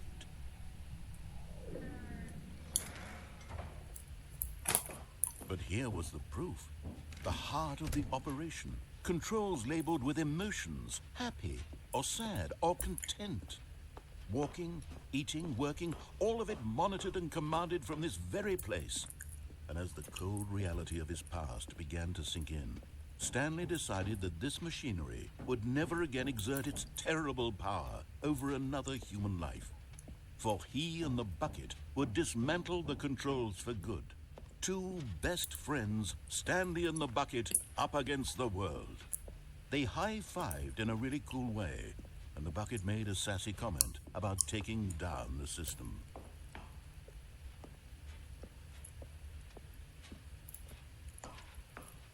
I don't see any,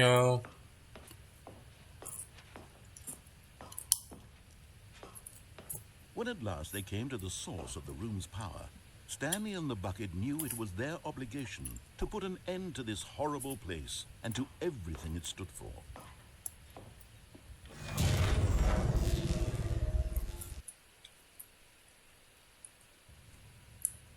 Stanley and the bucket waited in blackness. Was it over? Yes, they had done it. Stanley and the bucket had defeated their greatest and darkest enemy, freed themselves from the tyrannical grip of the evil mind control machine. Freedom was now mere moments away. Excitedly, the two of them began to discuss the kind of life they wanted to live once they stepped through this massive door. The bucket wanted to learn to roller skate. Stanley wanted to sneeze in every country on Earth. Both of them wanted to begin watching a movie, any movie, but then stop it halfway through and begin watching it in reverse from the end. True, it was a simple life they envisioned, but it was one they'd lived together, with one another to lean on, to trust, to support.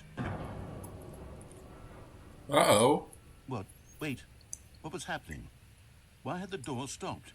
Was Stanley and the bucket not about to be freed? An unbearable silence filled the room, lingering in uncertainty, until finally the truth hit Stanley square in the face. This building did not want the bucket to leave. Even the facility itself recognized the incredible calming presence of the bucket, needed the soothing warmth of the bucket, would go to any lengths not to part with the bucket. No.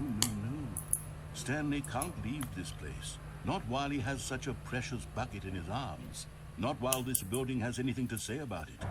Stanley realized he would never again leave this very room. But at least he has the bucket. To be trapped eternally in darkness isn't really so bad, Stanley thought to himself. As long as I have my bucket with me, right? I'll be okay, won't I? Stanley gulped. Very soon now, he was about to find out.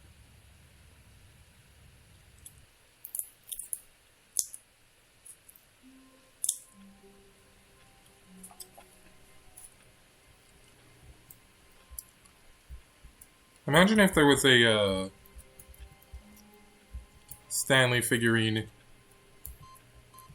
in heaven.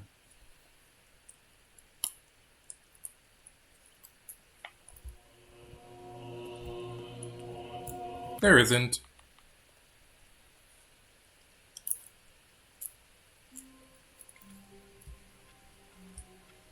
Just a step through this door, Stanley thought to himself, that's all I need.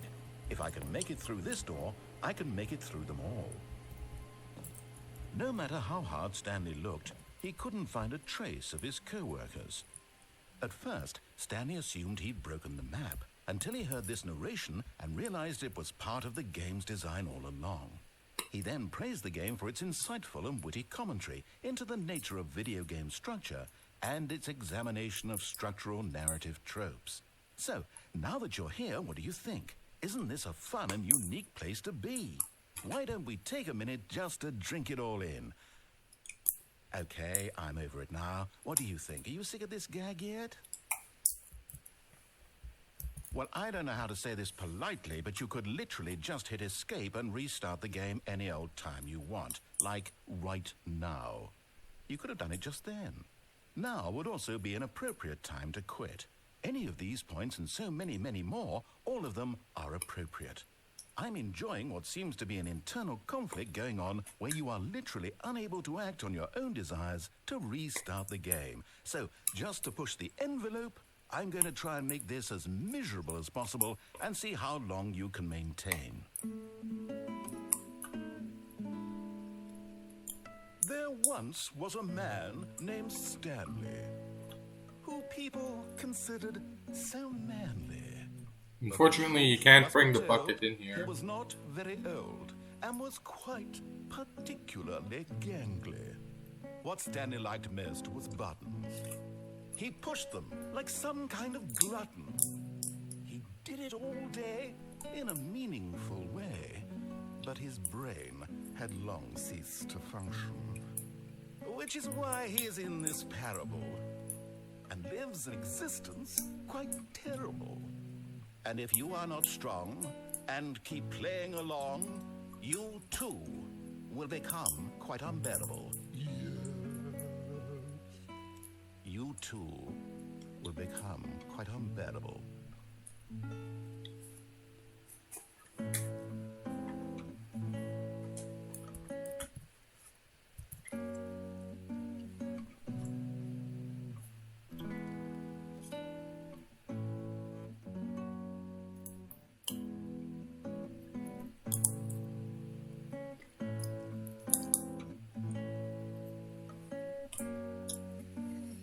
Alright.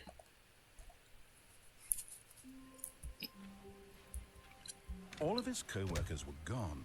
What could it mean? Stanley decided to go to the meeting room. The embrace of an old friend, a weathered companionship that stands the test of time. Stanley clutched the bucket tightly to his chest and entered the door on his left. And then we can't do the sports ending again.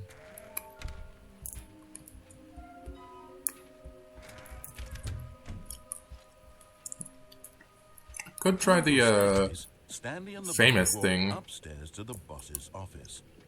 That first new ending that I found.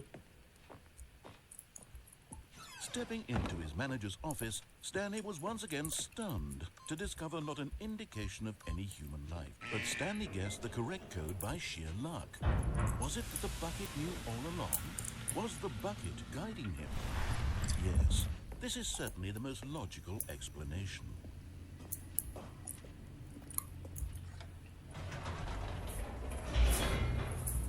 Let's take the bucket on a wild ride through the elevator.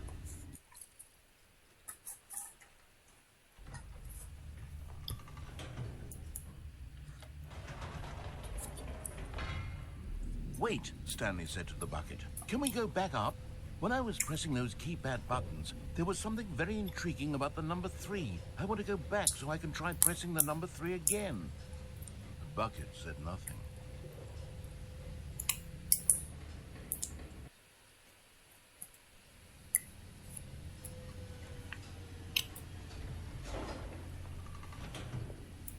I haven't seen the infinity hole yet. Here we are, said Stanley. Now I'm going to try out that number 3 button. He took the bucket over to the keypad and began absolutely slamming on the number. Well, he said, the number 3 is such a special button. I'm having the time of my life. Stanley looked expectantly at the bucket, but the bucket remained silent. This was a shock to Stanley, who had always felt such a connection with the bucket. How was this not as exciting to the bucket as it was to him? Once Stanley had had enough of the number 3, he got back in the elevator.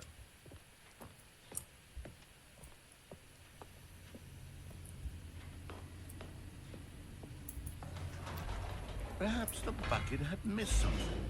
Perhaps it had not seen how much joy Stanley got from slamming the number 3 repeatedly.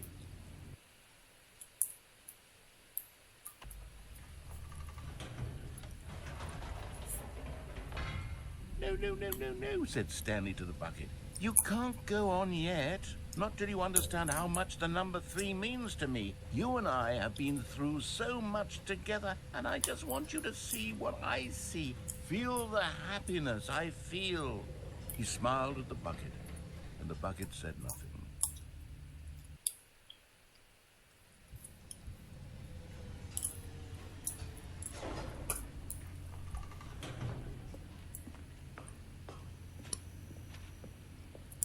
Here we go, said Stanley. This time I'll really show you.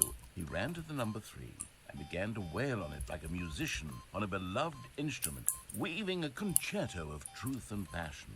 He wielded the number 3 like a fine artist would wield a paintbrush. He told stories through the number 3, stories of his dreams and hopes and fears. And the whole time, he looked to his bucket for a reaction of some kind.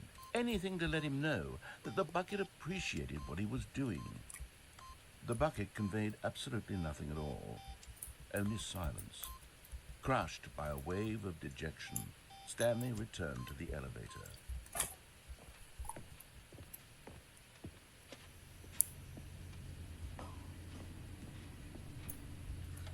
Stanley and the bucket were so close. They'd always been there for one another. Why suddenly could the bucket not connect with this passion of Stanley's? The question caused Stanley to ruminate the whole way down the elevator. He knew that there must be a way to get through to the bucket, to communicate fully with his dear friend. Surely there was a solution, mustn't there be?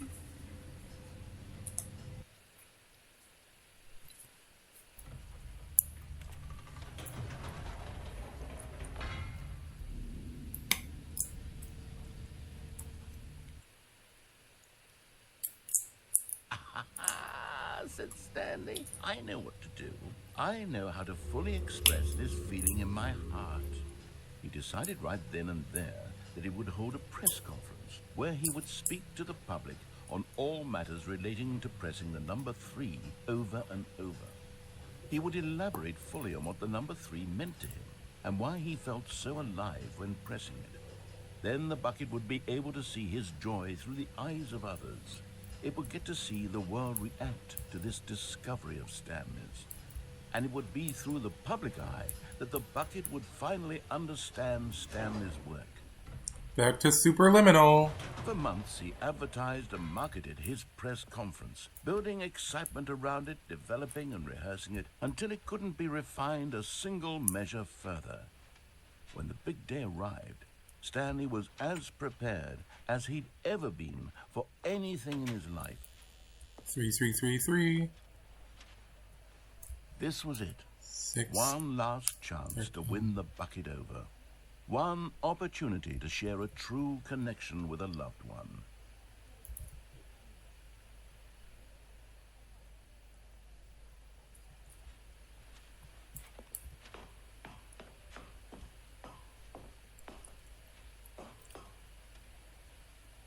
There was no one here.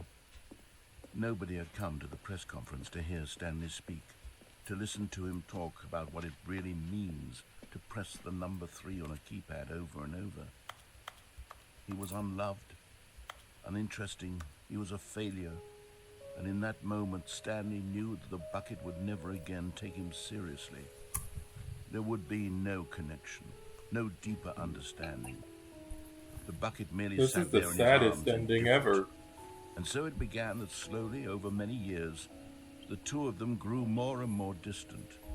They spoke less and less, neither wishing to state the obvious, that any sense of real respect between them had eroded since that day at the press conference. There would be no more games, no more long conversations about passion and pursuit, only a silence that consumed the space between friends. And Stanley, having for once in his life discovered the warmth and comfort of true companionship, was cast back into the unremarkable normalcy of loneliness.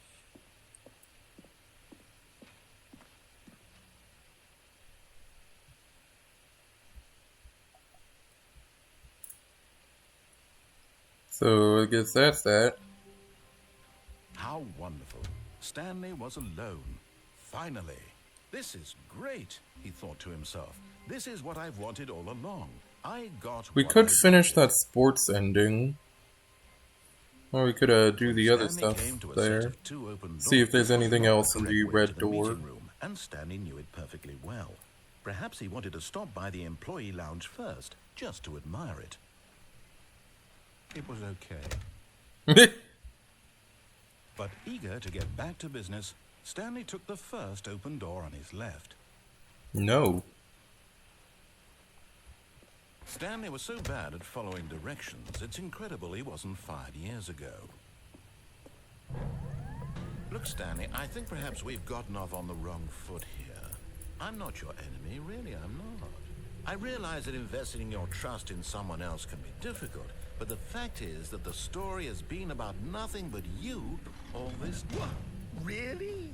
I was in the middle of something. Do you have zero consideration for others? Are you that convinced that I want something bad to happen to you? Why, I don't know how to convince you of this, but I really do want to help you, to show you something beautiful.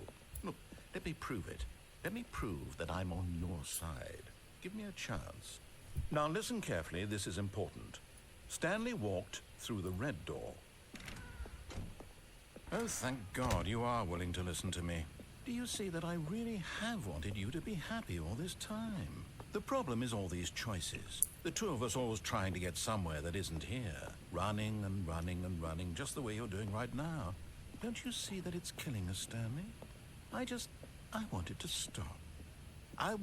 We would both be so much happier if we just stopped. And I think I have a solution. Here, let me show you.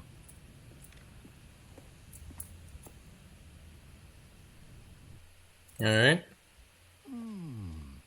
What do we want? What are we looking for? Here. Yes. Oh, it's beautiful, isn't it? If we just stay right here, right in this moment with this place... No, wait. Where are you going? Oh, no. Stay away from those stairs. If you hurt yourself, if you die, the game will reset. We'll lose all of this. Please, no, Stanley, let me stay here. Don't take this from me. Please, Stanley. No! Oh, thank God you lived. You had me worried there for a moment. Now, can we please get back to the other room? Okay, fine. We'll do the disco room. It looks neat. There. See? This is what you want. This is where we can both be happy. We really can. Just If wanted we to stop check if there were any moving, Stanleys there, stop but there moving. weren't, so I have no clue where the other ones are. Or the other very last one is. Could be in the confusion ending. Could be somewhere, I don't know. Maybe in the library? Or not the library, the museum. The actual museum.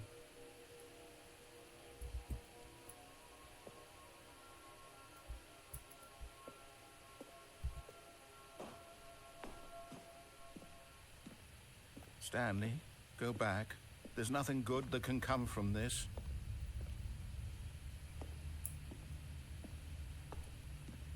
No. No, no, what are you doing? Do you just not believe me? What can I say to convince you?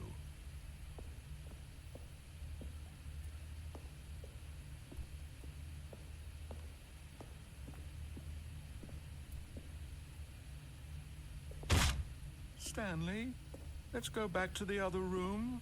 Can you do that for me? My God, is this really how much you dislike my game? That you'll throw yourself from this platform over and over to be rid of it? You were Probably. literally willing to kill yourself to keep me from being happy. Am I reading the situation correctly? Or maybe you're just getting a kick out of it. I don't know anymore. I just wanted us to get along. But I guess that was too much to ask. It looks like you wanted to make a choice after all. Well, this one is yours.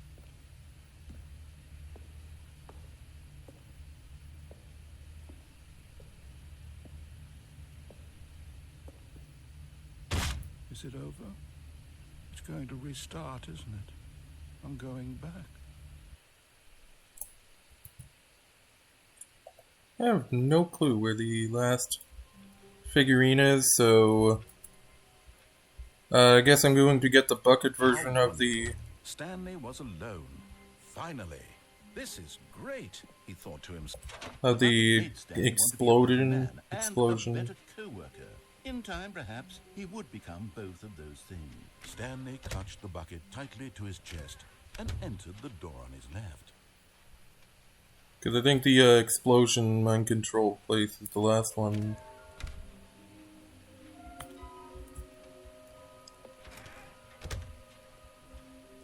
That I can get. Coming to a staircase, Stanley and the bucket walked upstairs to the boss's office.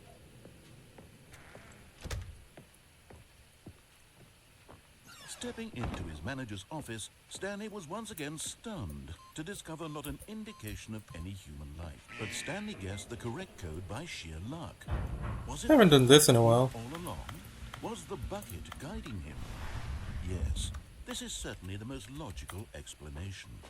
Do do do do do do do do do do.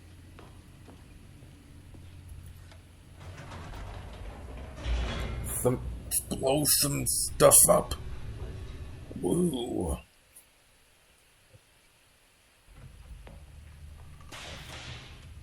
Things blowing up is my jam. Let's see what Stanley and the bucket walked happens straight ahead there. through a large door that read Mind Control Facility.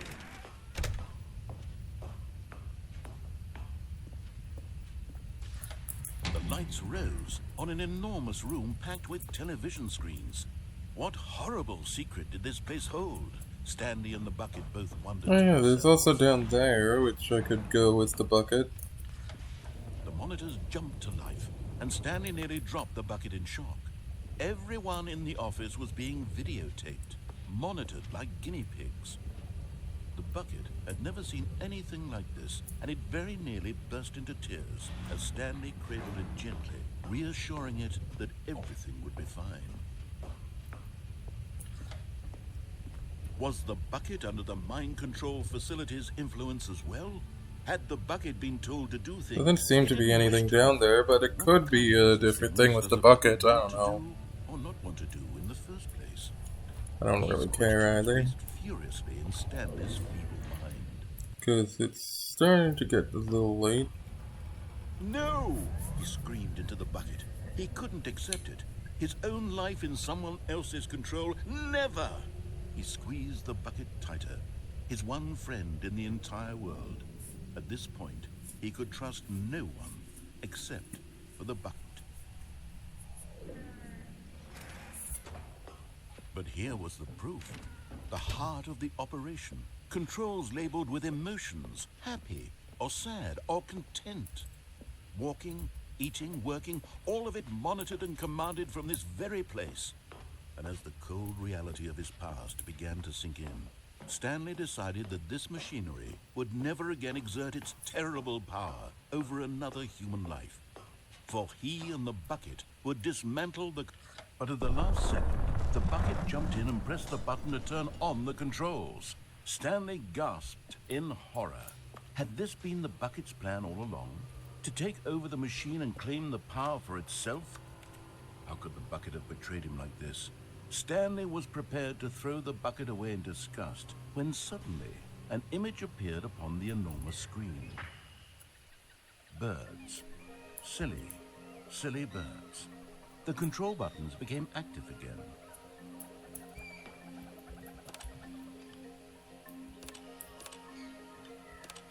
Stanley flipped through one video of silly birds after another, and then it dawned on him.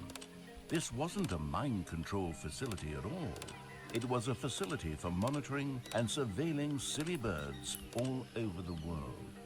The mind controls were only a facade to disguise its true intentions. Had the bucket known this all along? Stanley marveled at the metal genius in his hands, the one who had pointed him towards this incredible discovery. Stanley and the bucket never found freedom because they spent the rest of their lives here in this place, flipping through live streams of the silliest birds imaginable. Of all the possible paths his life could have taken, this one was surely the best. And Stanley was happy.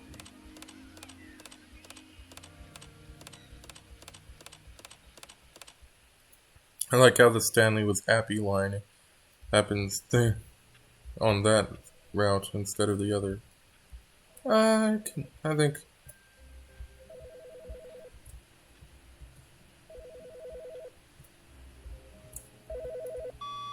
Hello.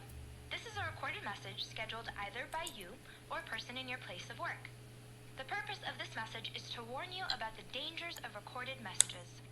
If at any time you believe you are listening to a recorded message, please terminate it immediately and cease all flow of information from the recorded message into your perceptual sphere. Thank you, and have a pleasant day.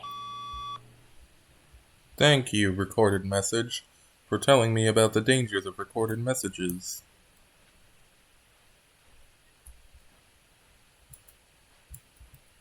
When Stanley came to a set of 2 open doors, this was not the correct way to the meeting room, and Stanley knew it perfectly well. Perhaps he wanted to stop by the employee lounge first, just to admire it. It was okay. But eager to get back to business, Stanley took the first open door on his left. Oh, I guess there is also the other Stanley figurine, whatever. Stanley was so bad at following directions, it's incredible he wasn't fired years ago. Well, I'm probably just going to find that on my own. Look, Stanley, I think perhaps we've gone on the wrong foot here. I'm not your enemy, really, I'm not. How do I get over there? Placing your trust in someone else can be difficult, but the fact is that the story has been about nothing but you all the time. Really? I was in the middle of something. Do you have zero consideration for others? How do I get convinced that I want something bad to happen to there? you? Why? I don't know how to convince you of this, but I really do want to help you, to show you something beautiful. Look, let me prove it. Let me prove that I'm on your side. Give me How do I get over there? How do I get over there? How do I get over there? How do I get over there? How do I get over there? How do I get over there? How do I get over there? How do I get over there? I want to get over there. How do I get over there? I want to get over there. Yeah, I want to get over there. How do I get over there? Yeah, carefully, this is important. Do I get over there?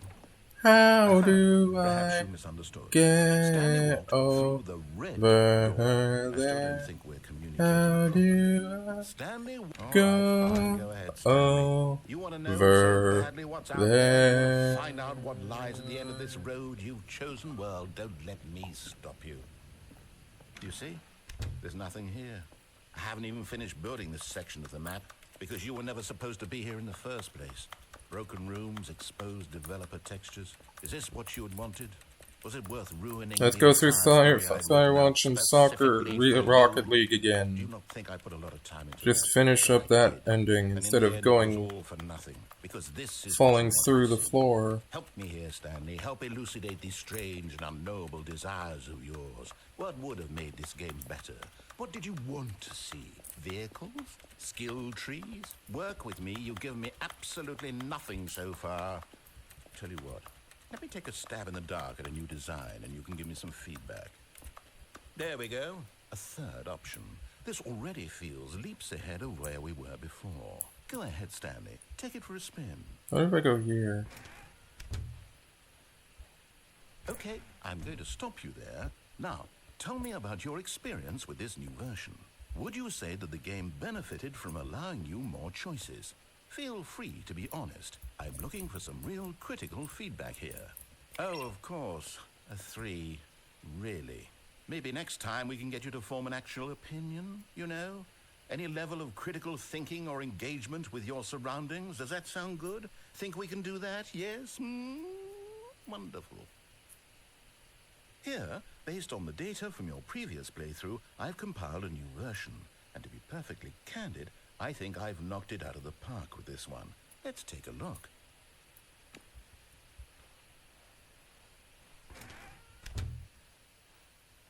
Now, would you say that competitive leaderboard helped you feel motivated to keep walking through doors? Again, honest answers, please.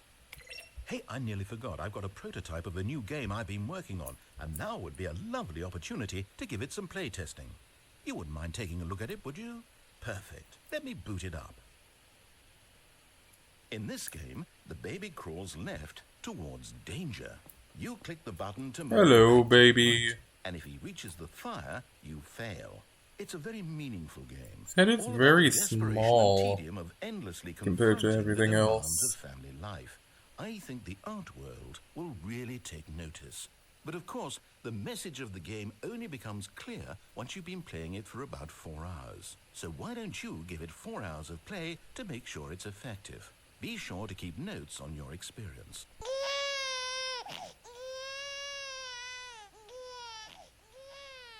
You heartless bastard.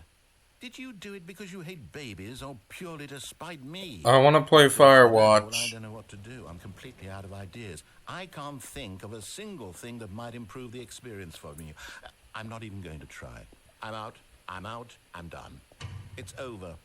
Thank you for playing. Your input was extremely valuable. Oh, hey, since my game was so awful, why don't we play someone else's game? Just to ease the pain. Let's see. What do we have here? Yes, this seems like it'll work. Let's give it a shot. Firewatch. Woo. Ah, fascinating. What do you think this game is about? Space Puff. What's our Space Puff. What is our motivation? Dr. President. To me that you are meant to play as a creepy man. Is that the medic from Team Fortress 2? No way. Up high in your creep tower, perhaps for some sort of twisted erotic purpose. I love trees. Yes, that must be it. What a fascinating venture into the experience of total mental depravity. So far, I love everything about this game, Stanley. And it seems there's even more. Come, let's venture outward and see what else is out there. I like how it has a Minecraft door opening sound. I didn't even notice that the first time.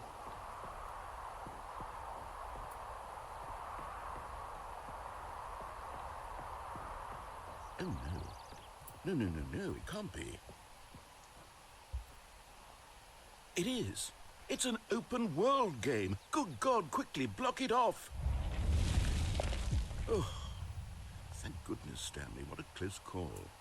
You nearly wandered off into that thing. That big, open, just wandering around, no right or wrong directions. No path to follow. You can just go in any... Oh, thank heavens we avoided it. We're out of the woods now, Stanley. Okay, I'm going to get us out of here. Let's find another game. Preferably something with walls. Something with nice, big, insurmountable walls. Okay, I think this will be just the thing. Wonderful. See, this is exactly what I had in mind. Just a nice big box for you to run around in. There isn't any possibility that you could get lost here. Now, I want to find the Canada flag. Stanley, if you manage to get lost in this game, I will be phenomenally impressed. I did manage to get lost in it, though. Let's see. There are lots of cars here in the back, but obviously there's no racetrack. Okay, I'm seeing that there's a ball of some kind back here. Is this game sports ball? Stanley, I think it's sports ball. Oh, what fun. We shall run the bases and do a touchdown. Oh, there it is. Yes. There it is. I found the Canada. Here's the ball. Have Woo. fun.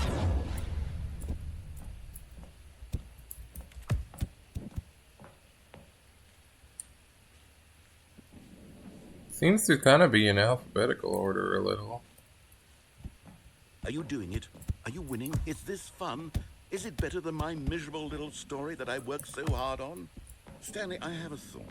And I realize I'm not a sportsologist, but if one ball generates a certain amount of raw adrenal pleasure, then surely multiple balls makes for an even more euphoric sports experience. I'm going to try it out. Here comes another ball.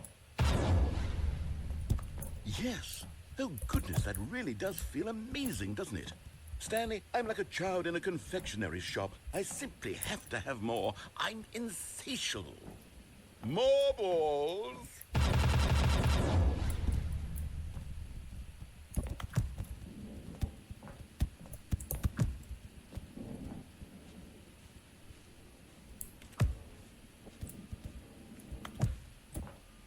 Are you enjoying this, Stanley?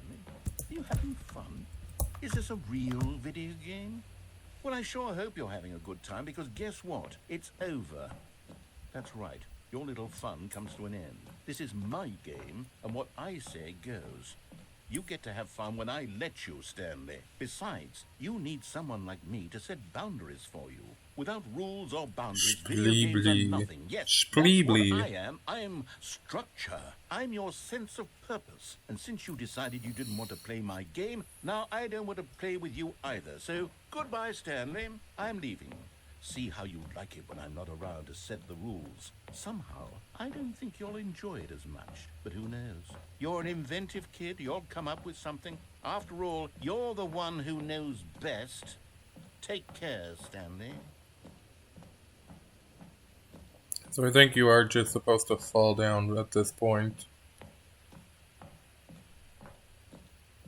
And it's not a branching option Easter egg.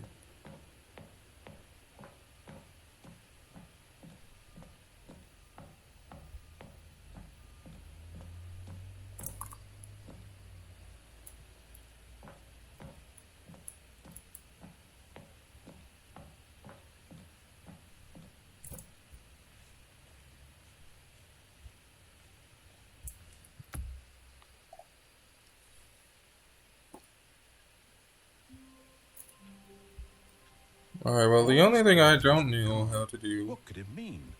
Stanley decided to go to the meeting room. Perhaps he had simply missed a memo. The only thing I don't know how to do is that,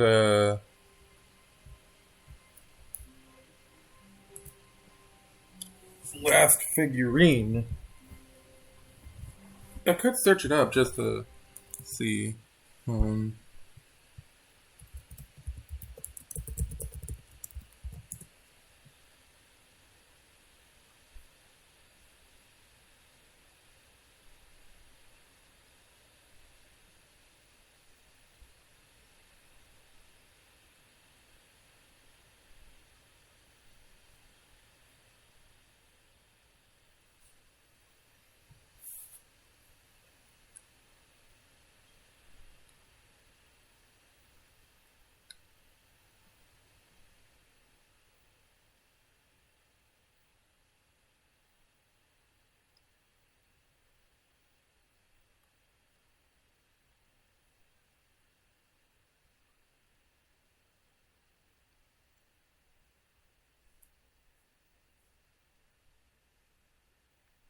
in the warehouse, take the right door at the fork, then go straight down. Straight forward to find the collectible, climb onto the boxes to the left of the yellow platform and drop down. Oh, you just climb onto them? Do you just climb onto them? When Stanley You came can just to a do set that? of 2 open doors, this was not the correct way to the meeting room, and Stanley knew it perfectly well. Perhaps he wanted to stop by the employee lounge first, just to admire it. It was okay. But eager to get back to business, Stanley took the first open door on his left. Stanley was so bad at following directions, it's Oh my incredible God. he wasn't fired years ago. You absolutely can. And there it is, the last Stiggly Wiggly. Savor this moment, Stanley. This is a real accomplishment. This is doing something just for the sake of doing it. Where so many people expect to be rewarded for the most trivial achievements, you've insisted that a But there was job the well vent done is there. its own reward. I would tell you that I'm proud of you for collecting them all, but that would be like a reward, and we can't have that. So, instead I'll just say, it's done. We're all done here. And now we can go to whatever the hell you were doing before you hunted for figurines.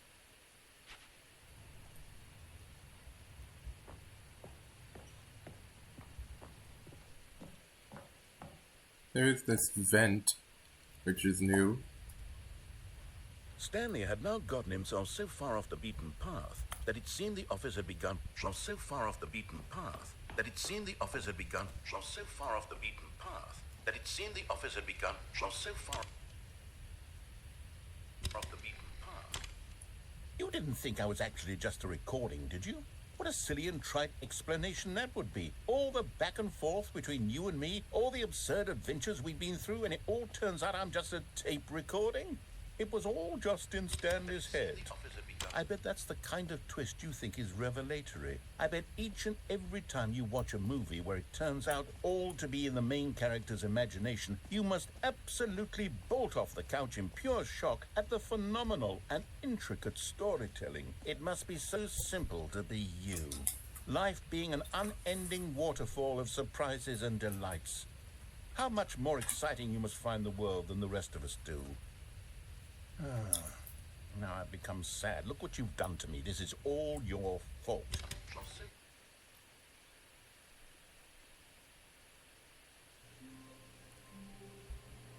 Was that it? Stanley, I'm sorry, Oh. but I have to put a pause on things. It's those figurines, those figglers. I haven't stopped thinking about them since you nabbed every last one. Wasn't it just the most intrinsically fulfilling moment of your entire life? Didn't it fill you to the brim with inner richness? Yeah. Yes, I know we're supposed to be telling a story, but won't you please indulge me with one more trip back to the memory zone? I would love nothing more than to revisit the figurines. Just one more time.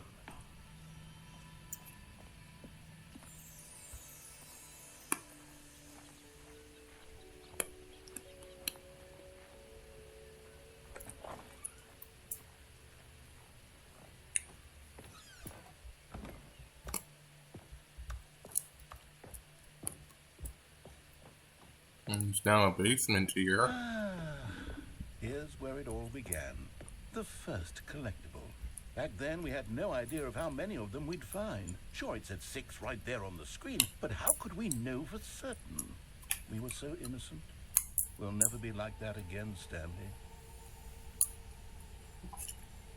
I think this is a little creepy, like all these people.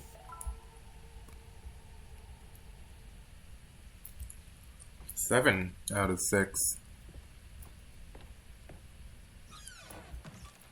And here was the second Stanlerine. You found this one all on your own, just by poking around in the boss's bathroom. You did that, Stanley. I'll be honest. Back then, I had no faith in you to find any of them, let alone 6.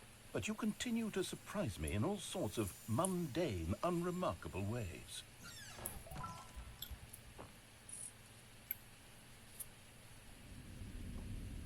Okay, let's do a little quiz. Which of these rooms was the room you found your third mini stand? Can you remember?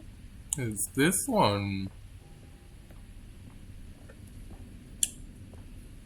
Hey, that's exactly right. It was here by the red and blue doors. It was the third one. You picked it up, and then after that, you had 3 of them. I'm glad these moments are so crystal clear in your memory, but I shouldn't be surprised. After all, science tells us that it's impossible to forget your third time doing anything.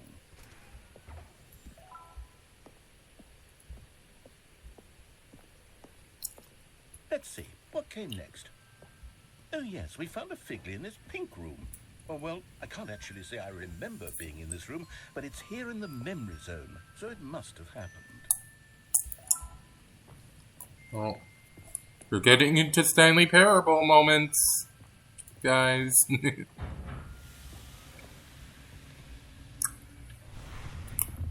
This was the 5th mini stand, and this one was really something special. It was behind the boss's office. I remember it so clearly.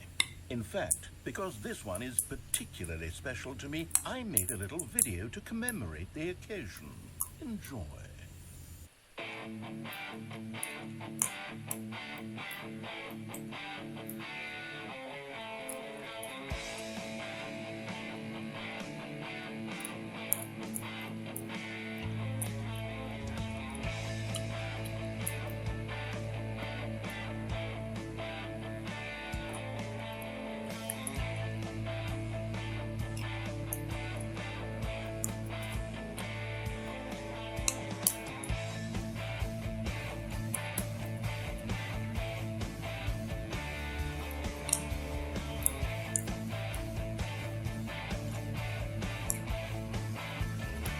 That blue thing is like,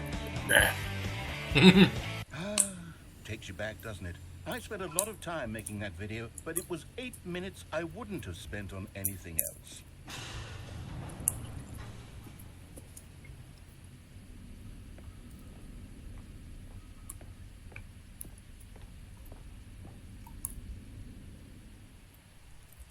And then, Stanley, then we came to the last collectible, the final figurine, right here in the warehouse. This memory is the most distinct and clear in my mind, perhaps because it was the one that happened more recently than all the others. Who can truly say how the mind works? All do you I fall know is off that here? This is the moment where you picked up a Figley and I thought to myself, yes, that's all of them. No, you can't. They're all collected. It was a moment unlike any other. Except for the other moments picking up figurines, which it was exactly like.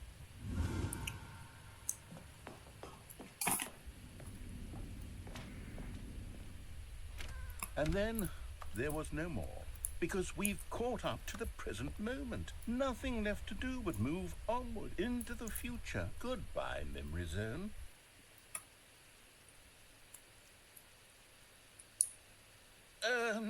No, Oh. I'm not done. I'm not ready to move on. Stop the loading screen. Isn't there some way we can stay here, keep enjoying these figurines? Let's just go backwards. We'll do the memory zone again from the opposite direction. See how that feels. Yeah, I figured we wouldn't get here without some mindfuckery. Okay, yes. This spot in the warehouse. I remember this.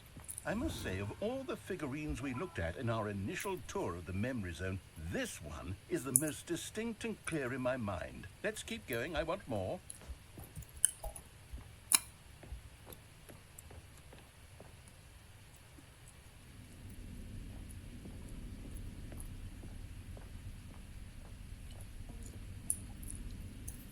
And here's where I made that video. Don't you remember the video we watched?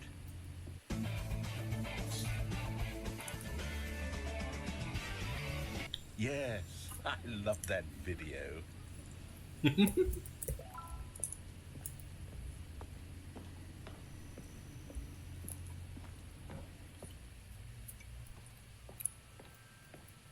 Still don't remember the pink room, Stanley. Still no memory of this one. Good room, though. A solid room.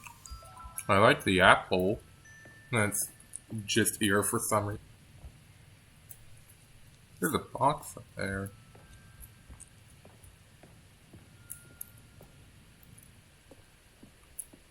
These really were a treat to hunt down. You know, if there had been any kind of reward for finding all of these, it really would have neutered the intrinsic joy of collecting them. I'm very glad we resisted the temptation.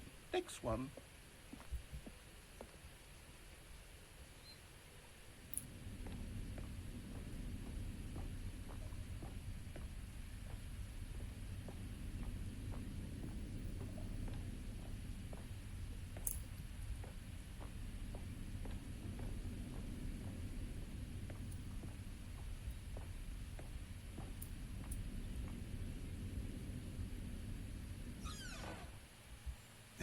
I wonder if this changes depending on what order you get the collectibles in. Remember it too.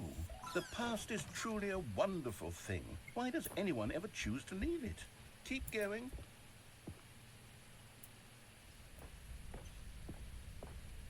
This is it. The very first one we found in the exhibit where I introduced you to the figurines. Oh, I want more memories, Stanley. I want to keep going. What else is there? What came before this?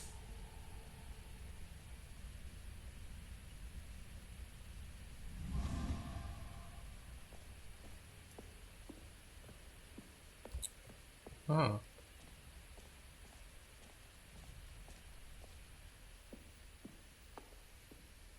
Look, it's the terrible new content that we were originally sold on. I remember hating it back then, but time does put a rosy filter on everything.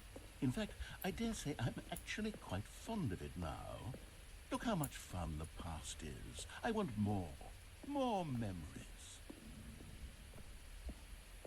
Uh-oh.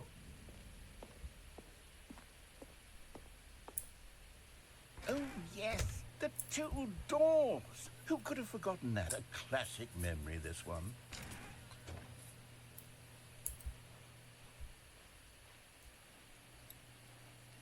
And before everything else, there was your office. Is there anything else? Was there something that came before your office? There's something I feel I can remember. I can remember.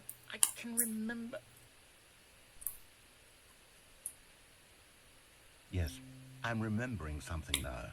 I remember before this whole story got started. Back then I was different. I used to make big decisions. I was passionate. I was skeptical. I weighed each decision with profound thoughtfulness. And then somewhere along the way, I stopped making decisions. I became lazy. And I came up with a character named Stanley to do my thinking for me. He would make the decisions. He would decide which way to go. I would cheer him on as he collected figurines for no reason. Why did I invent Stanley? Was I lonely? Yes, perhaps that's it. Perhaps I needed to imagine I had companionship. And Stanley really did make for a wonderful companion, even if he was a fiction. But I suppose it's grown old. I want to think for myself again. I want to go back to how it used to be. Yes, I can be on my own again. I can do it. I'll be stronger this time. I'll take care of myself. I don't need Stanley anymore. Oh, but he truly was so much fun to play with. You know what? Since we're in the memory zone, how about one more good memory? Let's go back just once and give Stanley one more run of the office, and then I'll retire him for good. I did enjoy telling his story so very much. Okay, here we go. This is the story of a man named Stanley.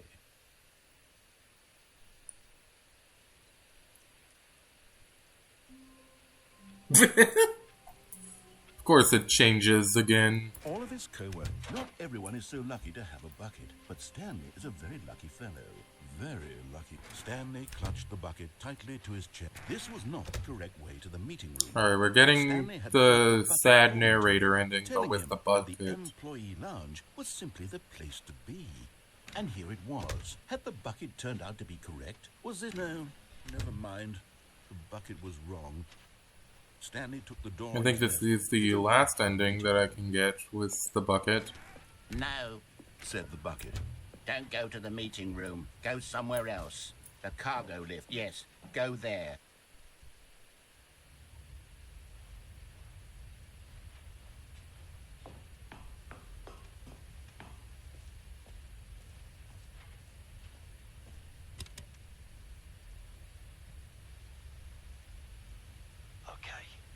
is day number 295. Tape number... I don't even know. I've lost track. Nothing feels real anymore. The longer I study this bucket, the less sense anything makes. Is this what Stanley sounds like? This is what Stanley Ryder sounds like. Every time I pick it up. Why is he Australian? No matter how many times I've done it, it's always the same feeling. And the emptiness in my chest when I set it down. It doesn't make sense. There's no explanation for it. I still haven't figured out why I see the world so differently when this bucket is in my arms. Why everything feels so... What do I do with this treasure? I can monetize it. Yes. Capitalism. It's unthinkable the amounts of money people will pay for even just an hour with the bucket. This is my golden ticket. I know, there's also But I have to the be careful, because step on the platform, step off the there's going platform to be a one. target on my back. Even now, I don't know who might be trying to get me. What's that? Who's there?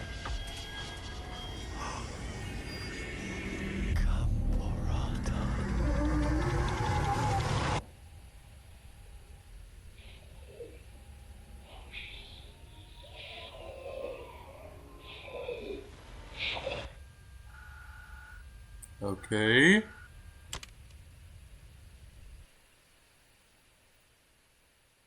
That was weird. All of his co-workers were gone. What could it mean? Stanley decided to go to the meeting room. It takes a lot of humility to carry Wait a a bucket minute. so magnificent. I Stanley checked his can feet. bring Stanley it. clung the bucket to his cheek. Could his co-workers really all be gone? I can bring it here. Yes, whispered the bucket into Stanley's ear. We've done it. We've escaped from that dull office and that pesky narrator.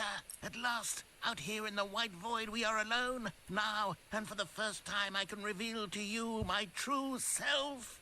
The bucket began to tell Stanley of its life and its history, of the countless wars it witnessed, desecrating the land and lives of untold numbers of innocent humans, and the bucket's own complicity therein, of sadness and regret, and the many years it spent dwelling on the actions it might have taken to curb the madness and the decay, if only it had been stronger, of hope and redemption, and its crusade to uplift the stock of life for the common man, to manifest justice where none existed, and the bittersweet reality of time, to see one's dreams and wishes met halfway, meted out in parcels like charity, and abandoned as soon as the warm glow of inspiration begins to dim.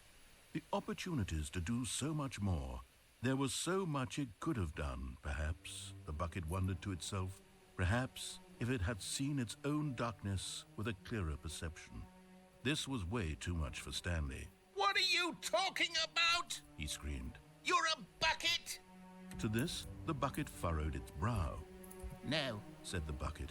not since the evil wizard Gambhorata first ensnared me in his machinations as payback for the sacred amulet I stole from his treasured vaults. I was young back then and could not conceive the ramifications of... No! Stanley screamed even louder this time. This is stupid!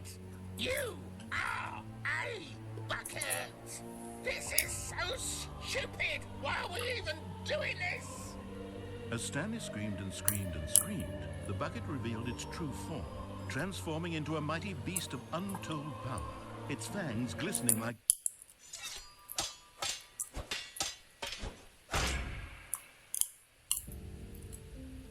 My God, Stanley, you did it.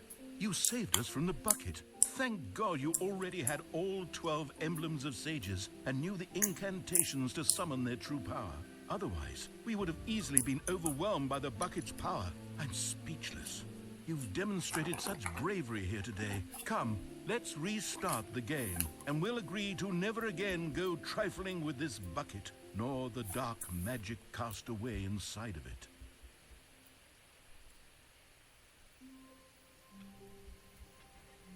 Yeah, but How like, was I sitting there? there's Standing still there one to more myself? bucket. Minutes? Days? Centuries? Did something crucial happen while my senses were... Stanley cradled the bucket in a There's gentle still one embrace. more. Protective, yet delicate. Assertive, yet compassionate.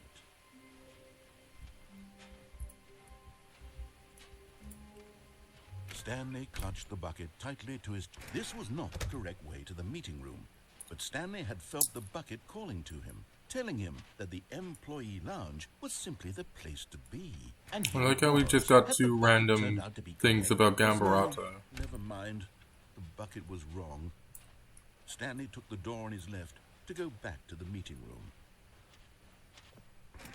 No, said the bucket. Don't go to the meeting room. Go somewhere else. The cargo lift, yes. Go there. Go to the... Oh, well, look who's got cold feet. Well, from here, it looks like the only way forward is down, since the lift won't be coming back, but that's okay. You've got a bucket. Did you know that buckets are routinely used as cushioning devices? It's true. You can fall on a bucket from literally any height and survive. Alright, let's try I'm it. serious, Stanley. Whoops. Looks like I was wrong. How clumsy of me.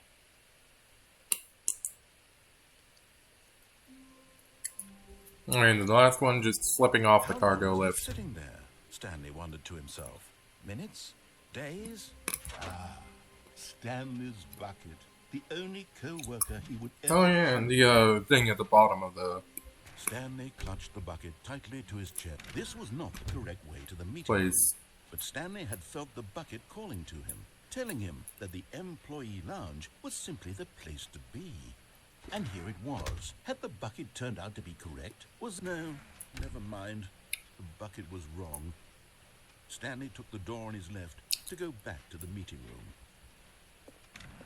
No, Said the bucket. don't go to the meeting room. Go somewhere else. The cargo lift, yes. Good, Said the bucket. now ride the lift all the way to the... But Stanley feared that any part Oh, of it's the just the might powerful lead to the ending. I thought it separation would be of a himself and the slipping bucket, thing. his dearest friend. So he threw himself to his death, that they might die in one another's arms. How I thought there would be like a, oops, you slipped. But no. All of his co-workers were gone. What could it mean? Stanley decided to go to the meeting room. Is Stanley, without the bucket, really Stanley at all? No, surely not. Stanley clutched the bucket tightly to his chest and entered the door on his left. I guess it's good that we're ending this. Still no one was here. That's Stanley needed back the to bucket's normal. warmth and comfort now more than ever. Perhaps his boss's office was where he'd... Coming to a staircase, Stanley and the bucket walked upstairs to the boss's office.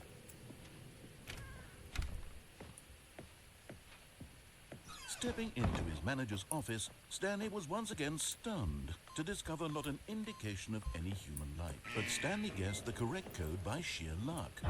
Was it that the bucket knew all along? Was the bucket guiding him? Yes, this is certainly the most logical explanation.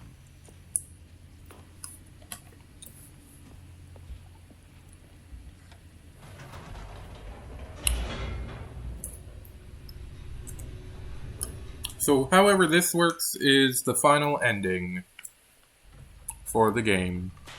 Yeah. Stanley and the bucket walked straight ahead through the large door that read, Mind Control Facility.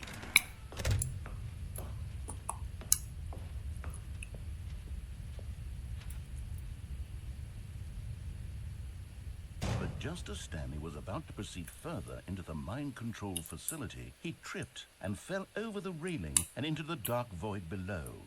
Thankfully, he fell directly onto the bucket, which safely cushioned his fall.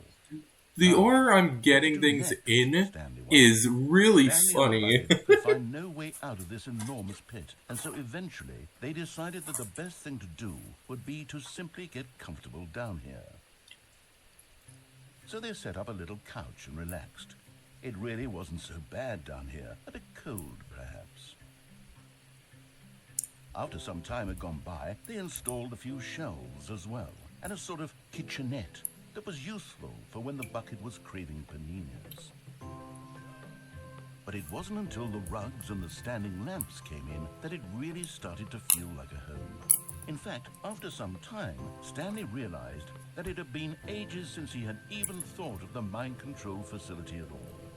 He'd never gotten to fully explore what was up there, never been able to unearth the many mysteries of the mind control facility. This lack of closure began to eat at him. Soon he was dwelling on his regrets, and the state of their home slowly decayed as Stanley became withdrawn and neglected the cleaning. It unsettled the bucket deeply. Stanley wasn't usually like this. The bucket tried to reach out to him again and again, but to no avail. All Stanley could think about, all he could talk about, was going back, doing it over again, staying on the path.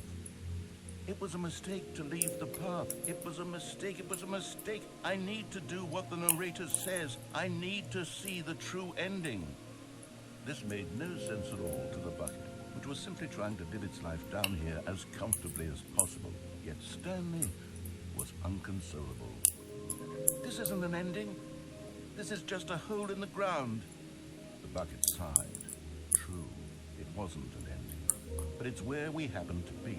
And maybe, possibly, if we accept the reality of things, maybe this will become an ending eventually. It's what the bucket was counting on. The two of them waited for a very long time.